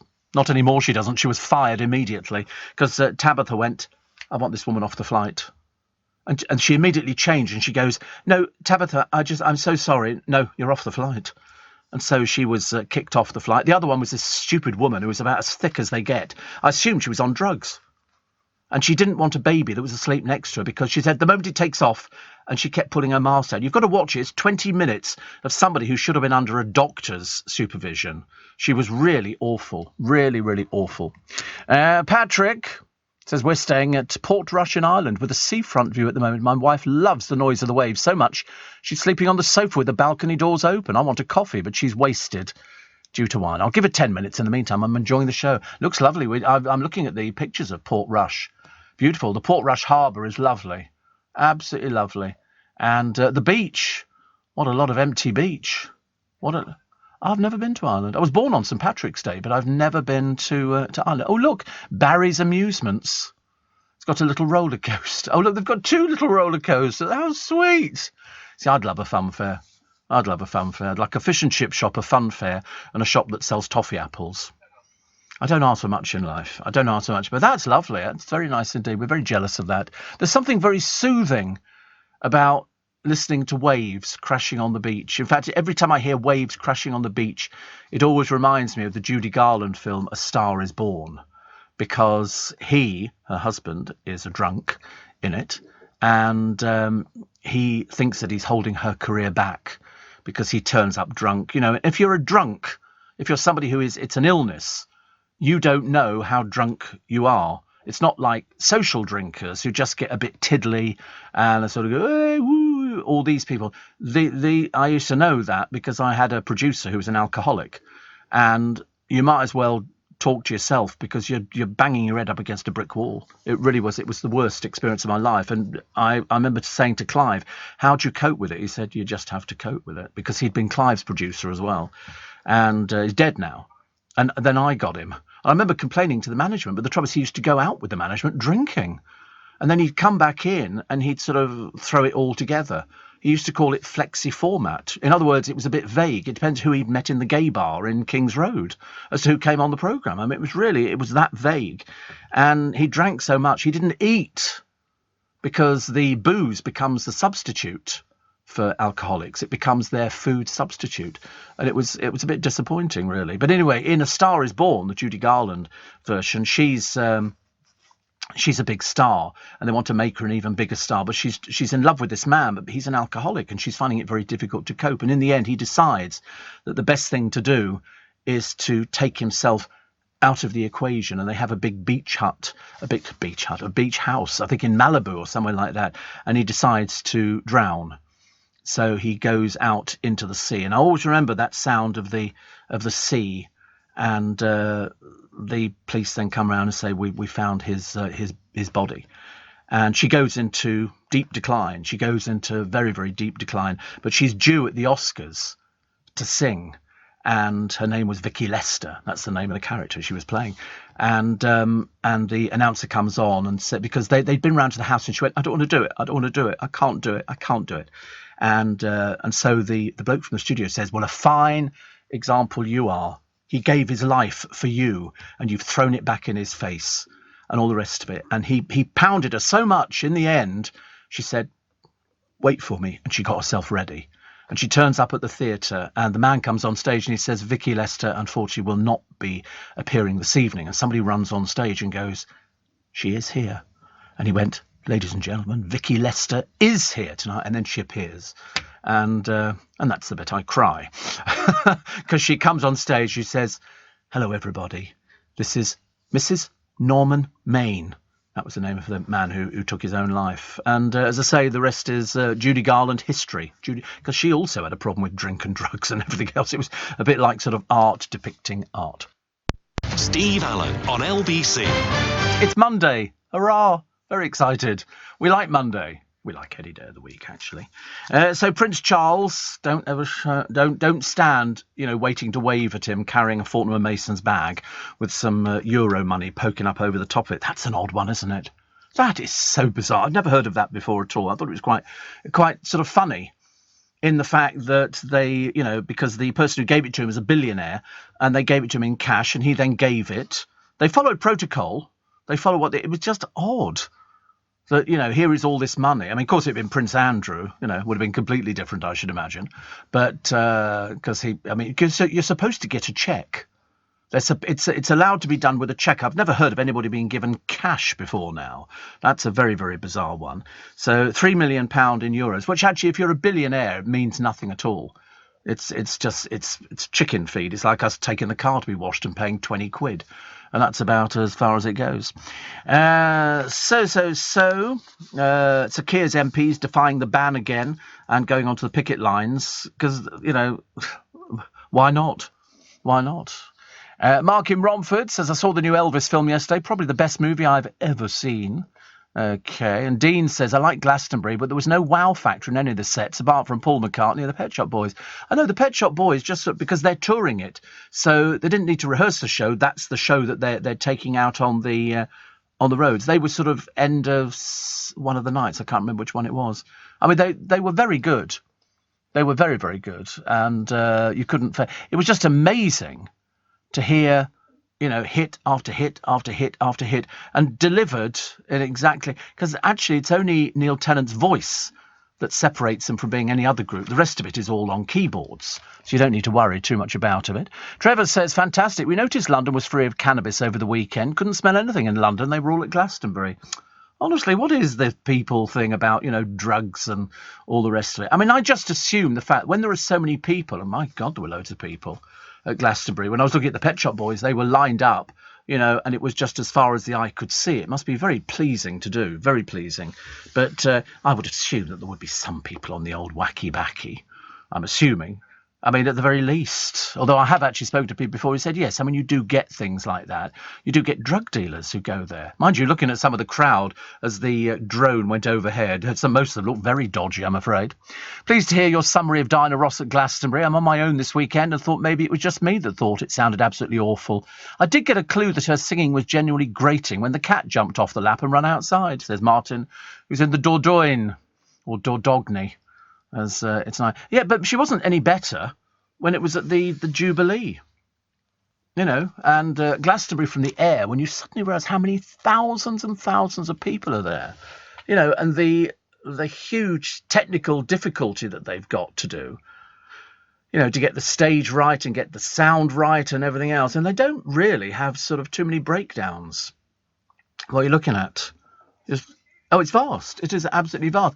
Bearing in mind, I mean, there's a lot of cars there and everything else, and ice cream vans, and then all the tents, and then there's the yurts, which are better. And then there's another place, so there's about 7 different places outside of Glastonbury where they will ferry you to the site when you want to go. So, you don't need to sort of worry about it because one couple paid £24,000, but they said it was absolutely worth it. They said it was absolutely worth it. They said the yurt that we've got is fantastic. You can stand up in it, hang your clothes up and everything else. They've got their own bathroom. They've got their own person who cooks for them and everything. I mean, it's just the perfect lifestyle, except you don't have to mix with the great unwashed because you don't want to, do you? And then over in Hyde Park, Elton John was there on the Saturday night. Friday. And on Saturday it was Rolling Stones and then Eagles last night. And I think we've got Adele, haven't we? It's Friday. Adele on Friday. If, of course, the set's ready to be seen. Steve, good morning for all the ice hockey fans in the UK. Colorado says Buddy has just won the Stanley Cup.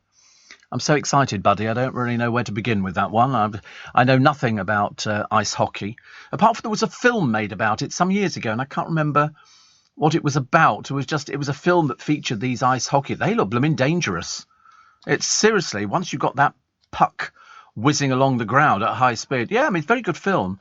And somebody says, Steve, you're right about the Pet Shop Boys. Absolutely superb. Well, it's almost like an act that's been rehearsed for about 20 gigs. So if they can't get it right now, they're never going to get it right, and they're past masters of it. It was very, very good indeed. And that's what I think it's built up on. I think that's what Glastonbury has built its reputation on, that they're getting the best acts, they're paying top dollars, and people go on. And, I've watched back on countless occasions, Dolly Parton, the Kinks, and who else have I seen? I'll be riding shotgun. Which I like, with Mr. Ezra. And I wouldn't want to go.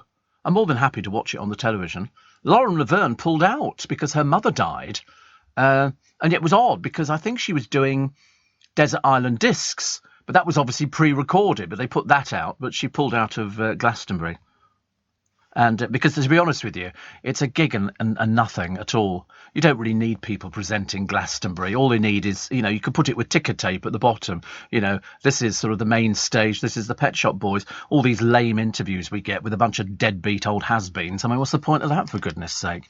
Joe Wiley's good. But I mean, the trouble is they're all sort of, they're the ancient ones, aren't they? From sort of, the Radio 1, then you're on to Radio 2, and then when you're really bad, they shove you on Radio 4. So you have to go that way. But I thought it was good. There's a mum in the paper today. There's quite a few mums in the paper. And she faked cancer to tell people that she'd been diagnosed with cancer, and because she'd been in, but what she failed to tell them was that she'd had it cleared up. And she was, in fact, if it hadn't been for the hospital checking on the fact that she put up a GoFundMe site, and she raked in £45,000, which, being the crook she is, she spent. How much has she had to pay back? To 700 people. £5. Just £5, that's it. Because she hasn't got any money left, and quite clearly she doesn't work. She's another one of these scrounging old nobodies. And you think to yourself, you get these... But the trouble is, because it was only the 700 people who were affected by it, it's not like she'd thieved it from the NHS or anything else. And also the hospital in Barcelona where she claimed she was going, and never even heard of her. So she decided to cheat people out of it. To be honest with you, I'd still lock her up. I wouldn't have had, any hesitation whatsoever. We're far too lenient. Listening to all these stories the other day, last night, and with Tom Swarbrick, and over the weekend, about the new rules which are coming in for people who've killed people through drink or drug driving, and hearing some horrendous stories. I mean horrendous stories, of the lady who comes on. She set up an organisation. She lost her son, who was 27, to a drink and drug driver. And no, it's not just drink and drugs. What else is it? Anybody who kills somebody. But the trouble is, this particular person was driving a stolen car, had no insurance, no tax, no driving licence, and got 18 months. That's the price of life in this country now. Small wonder that we're being failed in every particular aspect. At least you were expecting some sort of justice, but she got nothing. And then there was a lady who phoned up and said that she knew of a person who'd been done for drink driving 3 times and hadn't got any sort of sentencing at all about it, just fines. And I'm shouting into the radio, what about Katie Price? 6 times she's been done for drink driving, and still they don't send her to prison. What does it take? What does it take? I don't know. In fact, she seems to be breaking the law on a regular basis, and still nothing. It's just a community service thing where you go around and clean somebody's pots and pans or something. She just jetted off on holiday the day after the court case, where they decided... I'd love to know what their reasoning was for not sort of sending her to prison. She broke a court order. She's been done for drink driving 6 times. Last time she overturned the vehicle. And she was on cocaine at the time, but they didn't charge her for the cocaine. And I'm beginning to think, I'm sorry, is there a different rule in this country for some people and different rules for others? I'd love to find out, because I'm beginning to think there blooming well is. Steve, the film was Slapshot, was it? With Paul Newman. It was very good. Did he look after one of the teams, Declan? Actually, you're right. You know why I know that? Because it's got is it the twin brothers in it, or the triplets or something, and they all look the same? Yeah, it was the Hansons playing dirty. You're right. I just remember that film, only because I've never done ice hockey or anything like that. Surprising. Can I ice skate? No. There's no point lying at all. Lewis in Rugby said it was called Youngblood. Oh, there we go. We found another one now. Found another film, Youngblood, which is apparently all about ice skating. And it's got Rob Lowe, Patrick Swayze. Oh, blimey, it's got a big star cast, hasn't it? Not as good as the other one. Not as good as the other one. Keanu Reeves. Good blimey. George Finn and Ed Lauter. Lovely. We saw the Eagle, says Aussie Trace, at Hyde Park last night, and they were fantastic. Plenty of wacky-backy there. I would have thought it was actually de rigueur. It's like bringing back the Beatles to do Sgt. Pepper and go, anybody got a spliff? I seem to remember, I mean, I think the Beatles wrote some of their best songs completely off their trolleys. Some of the albums, that's how it went on. We couldn't encourage anything like that. But they're thinking of legalising it anyway, aren't they? I mean, I think big mistake, but that's just personally.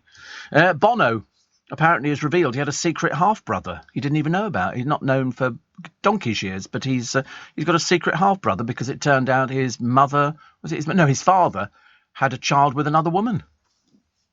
It's all going on, isn't it? Honestly, my life seems so dull and boring. All I've got is, camera down the throat and other things. To keep my business ahead of the game, I knew I needed some fresh ideas, and fast. That's why I decided to host a young person on a T-level industry placement. My student has already brought loads of new skills into the workplace. Plus, we're getting first pick of new talent coming into the construction industry right here in the Northwest. It's been a total win-win. Go next level with T-levels. Search Skills Revolution. LBC with Steve Allen. Morning, nice to have your company. Nice. Welcome to Monday. Welcome to June 27th. We're nearly into July. I can't believe it either. And then we go August, September, October, and then it's Christmas. Whee! Which is lovely. Chris Packham reveals the softer side to Gemma Collins. He said she wasn't like a diva at all. Well, of course she wasn't. They always said that was fraudulent. When they put her on the television, they went, Gemma Collins, diva. She doesn't know what diva means. She's too stupid. She just thought it meant that you behave badly, which, of course, is not being a diva at all.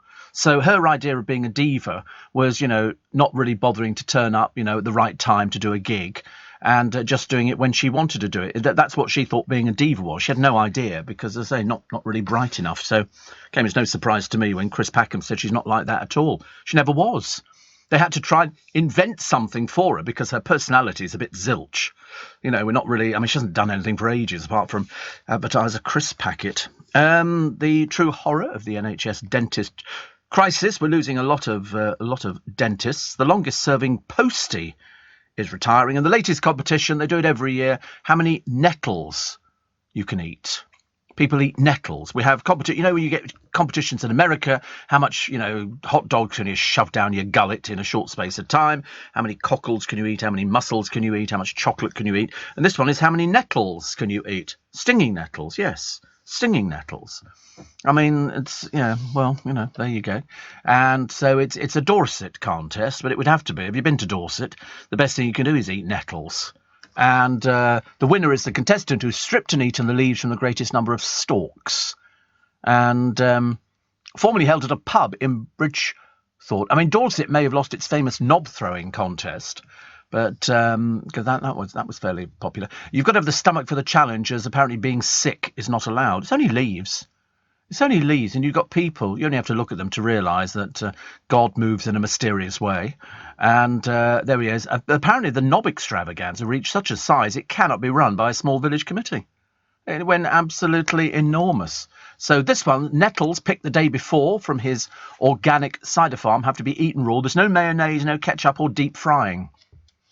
So you just sort of eat them raw. I think you can have a little bit of bread or something like that, which is great. And they just eat nettles. But I mean, I don't know whether or not nettles sting you if you're just... Do you think they will sting you? I don't know. I mean, people were doing this back in the 1980s. Sad so-and-sos. It was hosted by the Bottle Inn in Marchwood from 1996. And then people just eat nettles. And I'm sort of thinking, it's like the people who chase the cheeses, down the hill. They do the rolling, the cheese rolling. And you think to yourself, you need to get a life. Or failing that, a broken arm or leg or both, with a bit of luck. Steve, you're very right about George Ezra, very good looking and make great music. I've only ever heard one of his songs. I've never heard anything else apart from I'll Be Riding Shotgun. And actually, the camera at Glastonbury went up a bit too close. Not as good looking as I am. Budapest? What about Budapest? One of his songs, I don't know it. I just know I'll be riding. I don't know it. I just know I'll be riding shotgun. That's about it, actually. Police have raided a John Lewis worker's house.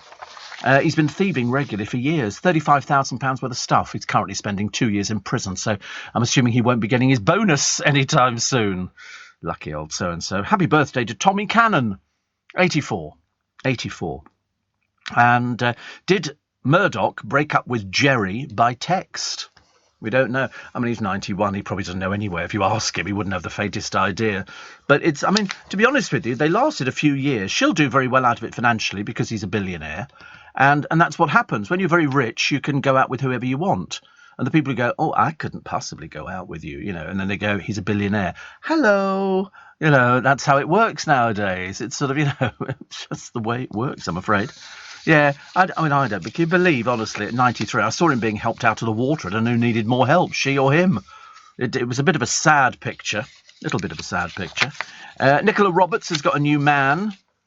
And apparently Strictly are keen to sign Steph McGovern. Why? I can't imagine. What for? I mean, it's a BBC programme. She doesn't work for the BBC anymore. She walked off the breakfast show and she's demonstrated really that, the programme is too wishy-washy. Too many people, too big a set. It just doesn't work.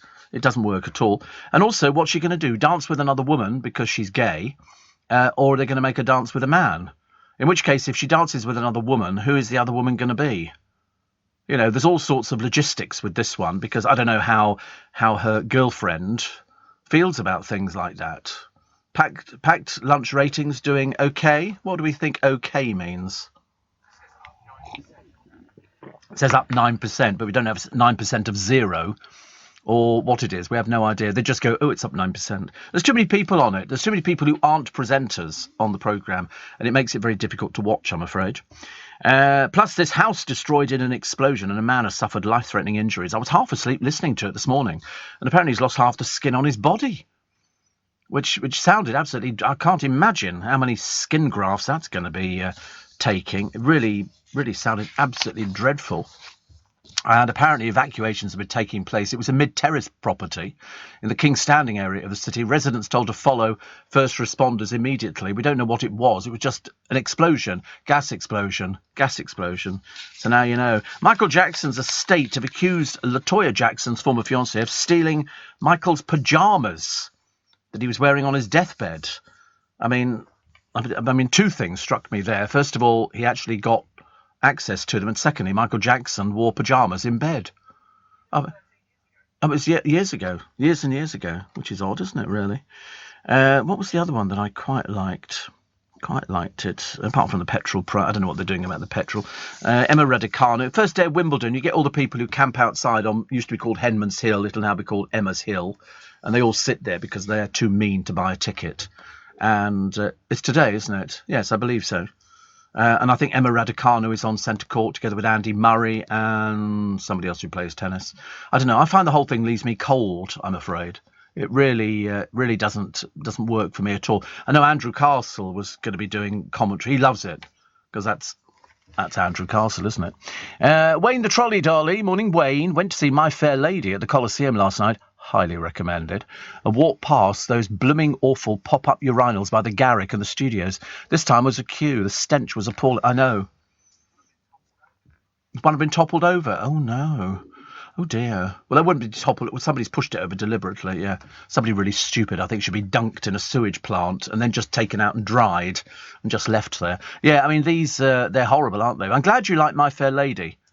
I'm glad you liked it. I haven't seen it, but I hear very, very good things about it, and it will be a really sensational production. Dun dun dun dun dun dun dun dun dun dun dun dun dun. Every Duke and Earl and Peer. Or was it the musical version, or was it the stage version? Because, well, mind you, the stage version could be musical version as well. I love My Fair Lady. I bought the DVD of it with all the extras, watching all the people being fitted for their beautiful costumes and the black and white thing. Fantastic. Of course, it'd be right up your street, Wayne, wouldn't it? I mean, it's borderline drag. When you see the Ascot Gavotte, you know, and the curtains open or rise or do whatever they do nowadays, and you see that, it's most beautifully costumed. It really is. And I would think at the Colosseum it would just about be as good as you were going to get. It is the musical version. How lovely. I know all the songs. I have often walked down the street before. Freddie Eynsford Hill. And it's got, I could have danced all night. For God's sake, get me to the church. On to, just you wait, Henry Higgins. Just you wait. With a little bit. With a little bit. Wouldn't it be lovely? The rain in Spain stays mainly in the plain. Show me. I've grown accustomed to her face. And at the very end of it, she comes in the door. And she says, what does she say? The line is, I'll wash my face and hands before I come. Because he takes a flower girl, a common flower girl. God knows she was common. Julie Andrews wanted that part. She got the stage part in London. The album came out with Julie Andrews singing on it. And she, the other one went to, what's her face? And whatever she was, I can't remember her name. Anyway, and she goes, yeah, because he turns her from a common flower girl into a lady. And, of course, she's completely flummoxed because all of her friends are like working class. You know, she goes back to the market and, of course, she's speaking all posh. And at the end, she decides that, you know, she really is, you know, she likes him a lot because he's helped her and changed everything for her. I think secretly she's in love with him. And she opens the door and comes in. He's sort of in his chair.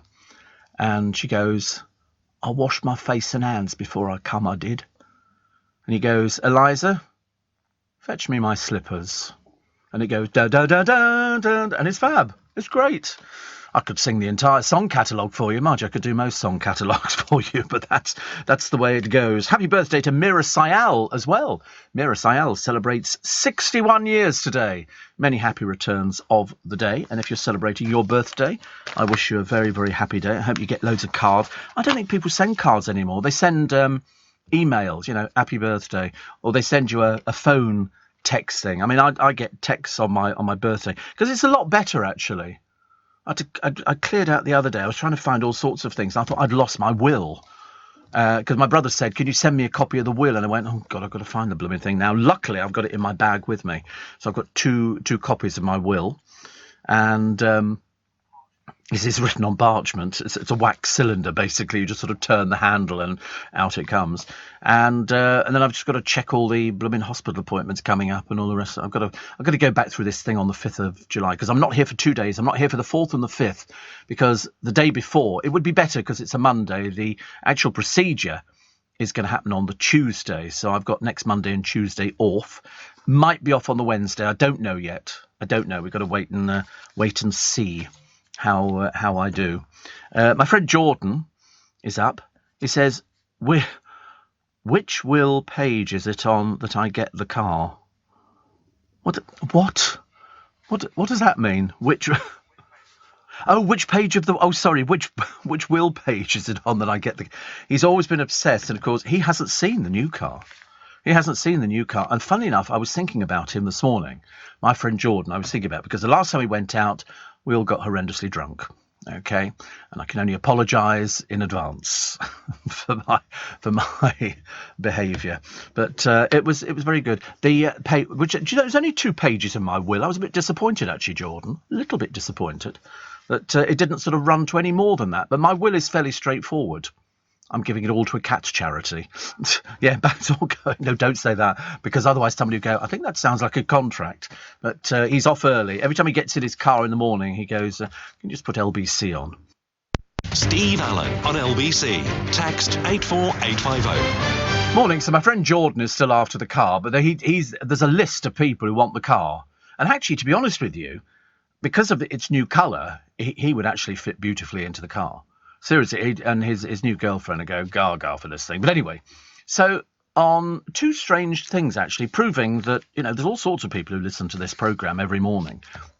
And I go to Kew Retail Centre because I wanted to buy a big bottle of champagne and I wanted to get some socks and pants. And I came away from that. I completely forgot about the socks. I only got the pants. And so I had to go to Richmond. But anyway, there's another story. So I pull into the car park at Kew Retail Park. It's quite a big car park. And of course, you don't kind of miss my car. It sort of arrives ahead of me because it's quite big and because of the colour. And you do notice it because it's a nice colour. It looks, even though it was dirty, it looked clean.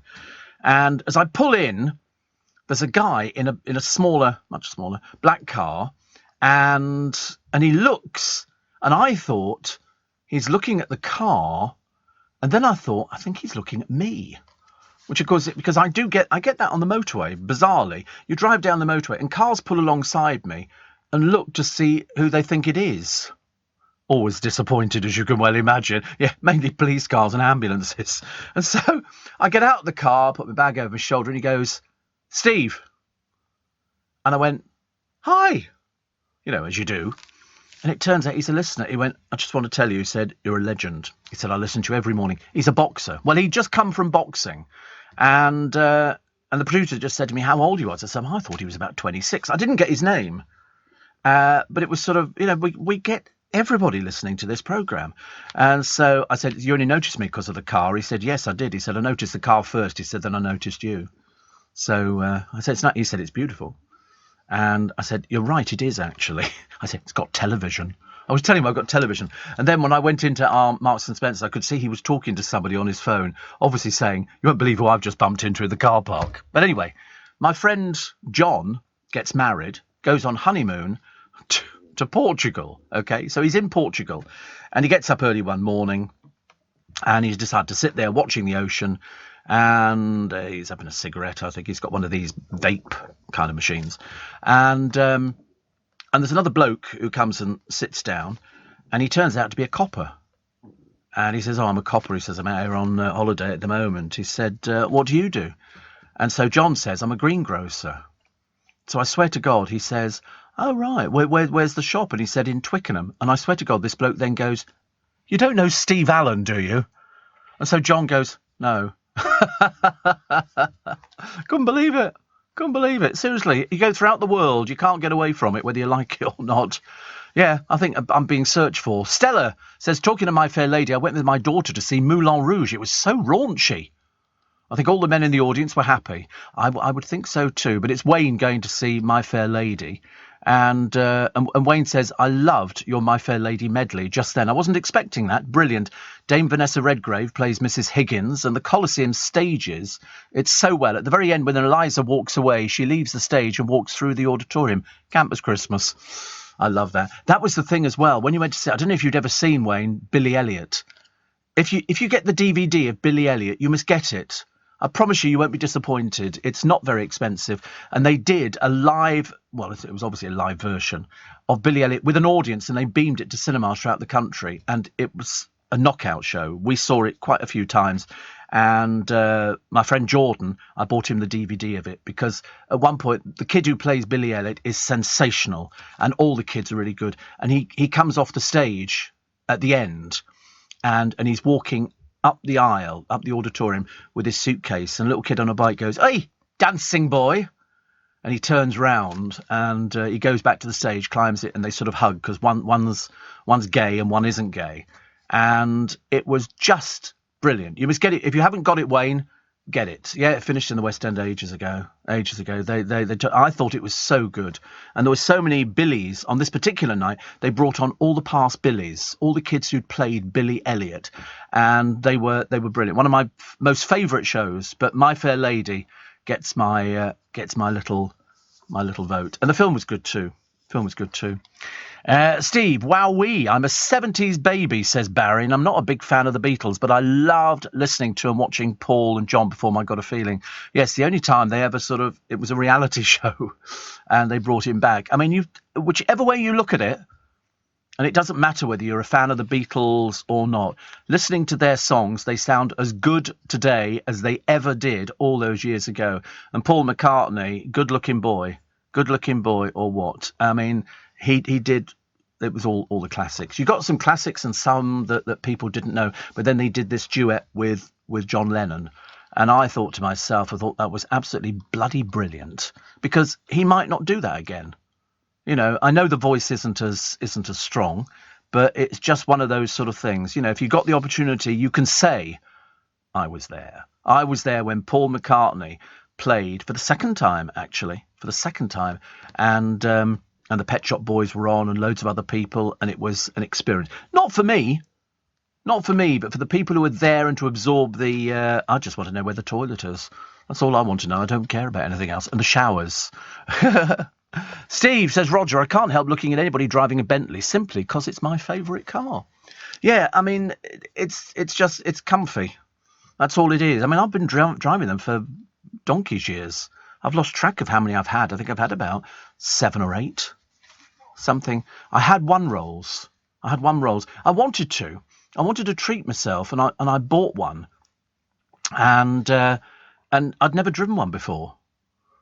I think I traded in a Mazda MX-5 for a Rolls. I mean, how stupid was that? And I learnt a lot about them. Not anything that can be done, but in the place where I get them from, there's the garage. They can do everything. They can do respraying. They can do all the bits and pieces. You know, it's just it was just sort of one of those treats. It's my little treat. I always put it down to the fact I don't smoke.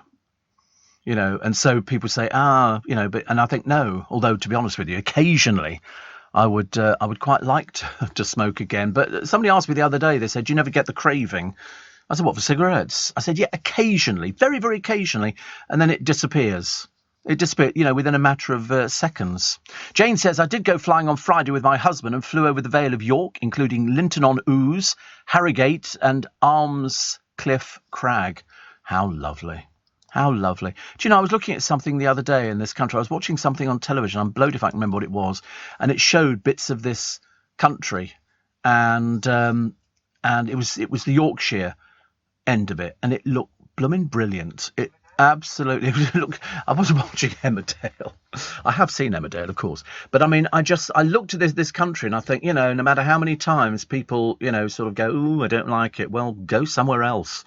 Leave the rest of it to us, because Yorkshire looked fantastic. Some of these market towns and stuff like that, they really look fantastic. Mind you, I'm still a London boy, you know, having worked in London for, you know, the best part of 50 years, which seems a bit frightening, doesn't it? But yeah, it is it's the best part of 50 years. I never get tired of it. You know, I can even cope with strikes. I can cope with all sorts of things. I can cope with people picketing. I can cope with people moaning about the weather, because I moan about the weather. I can cope with everybody, really. I don't think there's anything I couldn't actually cope with. So, you know, I do my best with all of it. And that's why I think, and Yorkshire is stunning. I mean, some of the bits, I dreamt the other night that I went back up to Yorkshire, to the little village we used to live in, just to see it again. Oh, that's pretty. Where's that? Where's that? That's the Shambles. I've been to the Shambles in York. It feels like you've wandered into another time. It's absolutely amazing. It's Harry Potter. It's beautiful. Absolutely beautiful. There's some lovely areas. You know, so people say, oh, I want to go abroad for the sunshine. I go, sod off. Go to Yorkshire. Look at the scenery. Thousands and thousands of years of scenery. You know, the most beautiful places that we've got in this country. The waterfalls and sculpture parks and everything. And people who talk to you. Because if you live in London, nobody talks to you. They're frightened to talk to you. Yorkshire's stunning. It really is. It's absolutely beautiful. So a picture of Tom Cruise watching the Rolling Stones in London. He was snapped with movie pals Chris and Heather McQuarrie in the American Express VIP zone. Well, where else are you going to put him? You know, you put him in there. He's a VIP. He's a VIP. Apparently, people who work longer days drink more booze. Interesting, isn't it? Well, I rest my case on that one, Joe. It says people who work longer hours drink more booze. Workers putting in 49 or more hours a week guzzle an extra pint or glass of wine on average compared with the 9-to-5ers. Who was it who was making me laugh the other day? It must be Nick Ferrari said, I've got to do 3 hours every day. Although actually on the day he said it, he was doing 4 hours because it was on the Friday. And Steve, I stayed up, says Tony, and watched Macca on Saturday night. Loved it. He was great. Any idea why they delayed it by an hour on television? I don't know. What they always do with those things is they do it just in case something happens. They would hold it back and edit and do bits and pieces. Which is lovely. Emily says, me and my mum are staying for a few days around Kew Green. It's a lovely area. Oh, it is beautiful. Lovely church right on the green. They do cream teas, you know. Yesterday we walked to Richmond and kept an eye out for you in your car. Today we're going to Kew Gardens. We're loyal listeners and determined one day to meet you. Well, you never know. There is another live show coming up. There is a live show coming up.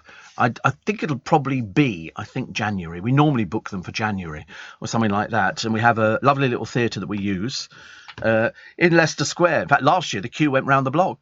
We were very excited, very excited. It only holds about 450, but it sells out really quickly because it's an opportunity for like-minded people and the producer to get together in a room and drink themselves senseless. It's very enjoyable. Very enjoyable. Steve, do you know if Bentley do a smaller car? I'd like a car like that at least once in my life, and I'm only 5'2". Oh, the seats go up, down, backwards, forwards. I mean, you could be a dwarf and drive it. But, it wouldn't make any difference. We have exciting Bentley news for you.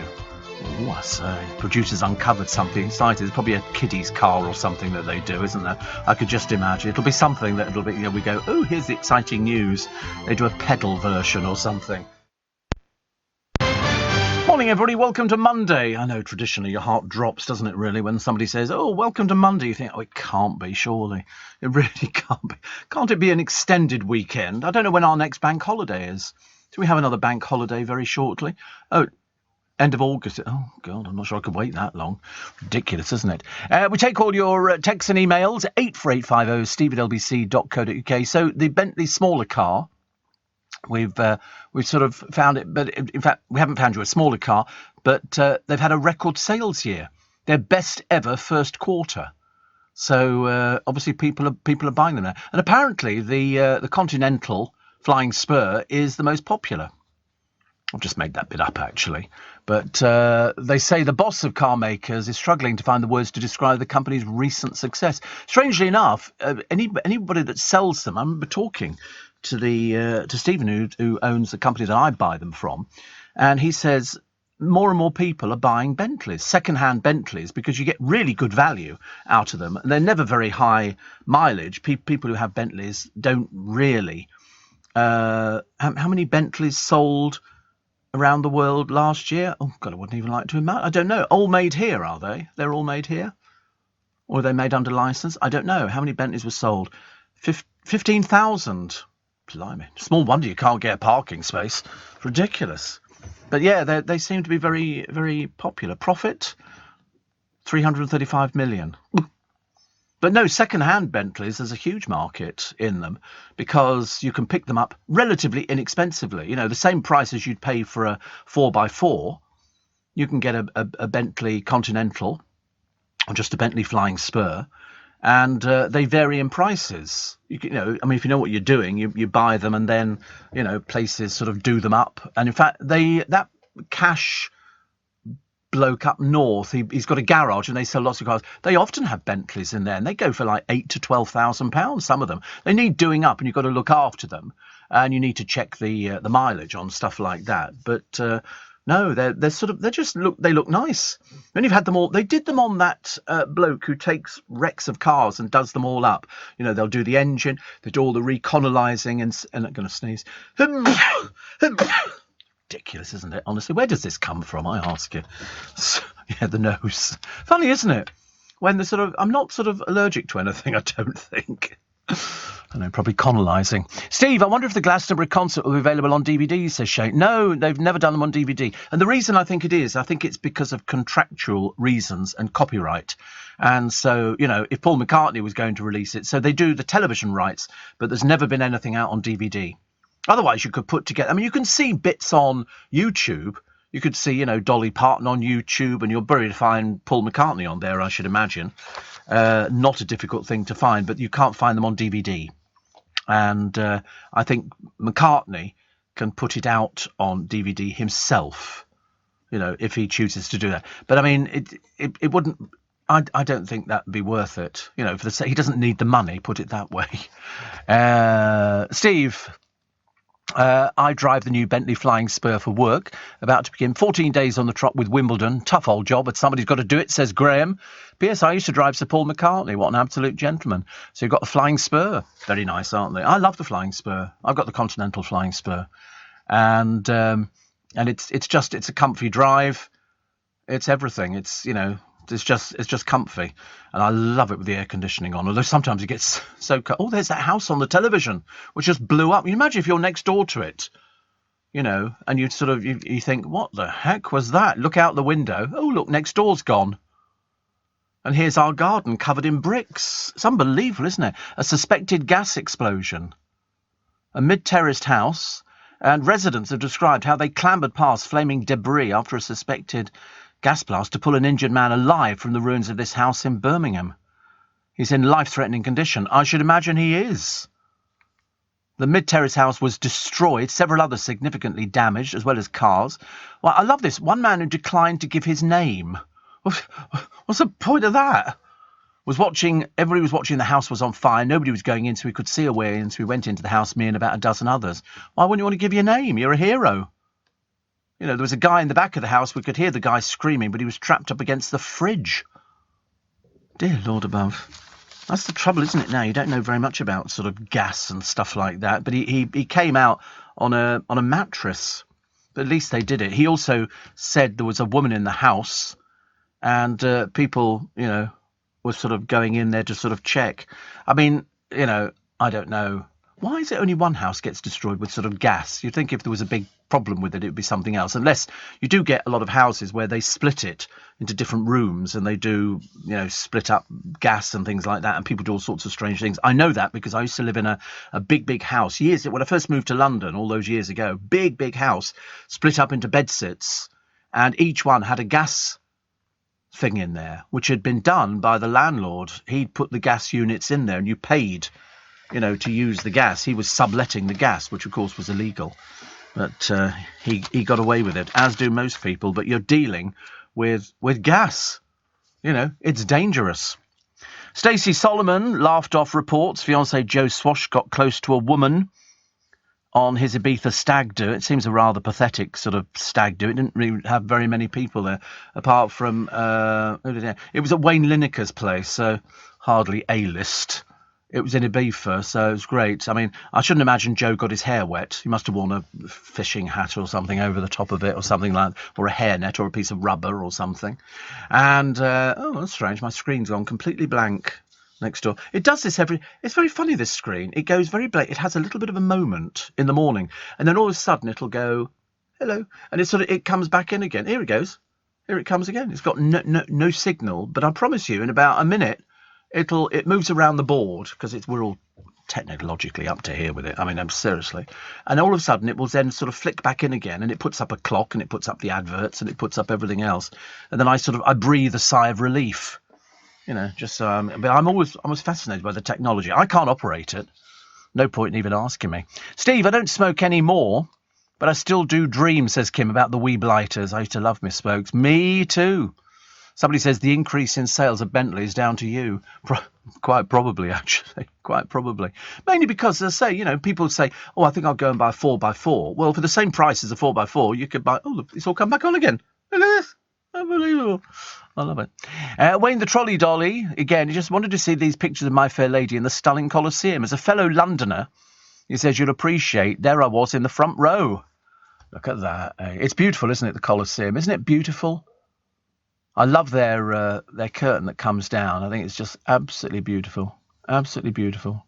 He says, I was in the front row. How much you pay for front row for the Colosseum, Wayne? Just a matter of interest. Because we were talking about theatre tickets the other day. And which one was it? Was it one of the shows? £303 for a top price seat. I mean, we know that Wayne is loaded. Bangers and Cash is the programme. Thank you, Steve. Yeah, Bangers and Cash. Steve, I now look out for Bentleys in case it's you. Well, you'd know it was me. Definitely. I whiz past at 20 miles an hour. You can't go any faster than 20 miles an hour. It's absolutely ridiculous. And, Steve, I Googled Paul McCartney at the weekend. It said he earned 56 million out of touring last year. It worked out 3 million a show. Unbelievable, says Tony.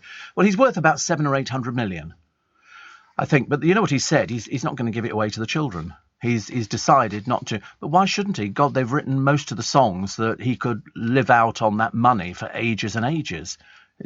He's sort of going to put it in trust funds, I think. What he wants to do is make sure the children know about working. You don't just sit back and somebody gives you a load of money. You have to work for it. So Stella works, and I think he'll make sure the other kids work for it as well. It's a huge amount of money, and he's got a wife as well. So, I don't begrudge him a penny piece. Anybody who wrote things like Penny Lane and Sergeant Pepper's Lonely Hearts Club Band, I mean, dear God.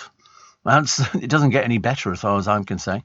G'day, Steve, says Jenny. Us Londoners are hardy souls, but it's nice going up north. The people are friendlier, and I like their bacon balms. Well, people talk to you up north, don't they? And that's what we like. I like people to talk to us. I wish somebody talked to Keir Starmer.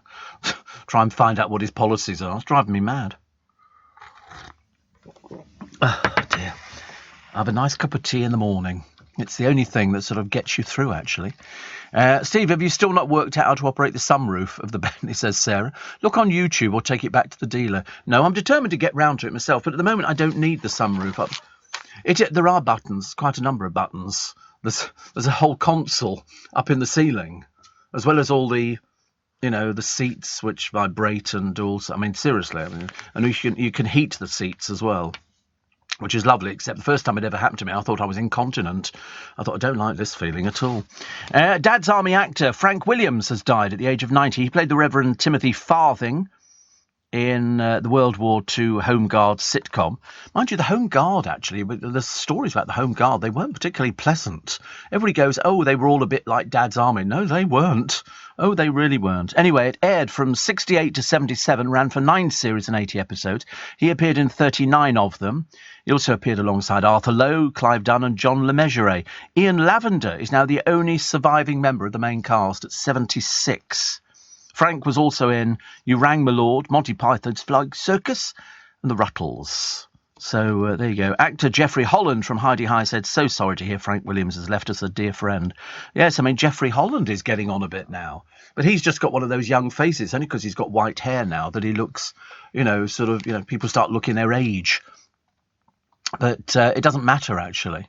It really doesn't matter. It's a case of they're still around, and you can watch them on DVD and stuff like that.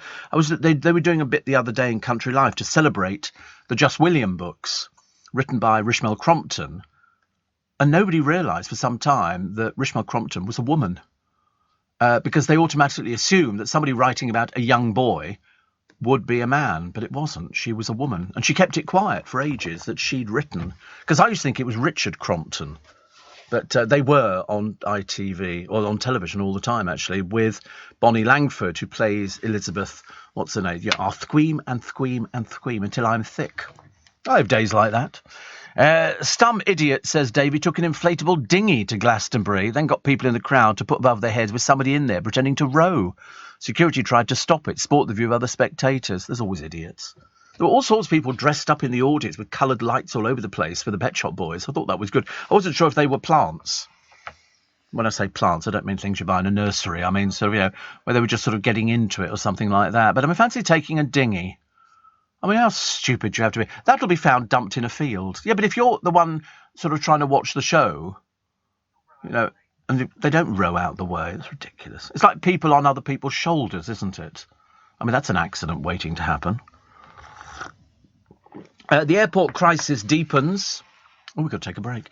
Passengers are sleeping on the floor. One woman fainted in the queue. I mean, I wouldn't want to go to the airport. Seriously, why don't you just stay and listen to the programme? It's far more entertaining than anything you could ever get at any of the airports. It's just choss up there. Absolute choss. Steve Allen on LBC. Morning, nice to have your company. To have your company nice. 18 minutes past 5. So as far as I know, I might have got this wrong. There's no train issues this week, is there? No, not currently. There'll be another breakdown in talks very shortly, because otherwise it all disappears, doesn't it, really?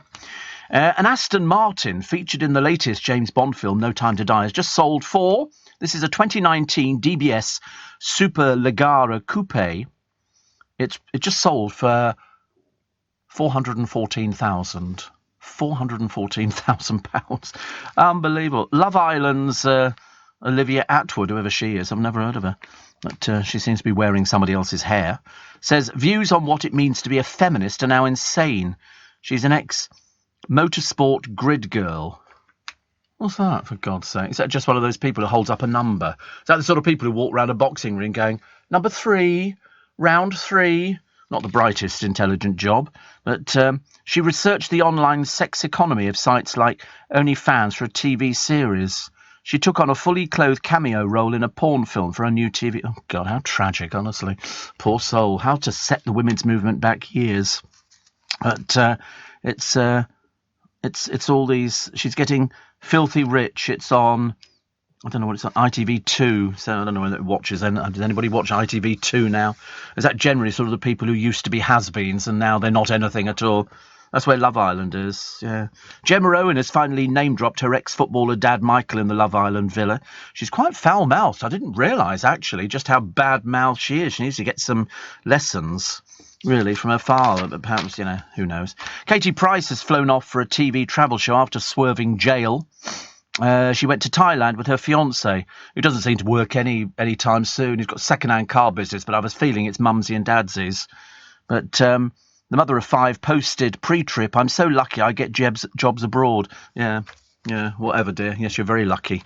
Very, very lucky. And the thrifty shopper, I'd never heard of this one before, because whenever you go out and you buy, for example, broccoli, you just buy a bunch of broccoli. That's what you do. It comes in you go to the supermarket and it'll be in a little box with some plastic over the top of it, and it's tender stem broccoli or anything else. It's very rarely sold by weight, but this particular thrifty shopper posted images of his chopped vegetables on a money-saving Facebook page. He used a penknife to trim his broccoli stalks in stock to cut the cost. I mean, his efforts have been branded embarrassing. Well, he's obviously a thicko, because I've never heard of anybody buying it by the weight. You don't buy broccoli by the weight, hardly... No, you just buy a packet of broccoli. It comes in sort of packets. And also, the stalks are the tastiest bit in broccoli. But obviously, he's a bit too stupid to realise that. One said, I'm all for saving, but that's ridiculous. But I've never heard of them selling it by weight. They sell it by, you buy a pack of it. John, let me know about this. I mean, I should know about these things, Here she is, drag queen number 1. Oh, no, sorry, I do beg your pardon. It's Diana Ross again. Wearing another ludicrous outfit. I don't know where she gets them from, but there you go. And Megan Thee Stallion went hell for leather. She took to the other stage, and apparently she kicked her way through an electric set, which included the songs Big Ol' Freak and Freak Nasty. Lovely. I don't know what you're wearing, dear, but you obviously are an attention seeker. Have you ever seen what she looks like? Have you ever seen the outfit? I mean, it just looks... I don't know where these people come from. I can't describe it. It's not physically possible. It's like sort of a conical bra with a leather bit that barely sort of touches the sides. And that's all I could say. I mean, she looks a bit as though she's got the word desperate stamped all over her. If that's what she needs to wear to get people noticing her, the music must be absolute garbage. I can't think... Have you seen it? How do you describe that? It's sort of a leather, masochistic... Minimal. Minimal would be a good word. Ridiculous, isn't it? Absolutely ridiculous, honestly. Hot or not? Hot was Woody Cook. He was DJing.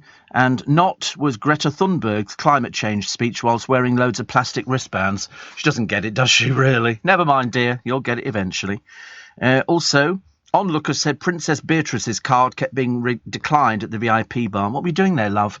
I'm sorry, are you in the music business? Or are you just... Oh, no. Obviously, your father sort of managed to swing it for you, so you got something in the VIP section. Luckily, he can't go anywhere. Blind Date's Graham Skidmore, known to millions as the voice of Our Graham, has died aged 90. The actor and voiceover artist was heard but never seen. Well, he was, actually. There was a time when we saw Graham on the TV show. I remember it. He featured in 350 episodes, and he did lots of things. He died in December on the 27th, but it's only just been announced. Oh, it's quite a long time ago. 6 months today. He suffered vascular dementia his last 10 years, which he spent living in Kent. Oh, right. So He died. God, he died ages ago. Isn't it funny to sort of tell you about it now? I wonder why they've done it now.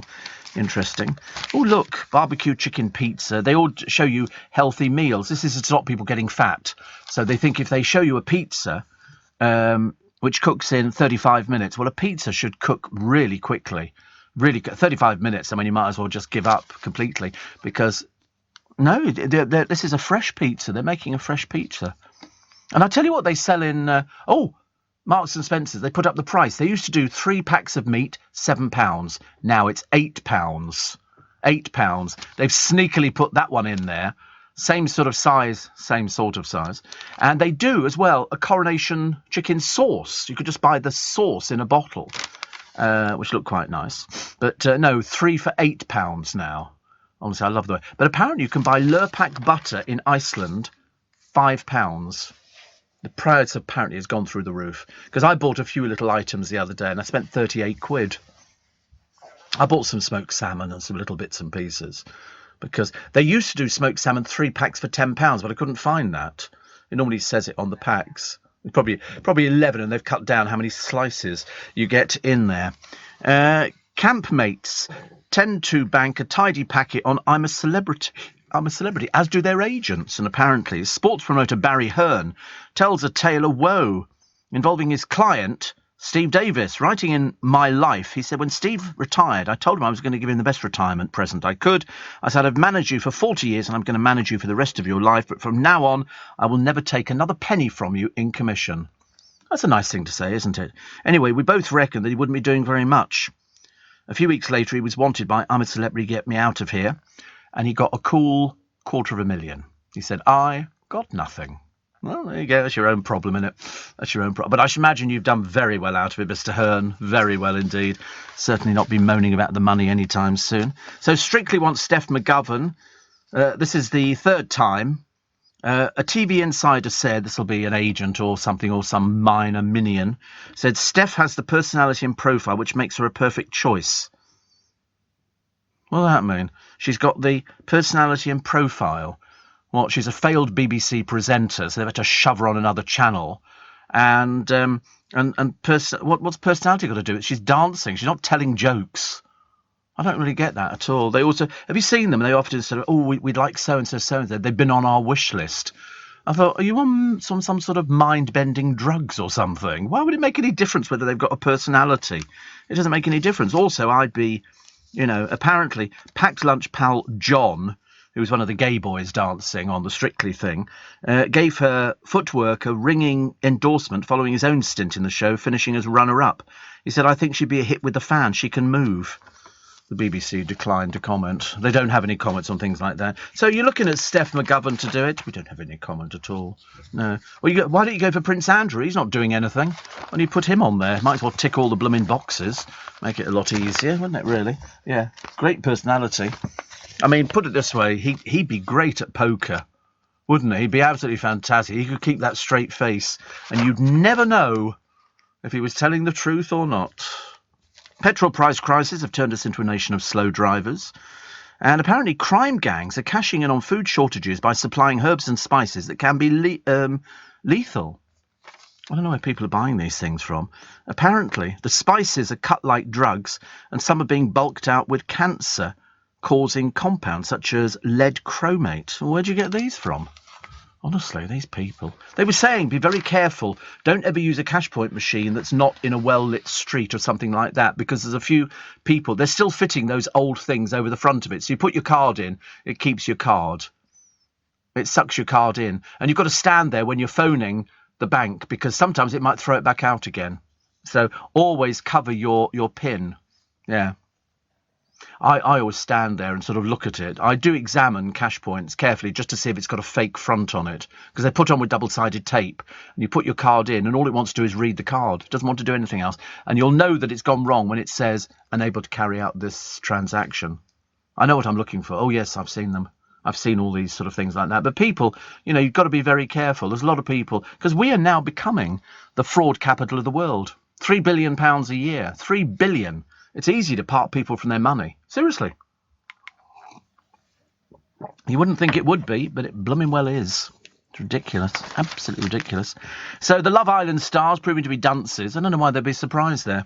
Most of the people, I mean, even some of the people you get on quiz shows nowadays are as thick as planks. Absolutely thick as planks. But there's one here. The gaffs are leaving fans horrified by their lack of general knowledge. Well, they're children. They're children. I mean, one of them, little Gemma, she's 19. She doesn't know anything. You know, she could probably saddle a horse. So a fat lot of use that is in a general knowledge quiz. When Luca Bish was, I think, somebody called Antigone or whatever it is, insisted London had the most parks in the world and Hampstead Heath was huge. But when Luca Bish told her Central Park in New York was bigger than Hyde Park, she told him bluntly, no, it isn't. Well, it is. It's double the size. But, I mean, she's a bit thick. She doesn't know that. Meanwhile, Jacques O'Neill got very confused about Guernsey. He thought it was part of France because they sell baguettes there and have a different flag to the UK. The contestant also thought Kos was the capital of Greece and Hamburg was the capital of Germany. His co-star Paige Thorne was just as mixed up with her geographical knowledge. Despite being at the TV villa in Spain, she thought its capital was Rome. I mean, they don't come any more stupid than these people. She also claimed the capital of Iceland was a place called Reykjavik, as opposed to Reykjavik. I mean, God in heaven. I mean, Love Island has a history of producing TV gold when it comes to gaffes, or basically thick people. Back in 2018, Hayley Hughes thought Brexit meant the end of trees. I mean, you just kind of give up, don't you, really? You said, I'm sorry, did you get an education? We all laughed at Jade Goody, didn't we?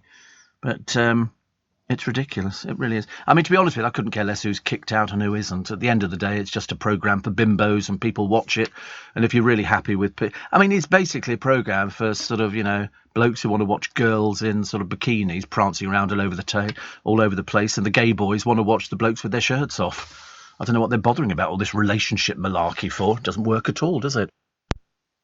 Having a strong email password can help protect you from cybercrime. But there's an extra step you could take this festive season to make your email even harder to hack. Just set up two-step verification on your main email account to get double the protection.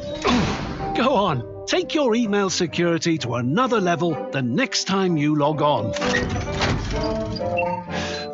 That should do it. Search Cyber Aware from the National Cyber Security Centre.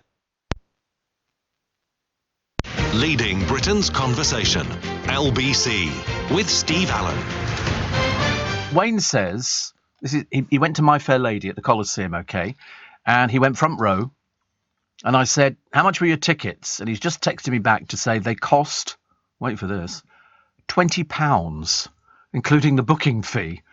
He said, thanks to having a few friends in the West End, which meant I could have a few cocktails afterwards. 20 quid for front row seats. Unbelievable. Unbelievable. That is phenomenal.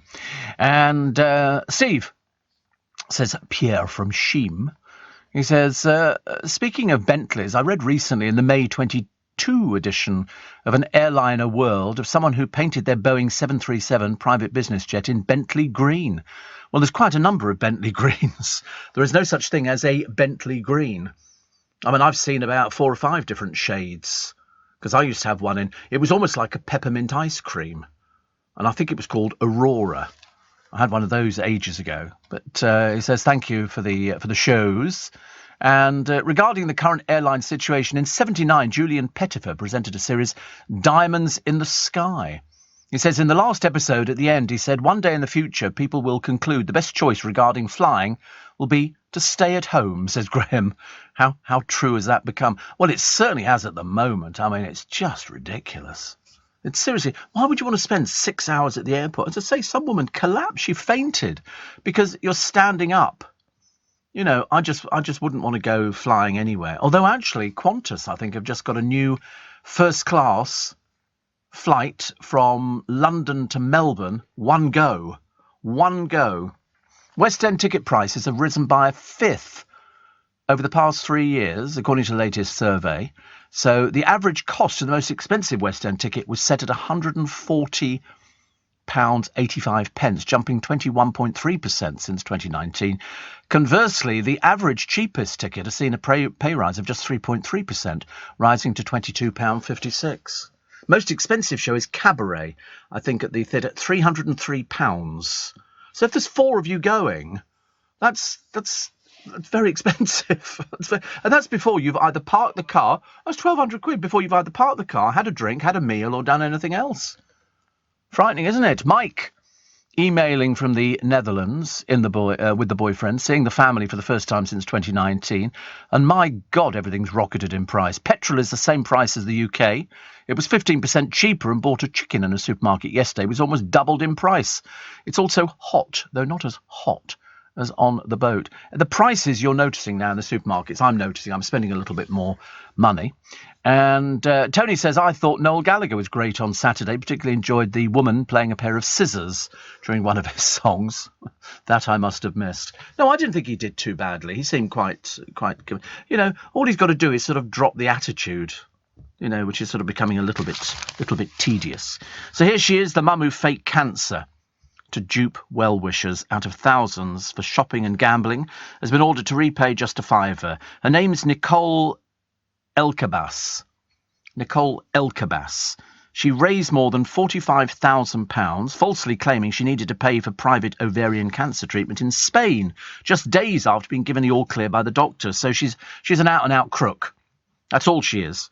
The mum of one splurged the cash on holidays, Spurs football tickets, gambling and eating out. She's been ordered to repay a fiver because she's got no financial assets or ability to compensate her 700 victims, because she's a crook. The paltry sum was revealed in confiscation proceedings. She was only caught after her consultant oncologist discovered the Just Giving page asking for donations, seemingly set up by her mum Dolores days after the medic examined Elkabas. She's a former Harrods fashion consultant of Broadstairs in Kent, had pleaded not guilty at an earlier trial, claiming she genuinely believed she had cancer. The judge jailed her for 2 years and 9 months, you crook. What a ghastly old bag, honestly. Here she is, you know, lying in the hospital bed, and he actually described her as cunning and manipulative. She's an out crook, that's all it is, really. Police said a photo allegedly showing her in Spain during cancer treatment was taken in Margate Hospital after gallbladder surgery, so she was lying through her teeth. The Barcelona clinic where she claimed to be staying had never even heard of her. Oh, good, I'm glad she went to prison. That's restoring my faith in a bit of justice. Should have been 10 years. Made it a little bit more exciting, I think. Oh, another picture of Megan Thee Stallion. And this sort of peculiar outfit, honestly. Very odd, isn't it, really?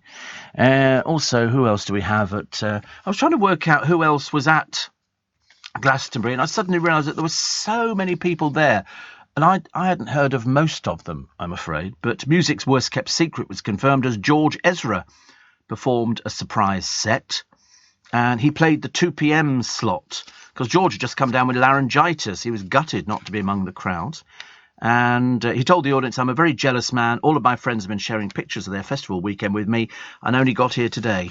I'll be riding shotgun," which is the one that the producer had never heard of, if you remember, on the programme. Thousands of UK jobs have been safeguarded thanks to a £500 million order by Spain for 20 Typhoon Eurofighters after the invasion of Ukraine. Frustrated Vladimir Putin has axed his top general due to his failure in Ukraine. Booze-swilling General Alexander Dvornikov, the butcher of Aleppo, was in charge of Russia's invading forces. He was seen as taking too long to capture Donbass, a target for Putin, after he failed to capture Kyiv. The general earned his fearsome nickname following the destruction of the Syrian city in 2015. So, there you go. They don't seem to last 5 minutes over there, do they, really, in Russia? And there was a lovely little picture of Putin going out riding on a horseback again with his shirt off. I mean, honestly, it's getting more gay by the minute. Another picture, yeah. I couldn't believe it. He obviously likes riding, but so does the Queen, but she doesn't go out, half naked. I mean, if you're going out there, properly wear your clothes, for goodness sake. Tech experts claim users are switching from Google because it's flooded with ads. Oh, boy, is it ever flooded with ads. Is it ever flooded with ads? Google, you try and get on there now, you wait about 5 minutes while the stupid ads run past. Including, I did one earlier on. Was that YouTube I was on or something else? I can't remember whatever it was. Yeah, probably. And it was the bloke out of Love Island of getting a freebie shirt and obviously some money. And I'm thinking, but who are you, dear? You're a nobody. Absolutely a nobody. And Eric Cantona stumbled into a strip. There, that's Putin again with his shirt off. What is the matter with him? I mean, seriously, YMCA, we want to stay at the YMCA. Has he got boobs? Oh, he has, hasn't he, really? How peculiar. That's a very odd look, isn't it? I mean, yeah, he's wearing sort of goggles and he's got his shirt off, and I don't quite understand why he's got his shirt off. Probably to impress the old mistress. But then he went out with some of his friends with a rifle. He shoots things. Well, we're all well aware of that, aren't we? But here he is. Actually, the body's looking a bit ropey at the moment. It doesn't look as good as it probably would have done some years ago. Now it looks like it needs a good iron.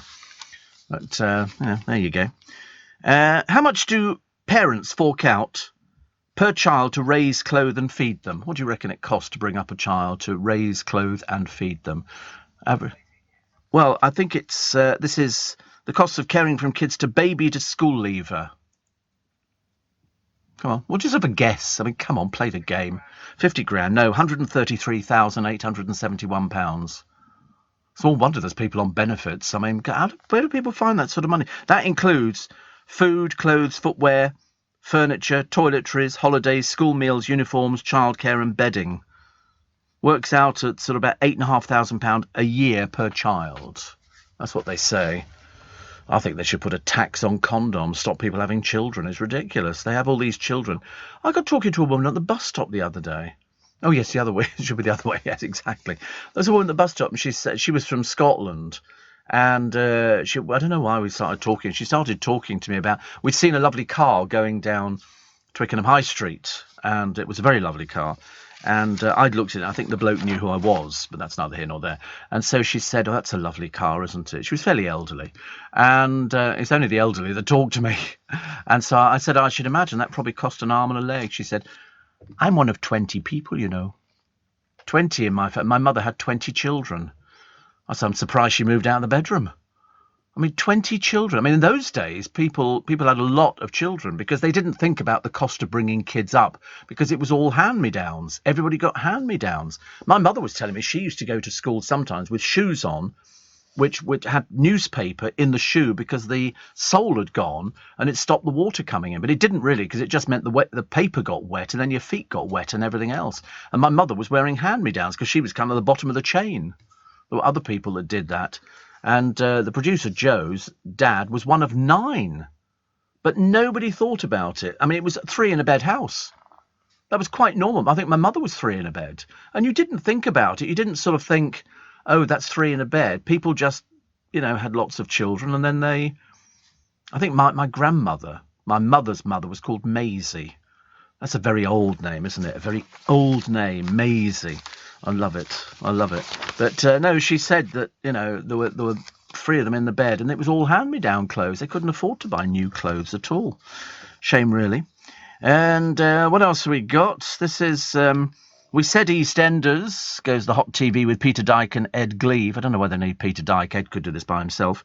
EastEnders was turning into Love Island with all the relationship tangles and kissings going on. Well, next week, there's a new bombshell. He's a musician, Omar Lai Fook, who is playing Avery, the estranged older brother of Mitch Baker.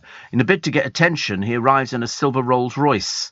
Well, they don't do that in Love Island because basically they can't afford it, and they don't have anything apart from wearing their sort of brassieres, I suppose. Channel 5 is expanding. They've got 2 new programming shows. One is The Great Auction Showdown with Paul Martin. Oh, God, how boring. It's another one. How original. This will see the antiques dealer go head-to-head with a rival to see who can make the most at auction. Boring. And the other one is Amanda Lamb fronting Holiday Home Show with J.B. Gill and Sam Pinkham. Why it takes them... I watched Click the other day. Have you seen how many people are presenting that programme? Hardly worth bothering. There's about 25, 35 people working on that show. It's I don't know what it is. It's got 2 people on it. And I can't tell you what their names are. No idea. But, I mean, there's so many people working on something that lasts about 10 minutes. Biggest waste of television space there is. Small wonder they're moving everything up to Birmingham. Best place for it. Steve Allen on LBC. Thank you very much indeed to Mark, who says Ian Payne will not be getting my pictures next week. They are just for you. And he's taken some early morning pictures of Sir Christopher Wren's St Paul's Cathedral. And he used to live over the river. So that wonky bridge thing that we had so much trouble with when it first opened, the other side of the river was where Christopher Wren lived, because he used to take a house so he could watch the building work going on. And I went past his place at Hampton Court. It's got a blue plaque. Can't miss it. Nearly opposite the entrance. So when they were doing Hampton Court and doing bits and pieces, Sir Christopher Wren could sort of watch it going on. And he did exactly the same for St Paul's Cathedral. It's amazing, isn't it, really? I'd love to have bought his house. Christopher Wren's house came up for sale a few years ago. Unfortunately, I hadn't won the lottery. So there was, I can't remember, it was only something cheap, like sort of 3 or 4 million. But I didn't have 3 or 4 million, so it didn't really help, actually. Bit of a pain, but never mind. What else we got? Diana Ross still sang flat. I don't care what anybody says. And Glastonbury, the review in The Guardian, they said the greatest party on earth. Oh, I don't think anybody would ever deny that. I don't think anybody would ever deny it. It's well organised, well put together, but you just tend to forget how many thousands and thousands of people. Mind you, talking of that, there you go, Sir Christopher Wren's magnificent Hampton home up for sale. This is in 2013, was it? And I'll tell you what's interesting about it. There you go, 4.25 million.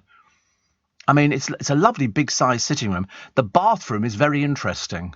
That's the entrance hall. Look at it. Beautiful. Absolutely, imagine living in a piece of history like that for only 4.25 million compared to, what you can get. But the bathroom, I think, was 2 baths. Literally 2 baths next to each other. And so you could talk to the person in the next bath. I don't know who you'd invite round to sit in another bath while you were in one bath. I mean, that's bizarre, isn't it? Have you ever heard of such a thing? I've never heard of it. Twin baths in the bathroom. I've heard of twin basins in a bathroom, his and her basins, or his and his, or hers and hers. But, just to make sure we appeal to everybody. But 2 baths, I thought seems sort of like quite a good idea, really. Yes, a little bit presumptuous on that one. Tennis fans camped out overnight, hoping to be at the head of the queue for tickets to see Emma Raducanu. Tents were pitched in rows at Wimbledon Park. And she plays Alison van somebody of Belgium today. She trained on the practice court before checking out centre court. Andy Murray plays Australia's James Duckworth afterwards in a bumper first day of action. And they've got all these people. So they buy all these tents and then they sort of camp out overnight to be the first shot at the tickets. I don't know how much tickets cost to go to Wimbledon. I just know that the strawberry, there'll be all the things in the papers. This is how many strawberries are eaten. This is how much champagne is drunk. This is how much corporate. It depends on the court. Does it really? Oh, right. Obviously, bigger games, more expensive. Interesting, isn't it?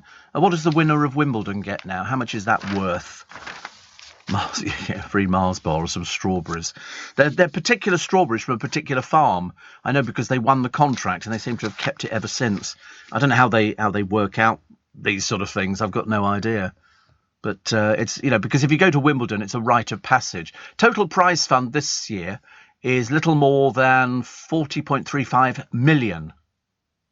40.35 million, which is an increase of 15% on the 2021 tournament and more than 6% on the previous record in 2019.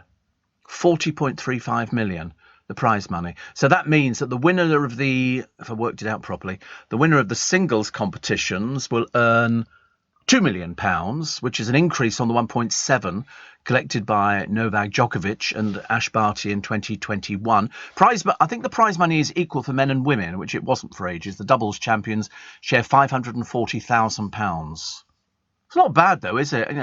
All you've got to do is hit the ball over the net. Can't be that difficult. All you've got to do is, and that's all you do, and just make an awful lot of noise.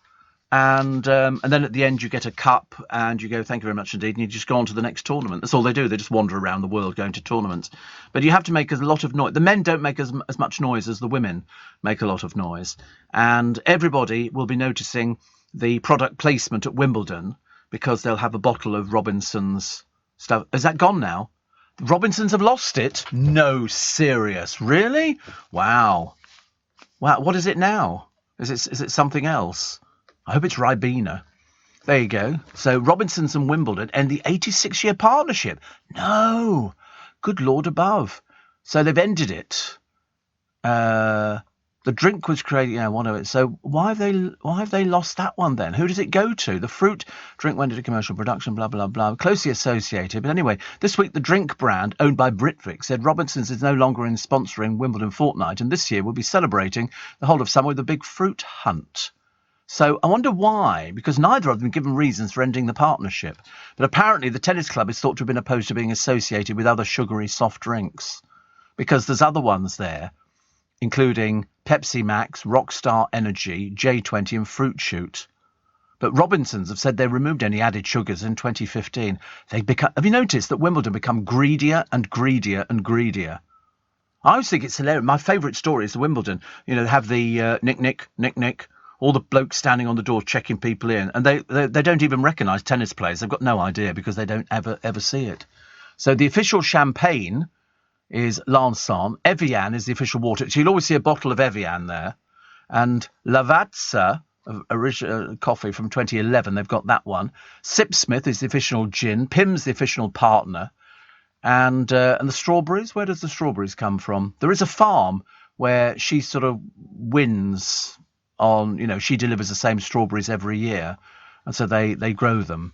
And then she delivers all these strawberries, and then they charge you whatever it is that they charge you. I don't know why strawberries and Pims and all the rest of it. Why can't you just have a nice cup of tea? Sponsored by Earl Grey or something like that. I don't understand why it has to be certain things. Because they're making, obviously, a fortune. There you go. These are the Wimbledon strawberries. Hewlow Farms in Kent. And so they started in 1893, blah, blah, blah. She's been supplying Wimbledon strawberries each year, 38 tons of strawberries, 1.92 million strawberries to be precise, and raspberries. There's 140,000 punnets. The Severn & Wise Smokery in Gloucestershire, what do they supply? Smoked salmon, okay, which is very nice indeed. Jersey Royals come from Bartlett's in Jersey. Heritage tomatoes come from the Isle of Wight. Free-range chicken comes from Sutton Hoo. That's where they dug up that ship. Do you remember the Sutton Hoo treasure ship? You remember? That's fantastic. Pork and cured meat comes from Dingley Dell. I'm sorry, are I reading a children's nursery rhyme here or something? So from Sutton Hoo to Dingley Dell. Salmon, which is different from the other salmon. Loch Duart in Sutherland. Artisan breads, Paul Roads in London. Herdwick lamb, Lake District. Burrata, Laverstock Park Farm. We know Laverstocks, that's good. Clotted cream comes from Rodders in Cornwall, and brownies come from Gower Cottage brownies in Wales, probably on the Gower Peninsula. All that different stuff from all over the place. Isn't that amazing? But it's the Wimbledon strawberries. But she's had the contract for years. Marion, good old Marion, she's sussed that one out. Doesn't have some free strawberries, you know. I don't know how much they charge. It used to be a £5, didn't it? I bet it's gone up quite considerably, especially now when everything else is... But isn't it amazing? All the different areas of this country that supply all the food. And you know the people of Wimbledon love it. You know why? They make a fortune renting out their drive to people. You know, if you've got a big house and you've got a drive, you can get 3 or 4 cars on. You can make a lot of money. And if you rent out the house, seriously, a lot of money. Steve, there was a problem on the other night interviewing Billie Jean King when she won Wimbledon in 1960. The prize was a £45 gift voucher. You just played for the notoriety of being at Wimbledon. Oh, it was always the one that they wanted to be at, wasn't it, Wimbledon? I don't know. I've seen other tennis courts around the world. I love it when all the covers go on or a pigeon sits on the, you know, so they all rest because they spend most of their time resting. And it's a roof, but it's a roof that can go backwards and forwards. It's electronic. So that, you know, they can get a bit of a tan. And it's quite nice, actually. But I love it. You know, you get a pigeon. Oh, and the pigeon has settled on the piece of the netting. And they make a big deal about it. The only exciting bit I used to look forward to is Cliff Richard singing If It Rained. That was the best bit, as far as I was concerned. I don't know if he's going this year, actually. I bet he'd love to. Tony says the Robinsons Wimbledon breakup is reportedly very cordial. Right, you're barred. And Steve, I've got a Wimbledon ticket for Friday for Centre Court, the big one, 120 quid. It's good value, isn't it? I mean, there must be another way round it. You know, as opposed to having to queue up for a ticket. Can't you just order them online or something like that? Pick up the telephone. Can you do that? Oh, well. And Declan in Wien says, I hope Prince Charles used a Steve Allen tote bag to carry the cash. He says, how much money do you think you could fit in the tote bag? Oh, quite a lot, actually. It's very spacious, very, very spacious indeed. Convicted teen sex trafficker Ghislaine Maxwell is demanding even more time to be deducted from her sentence because she doesn't like the tough conditions in jail. It's prison, lovely. It's prison, okay? It's not meant to be. It's not a holiday camp. OK, it's prison. In a sentencing memo to the judge, her lawyers wrote the difference between Miss Maxwell's isolation and typical prison conditions is so pronounced that they differ not only in degree but in nature. She's made more than 100 complaints about everything in the prison. Not really helping, but she was found guilty of recruiting and grooming young girls to be sexually abused by Jeffrey Epstein. And so it goes on. But anyway, apparently she's on suicide watch as well at the moment. Shame that Jeffrey Epstein appeared not to be on suicide watch, or did they just take their eye off the man for a brief hour? Because I can't think of anything else. You know, I was reading something very interesting the other day, and it was about the German war criminals when they did the Nuremberg trials. On one of them, one of them was like a butcher of Auschwitz. He was sentenced to death by hanging. So they found a hangman who had never got any experience of hanging people before. Do you know what the reason was? To make him suffer. He was quite a portly man, but the trap door in which he fell through was very, very tight. And they also didn't measure his weight against the drop so that he suffered. Took him 27 minutes to die. 27, and they did it deliberately with this army staff sergeant who had never hanged anybody before in his life. All he had to do was pull the trap door, but 27 minutes for the butcher of Auschwitz just to make sure that he suffered every single second of it. Leading Britain's conversation with Steve Allen.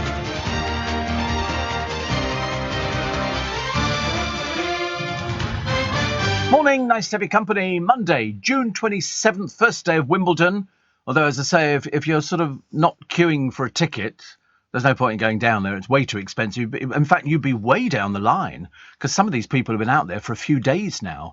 In fact, quite a few days. So I don't know how long it takes you to get through, and I shouldn't imagine the box office opens till about 9 o'clock or something like that. And people will pay a small fortune to get hold of tickets, depending on where you're going for. And then once you've actually got the ticket, then presumably you've got to start working out how much money to budget for food and everything else. I mean, once you've got the ticket for the centre court, are you buying them on a daily basis, or do you buy a ticket for a week in advance? Because I don't know whether or not you buy it and then you can go home again. I'm not sure how it works. So here we go. Tickets are usually given to members of the public who apply through the public ballot. Normally, having applied in advance, you'd be given random seats on any random court at any random price. Now, this year, the ballot for the 2022 championships were not open. That's because those who were successful in 2020, when the tournament was cancelled, retained their tickets for this year. So last year, tickets were only available through an online portal. Good Lord above. So applications for 2023 championships closes on December the 30th later this year.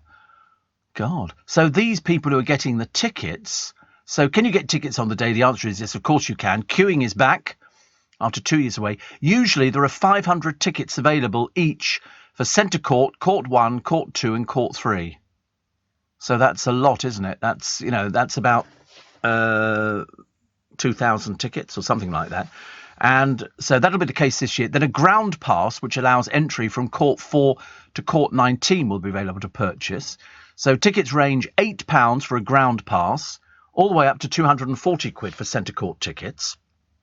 It's also possible to purchase return tickets from the All England Club ticket office from 3 p.m. Spectators often leave early, return the tickets, and the seats remain valid for the rest of the day at a cheaper price. That makes sense? So spectators often leave early, return the tickets, and the seats remain valid for the rest of the day at a cheaper price. So you can go and take on somebody else's seat, so they resell the seat. Woe betide if you want to go back, I'm afraid. Steve, Wimbledon, says Graham the chauffeur, isn't all sunshine and roses for the locals. Spare a thought for the mobile tuck shop on Tibbetts Corner roundabout, who claims he loses a lot of custom during the tournament. Great bacon rolls, though. Well, that's it. It's the selling of the bacon rolls. But it's a money-making concern. I mean, it's very, very successful. It has to be. They're offering, what will we say, £34 million in prizes goes out. Good grief, honestly. That's about what it takes to put on Glastonbury. About 31 to £34 million for Glastonbury. That's how much it costs to stage it. Amazing. Amazing. Do you know that exercise can boost brain power for over 70s? What a ghastly thought. Something to look forward to when I hit 70. And the screen legend Caroline Munro on making movies at 73. Grief, 73. Which is good, which is very good. Also, what else we got? Richard Bacon moaning that Glastonbury was really ugly.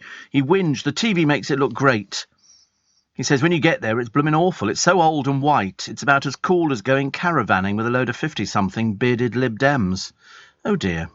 Richard having a fine time at the hospitality bar there without realising that somebody was recording every moment. I liked that programme they did on... He tweeted it, did he? I have drinky poos, and it's very dated. Yeah, but the booze was free, wasn't it? I like that caravanning programme they did. I think it might have been on Channel 5, where they sent people off in a camper van or something like that. And it was a celebrity version. Because, to be honest with you, they're a little bit more, marginally more interesting than sort of the ordinary members of the public appearing on something, as Love Island has demonstrated how to find so many thick people in one place. You never thought it, did you? You probably always thought it was going to be the Jeremy Kyle show, but not always, not always. Steve, day tickets for Glastonbury were 280 quid a day. Were they? I thought that was for the duration. Couldn't think of anything less I'd want to do than stand in a field with the unwashed and paying for overpriced drinks and food. 400 food outlets at Glastonbury. 400. Everything, but very, very expensive. Sam is currently working on security for the event that's just finished. Now you know. But it's for overpriced sausages and stuff like that. I mean, the producer couldn't believe it. He paid a tenner for a hot dog. A tenner for a hot dog. I'd have waited till they made it up and go, you are having a laugh at you. Set up a rival one and sell them at £1 each. You know, just to spite them, just to be really annoying. Chris Packham has revealed a softer side to Gemma Collins after she impressed him on Springwatch.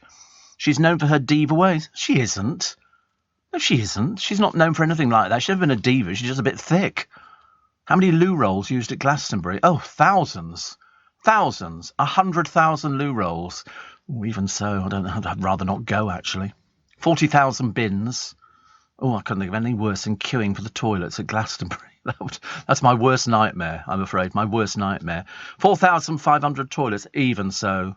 I would have to pay the 7,000 quid to get a ute, and I would have to use the toilet facility. I can't, really, it's my worst nightmare. I'm toilet phobic. Definitely. 110,000 litres of water. What, in the showers or something like that? Where do all the shower water go? Is it recycled or they just sort of disappears somewhere, does it? I mean, I can't imagine how many people would be showering there. It doesn't sound very pleasant, does it? But anyway, the GC known for her diva ways, but of course she's not. That was just a load of old hooey, I'm afraid. But after doing a panel talk at the left field tent at Glastonbury, Chris said, we need people like Gemma on board. She said yes straight away when she was asked. Of course she did. She hasn't got anything else to do. Of course she's saying yes to it. We had a conversation about plants and gardens. But Chris was taking part in 2 talks at Glastonbury after being invited by close musician pal Billy Bragg.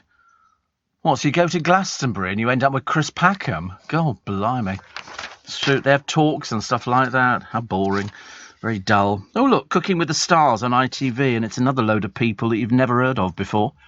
This is Tony Beak, who's just irritating, I'm afraid. Very irritating.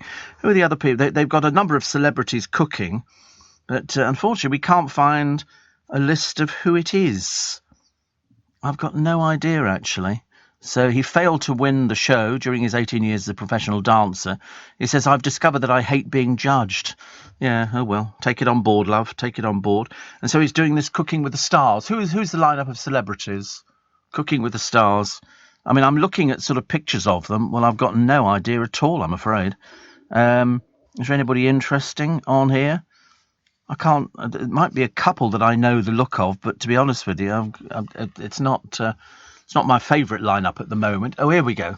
Here we go. Let's have a look. So you've got Tony Beak, who's just irritating. You've got Dame Kelly Holmes again. Is that so? All these are filmed. All these are filmed. Josie Gibson. My God, we've scraped the barrel. Anne Hegarty. Good God, she's not still going, is she? Maura Higgins. Dr. Ranj Singh, who's actually more known for being a gay doctor than being anything else. Joe Wilkinson, isn't he a comedian or something? Who's that? Woody Cook. God, not again. Blimey. And Rosemary Schrager.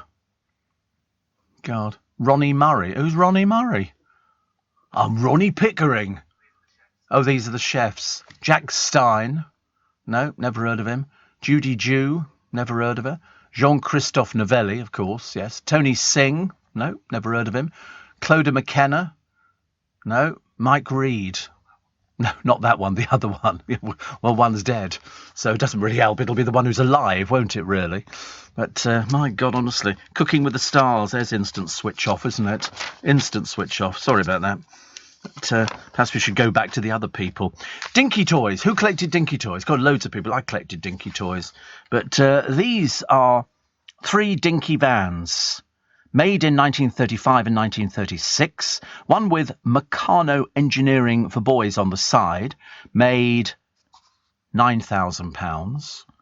The other one, 6,240, and the other one, 6,720.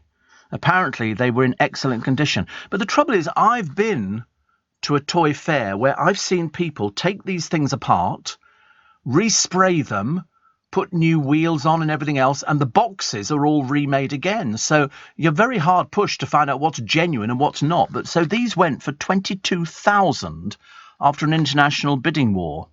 They were bought by a collector from abroad. But I mean, you know, how would you keep something from 1936 and it was still in the same condition? Because most kids played with their toys. So to find something in perfect condition, I mean, would alarm bells ring for me, I'm afraid.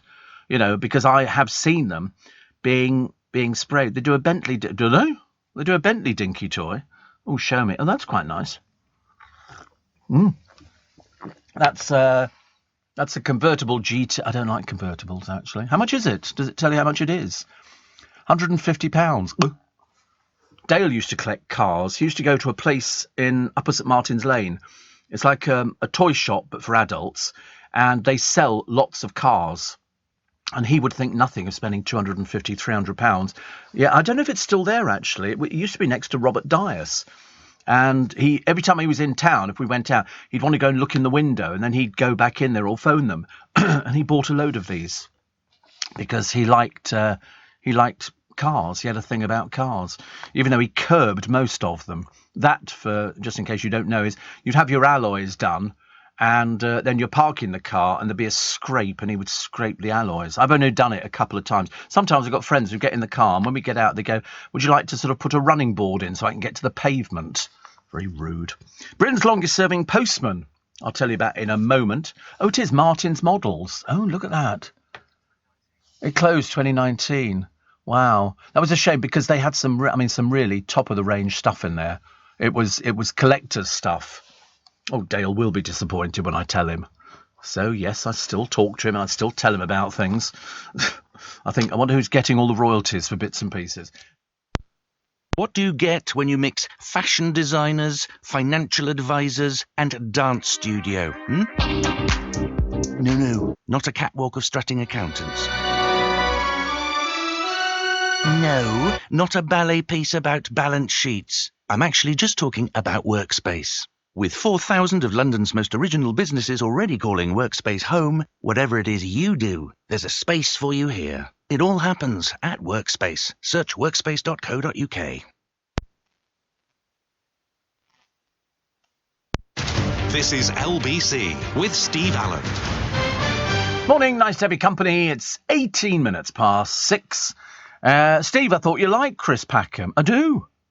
Taffy Nige. I do. It's just that when he was talking about Gemma Collins, you know, being a she's not the diva. I thought she was never a diva. She was just rude. You know, if you saw her on that programme, that diva programme, nobody knew who she was in America. It was the biggest embarrassment you'd ever seen. She was waving to the crowds and all the rest, and they didn't know who she was. And then she said, I think we'll stop and get some hamburgers. I'll buy hamburgers for everybody. She couldn't stop. It was that Diva Forever programme. It was so embarrassing. It was humiliating for her because she's not a diva. She's just rude. You know, she was supposed to turn up to do a modelling shoot and she just couldn't be bothered. She was just sort of late arriving. She called off and then she went to go and get some food and all the rest of it. I thought, that's not being a diva. That's called being a bit thick. So that's how it works. Steve, looked amazing at Glastonbury. I never thought we'd see crowds like that again. Absolutely.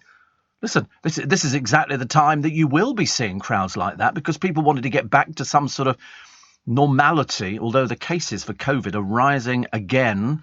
I hate to tell you. Rachel in Leicester says it's my 50th birthday today. God, 50. Happy days. Happy days. Yeah, dreading it. Dreading getting round to it, actually. Rachel's one of the original spikers. And Jane says, my husband collects pinball machines and refurbishes them. They sell for anything from 5,000 upwards. So far, we've 5, but I suspect that will increase. Yeah, I mean, we have a place in Twickenham that sells jukeboxes and pinball machines. And I think my cuz, who does all the, the techie stuff on LBC, he also collects all of these things. Will Guyatt has got lots of pinball machines. Have you ever seen his place? God, I mean, sometimes at Christmas when we all go round there, it's like we're playing on all these machines and all the rest. He's been collecting them for ages and ages. So he's got them in this sort of shed. It's a bit like a friend of mine, Chris Evans, who's got all his cars in sort of in a garage. It's like a museum. He's got all these different cars there. In between him and Cuz Guyatt, it's amazing. How many cars has Chris got? Oh, I'd like to imagine, actually. He's got some very, very expensive cars. He loves his cars. He loves them. Whereas I like cars, but I wouldn't know anything about them. I'm always the dim one when it comes to... I just don't know anything about cars. I'm not supposed to know about it. Dale knew about cars. At least 27. Yeah, I would think so, yes. He has them all sprayed the same colour, I think. He likes a particular colour. Britain's longest-serving postman's hanging up his mailbag after 59 years. His name's Jim Hardbattle. He's 74. He doesn't look it. He started out as a messenger in 1963. Same month the Beatles topped the UK singles charts for the first time. And he finally handed in his notice last week after 60 years. He comes from Hull. He was 15 when he began delivering letters and express telegrams on his motorbike. Aged 18, he started daily rounds from the city's main sorting office. He had to dress for the part. So he's a legend. Absolutely a legend. He said, I've had to do overtime, but hard work doesn't kill anybody. Absolutely. It really doesn't. In fact, also, I think the good thing is that if you do work hard, it keeps you younger.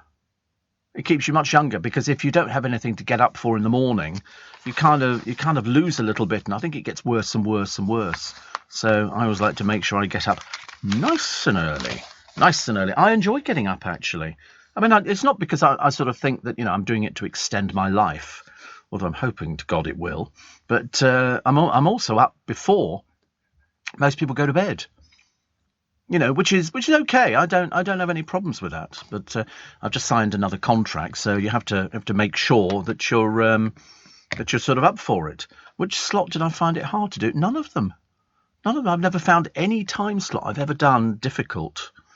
And Charlie Girling went to Southwold this week. The Pier has the weirdest collection of slot machines.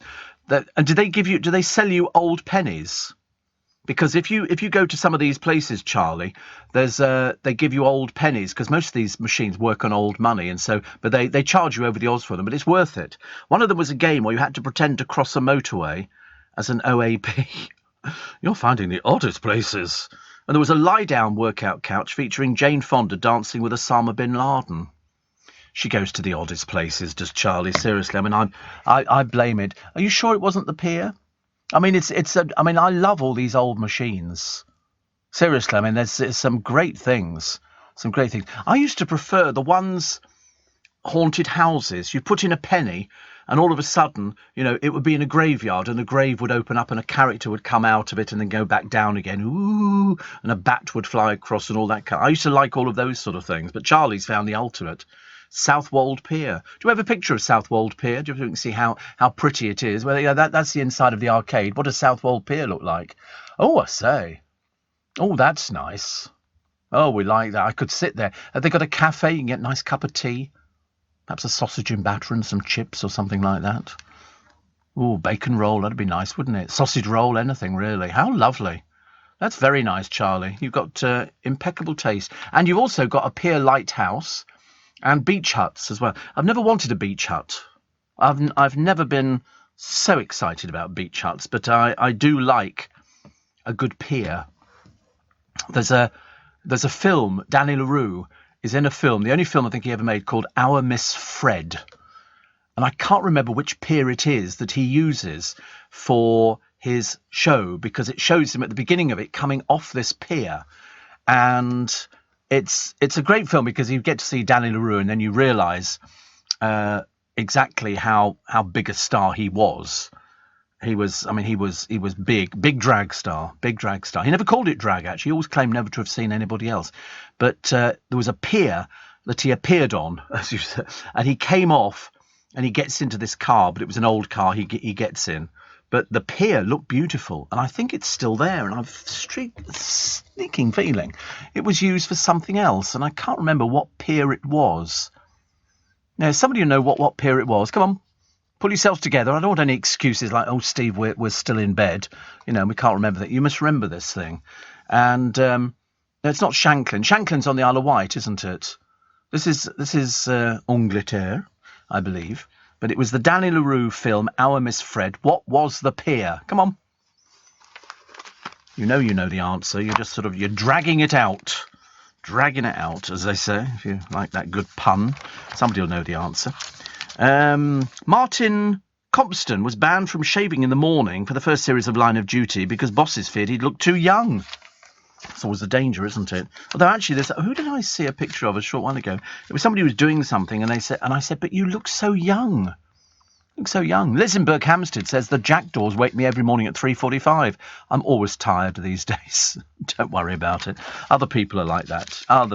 Come on, listen, you're wasting my time this morning. You know the pier that Danny LaRue featured in the film Our Miss Fred. Where was the pier? Ian says, I left a tub of ice cream for each of you in reception. Get that ice cream up here, Kieran, as fast as your little legs will go. I don't want it to melt. I don't want anything soft. Only do hard. One of the columns today, somebody talked about Joe Lycett, because he did a show in Ireland and somebody complained about one of his gags. Yeah, to the police they complain. I mean, how stupid are they? Wouldn't you just love to find out who they are? Wouldn't you love to find out who this... And you say, I'm sorry, have you ever heard of Joe Lycett before? Have you ever seen him? And, Steve, I've got new headphones and they're really accentuating you slurping your tea coffee, says Louise. I know, it's fabulous, isn't it? I do it particularly to wind people up. Works every day, actually. Boris backing moves to ban male-born trans athletes. He's given his backing. And... what was the other one? Oh, they've got a picture of people queuing at the airport. Manchester. And they say, you think this is bad? You wait till the school holidays. I mean, I'm glad I'm not going anywhere for the school holidays. That would be a nightmare. You can buy a beach hut at Wells next to the sea if you have 97,000, says Steve. Yeah, Cromer Pier. Cromer Pier reopens. Now, is this the one that Danny LaRue used? Do you know, it might be. I don't. They all look the same to me, all these blooming piers. You could drive up to it. That's all I know. Type in Cromer Pier, Our Miss Fred. See if we come up with anything there. Honestly, it doesn't really help, does it really? Yeah, Wikipedia. Wikipedia will know about this. Oh, checked it. Oh, right. Our Miss Fred. Wait a minute. Well, there must be something. Somebody will know. Is it Cromer Pier? Whatever it is, I thought it was very, very pretty. And it was very, very nice. And I thought it was an interesting place. So we've got Ian's ice cream again today. We're so spoilt. Honestly, we're so spoilt. Ice cream. I mean, honestly, can you believe it? Which is very nice. Thank you, Ian, very much indeed. I wonder what flavour we got today. Do we have a particular flavour? Do they do... Is there anything on choice? Here we go. Look at that. Whee! We get spoons in the lid as well. Are they all the same flavour? Yeah, all salted caramel. Oh, we haven't had salted caramel before. Sorry. Is salted caramel nice? Sort of taking the lid off. This is peeling back my skin from...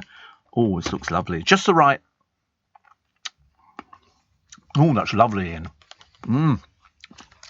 Oh, you'll all be going out today buying ice cream, I'm telling you. Oh, it's delicious, isn't it? Just right. Has he got an ice cream van or something? Where does he get this stuff from at this time of the morning? No, we don't know what he does. He just turns up with this ice cream. And we sort of go, thank you. It's very nice, actually. And just the right size. Just the right size. So today was salted... What was the one we had before? Was it double chocolate? And now we've got salted caramel. I mean, honestly, I tell you. And people say, would you want to retire? And you go, are you mad? Why would you ever want to retire? Life does not get any more perfect. That Kieran's got his little salted caramel. Joe's got one, although Joe could probably eat his in one go. You can't open it, can you? It's quite difficult, isn't it? But it's very nice indeed. So, Ian, bless your heart. Thank you so much. Very nice. Shopping online this festive season?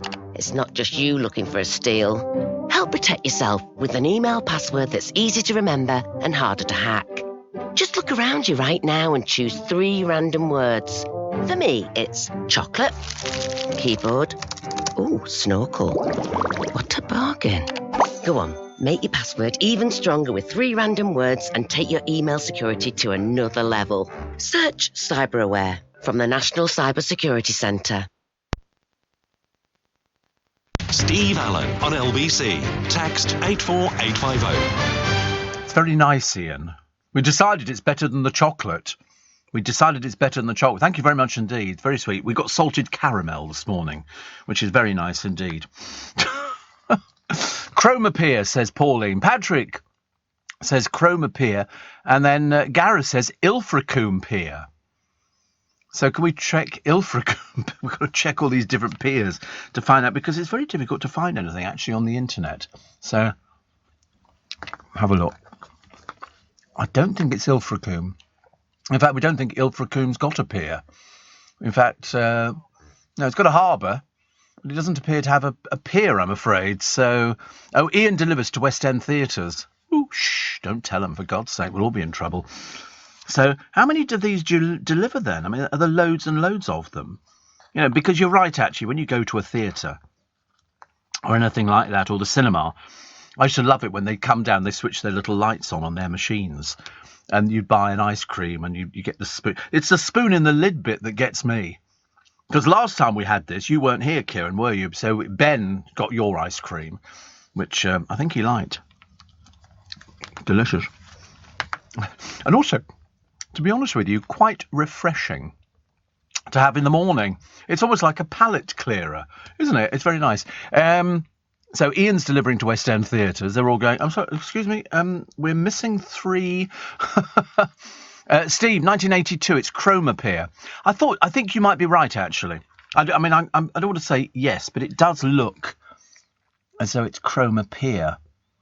It might be. It's a bit difficult to tell, actually, because I should imagine over the years Chromapere has probably changed. But very nice. Former EastEnders star Ross Kemp is in all the papers today, urging film and TV bosses to drop mad, bad and sad stereotypes of military veterans. Ross said screenwriters spread misconceptions that ex-forces personnel are all broken. So he spoke out as patron of the military charity Help for Heroes, as a campaign was launched aimed at improving the portrayal of veterans. Absolutely, I agree. What else we got here? I like it when all these sort of different things sort of whiz in on your phone. I get them on the phone and all the rest of it, but I'm still trying to get used to Charlie Girling going to Southwold Pier. But there's something nice. We did Southend Pier some years ago with my godchildren when they were a lot younger. And as you know, it's the longest pier. I forget how many miles it is, but it's the longest pier. And there's a little railway that takes you, or you can walk. And halfway down, because at the end of Southend Pier, there's nothing. There's just the end of the pier. There's no funfair rides or anything else. There is the Peter Pan playground, but that's not on the pier, which is a shame. So you go on the little railway, which is, how many piers in the UK? Oh, loads of. There's a big pier preservation society, very big pier preservation society, where people, go and find out about them, like cinemas. There's, enthusiasts. How many piers in the UK? 212. 50 miles out. 50. The oldest one, Central Pier in Blackpool. That's the oldest, is it? Wow. Because they were built of wood, and so Central Pier, and that's 1,118 feet. It used to be 1,518. South Pier in Blackpool has got a theme park, and North Pier, Blackpool, I've got loads of them, haven't they? Eugenius Birch's earliest surviving pier, originally 1,410 metres long. They've lost a little bit. Bournemouth has got one pier, Bognor Regis. Boscombe Palace Pier, Brighton. Amazing, isn't it? Mind you, Brighton has got one pier standing and one pier not. The other one's sort of, there's just a little bit sort of poking up from the sea. It's a bit of a disappointment, really. But, I thought they were going to sort of get it together, but they didn't. They didn't, which was a shame, but thank you very much indeed. Talking about Cromer Pier, says James, reminds me of going to an End of the Pier show there with my parents and their friends about 30 years ago. Well, you must have been on holiday there, because it's a case of people went, and there would always be, in Blackpool, you would get John Inman starring in a show on one of the piers, and people would go to Blackpool for their holidays, and you would go to the theatre that was on the pier, and you'd go and see your favourite artists, and they all did it. Danny LaRue was doing, theatre shows on the piers years and years ago, and there'd be all sorts of people. You'd have found everybody from Cannon and Ball to Little and Large doing their shows. Sue says that Ryde Pier is the only pier you can drive on. Good Lord above. Mary says, I'm not really bothered about food, but this morning I've finally been overcome. I sat bolt upright and started drooling. I may need an ambulance, but I think it's just the thought, Steve, of salted caramel ice cream. It's very nice. Just melting. Delicious. Just delicious. Actually, I have to be honest, I'm not normally an ice cream person, as you know, but every so often, we've only done it. Yeah, I talk about it every day, but I don't have an ice cream every day. Di says, Steve, love the show. My sister June and I went to West End Live on Saturday. Good. I'm glad you had a good time. On arrival at Trafalgar Square at 8:30 in the morning, the queue was from Trafalgar Square right up the Haymarket. Well worth the wait until 10:15 to enter. All goes well with your procedure next week. Yeah, I watched them setting up West End Live, and I knew that the crowds were out for it. So that's good, actually. But I knew that, I mean, you did very well, though, queuing from 8:30 in the morning. Well done, you. Definitely Cromer, Steve. I was working for Anglia Television, says Patrick, and invited him in for an interview as himself. Lovely man, a true star. He had a slight problem, Patrick, with drink. He could become a little bit bitter when he had drink. And Barbara Windsor told me a story, because she and Dan went back a long, long way. And I'm not breaking any confidences. I don't think I'll be drummed out the brownies. But I don't think they're going to be suing anytime soon. But she said to me that he went to the Wimbledon Theatre to watch the London Transport Players doing Hello Dolly with a view to him taking over the role. And he got drunk. And he was very rude about them, amateurs, all this kind of thing. He was very dismissive. And Barbara said he was so drunk. And I heard it actually from Robin, who used to do the PR there. He said when he came in, he said he was very... And yet he did pantomime there. But he was a little bit dismissive of other people if he'd had a bevy. But then, different people, different strokes for different folks. But he was a huge star. Huge star.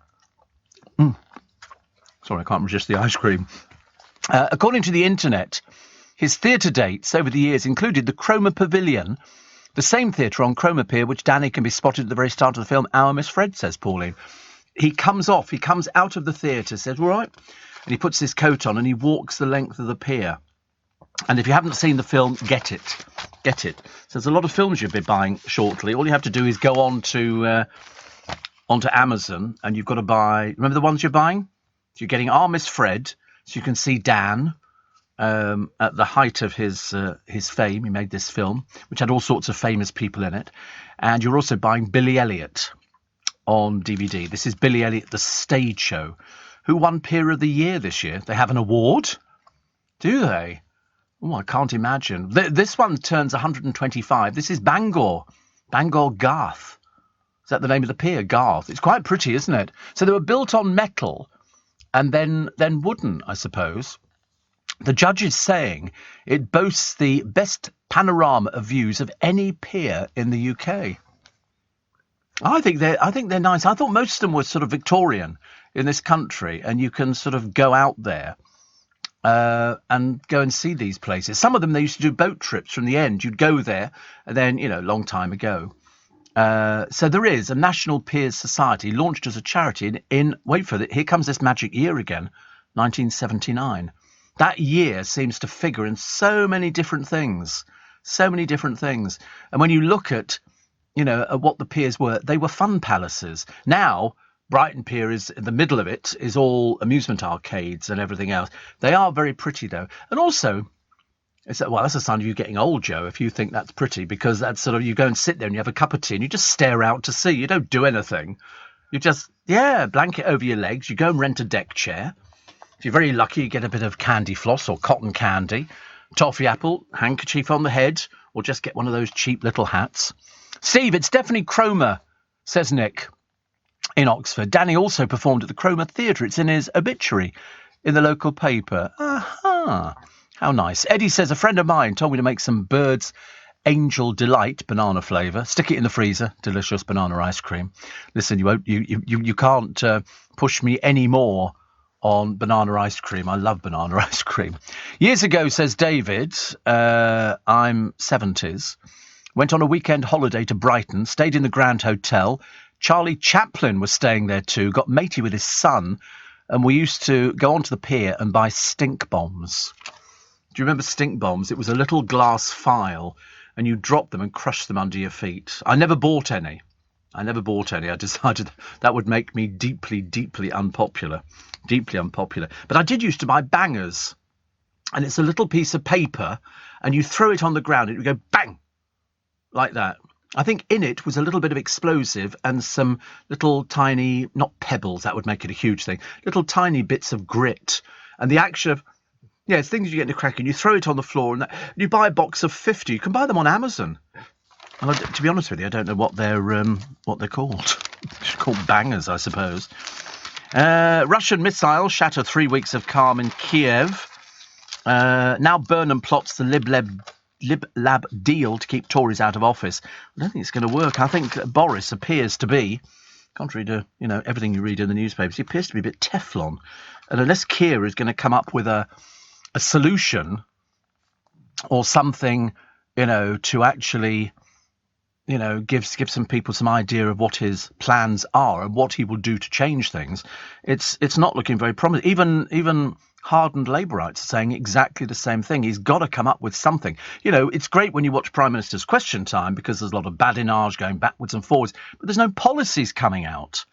We want to see some policies. I want to see, exactly where we're heading. Going back to Paul McCartney at the age of 80, I mean, it's just unbelievable, isn't it? And Hunter Davis, writing in the paper today, says, will he still be on stage at 90? He says, I bet he'll try. I bet he will as well. I mean, to be honest with you, he seems to be ageless. You've got everything, including Let It Be, Live and Let Die, which had, of course, terrific walls of flame and fireworks, and then Hey Jude. I mean, you have to give them Hey Jude because it's the na, na, na, na, na, na, na, and everybody loves it.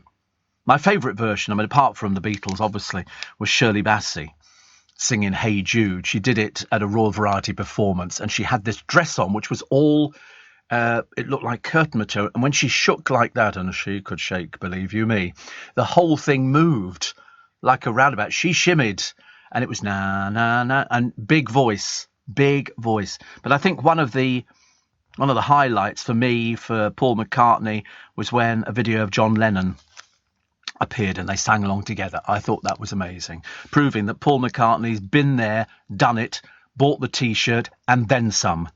It was just amazing. If you were there, I think McCartney stayed on site till about 3 a.m. in the morning with his family and friends, and his post-gig ritual involves margaritas and veggie bagels and very good red wine. I mean, it works for him. Works for him at the age of 80. Good for him. I mean, that's what it's all about, and that's what it makes Glastonbury. And after, the waiting for 2 years, I think everybody would have to agree that it was very special. This is LBC with Steve Allen. It's 11 minutes to 7 at Steve Allen's Early Breakfast. Ian says, Steve, I have a small stash spare of ice creams to curry favour with traffic wardens, security guards and radio presenters. Works a treat for us.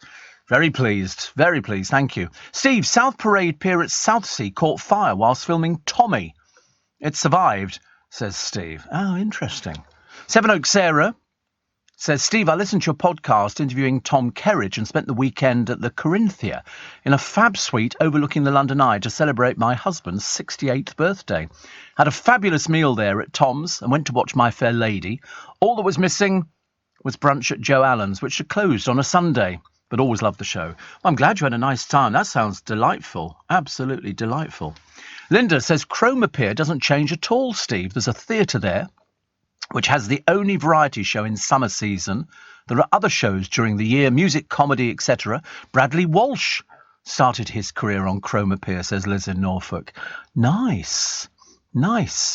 And Steve, says Billy, I'm rather impressed with your geographic pier knowledge. Sadly, in Shanklin, Isle of Wight, there used to be a pier, but I believe it fell to a storm in the Victorian era.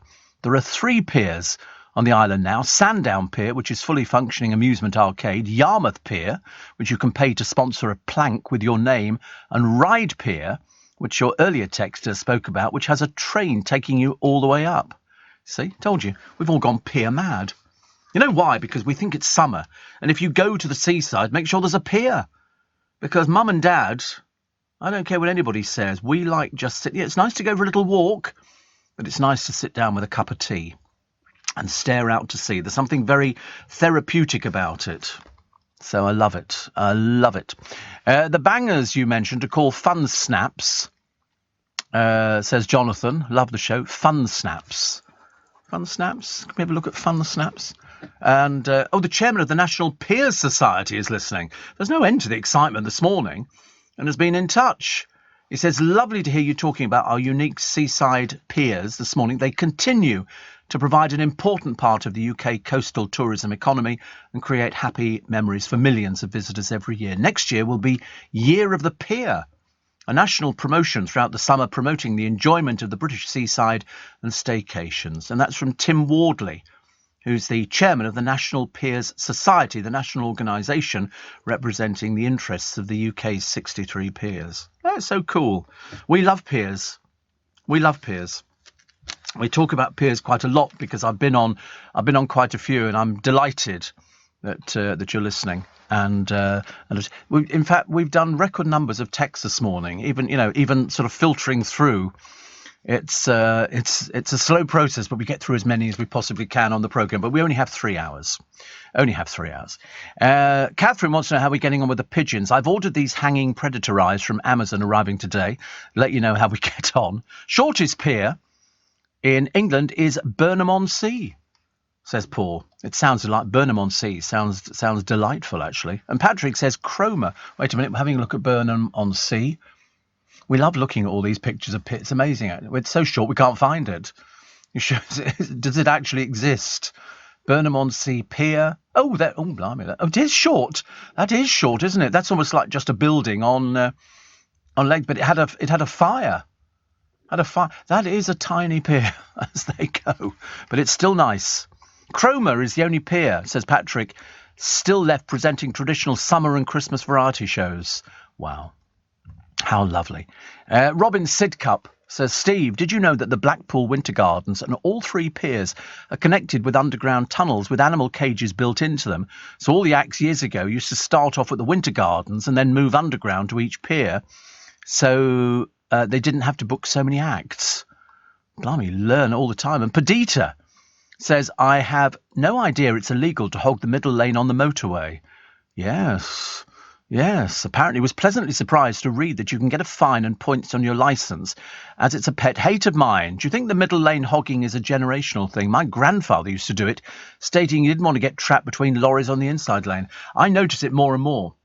I mean, I keep up with the speed limit, but when you get somebody on the middle lane who is pootling along at 60 miles an hour and I'm trying to overtake, it's a bit of a pain. I mean, the middle lane should be used for overtaking slower vehicles in the left lane. Highway code, as you know, explains you should keep in the left lane unless overtaking on a motorway. Once you've overtaken, you return to the left lane when it's safe to do so. But the trouble is, there were so many cars going down the motorway the other day.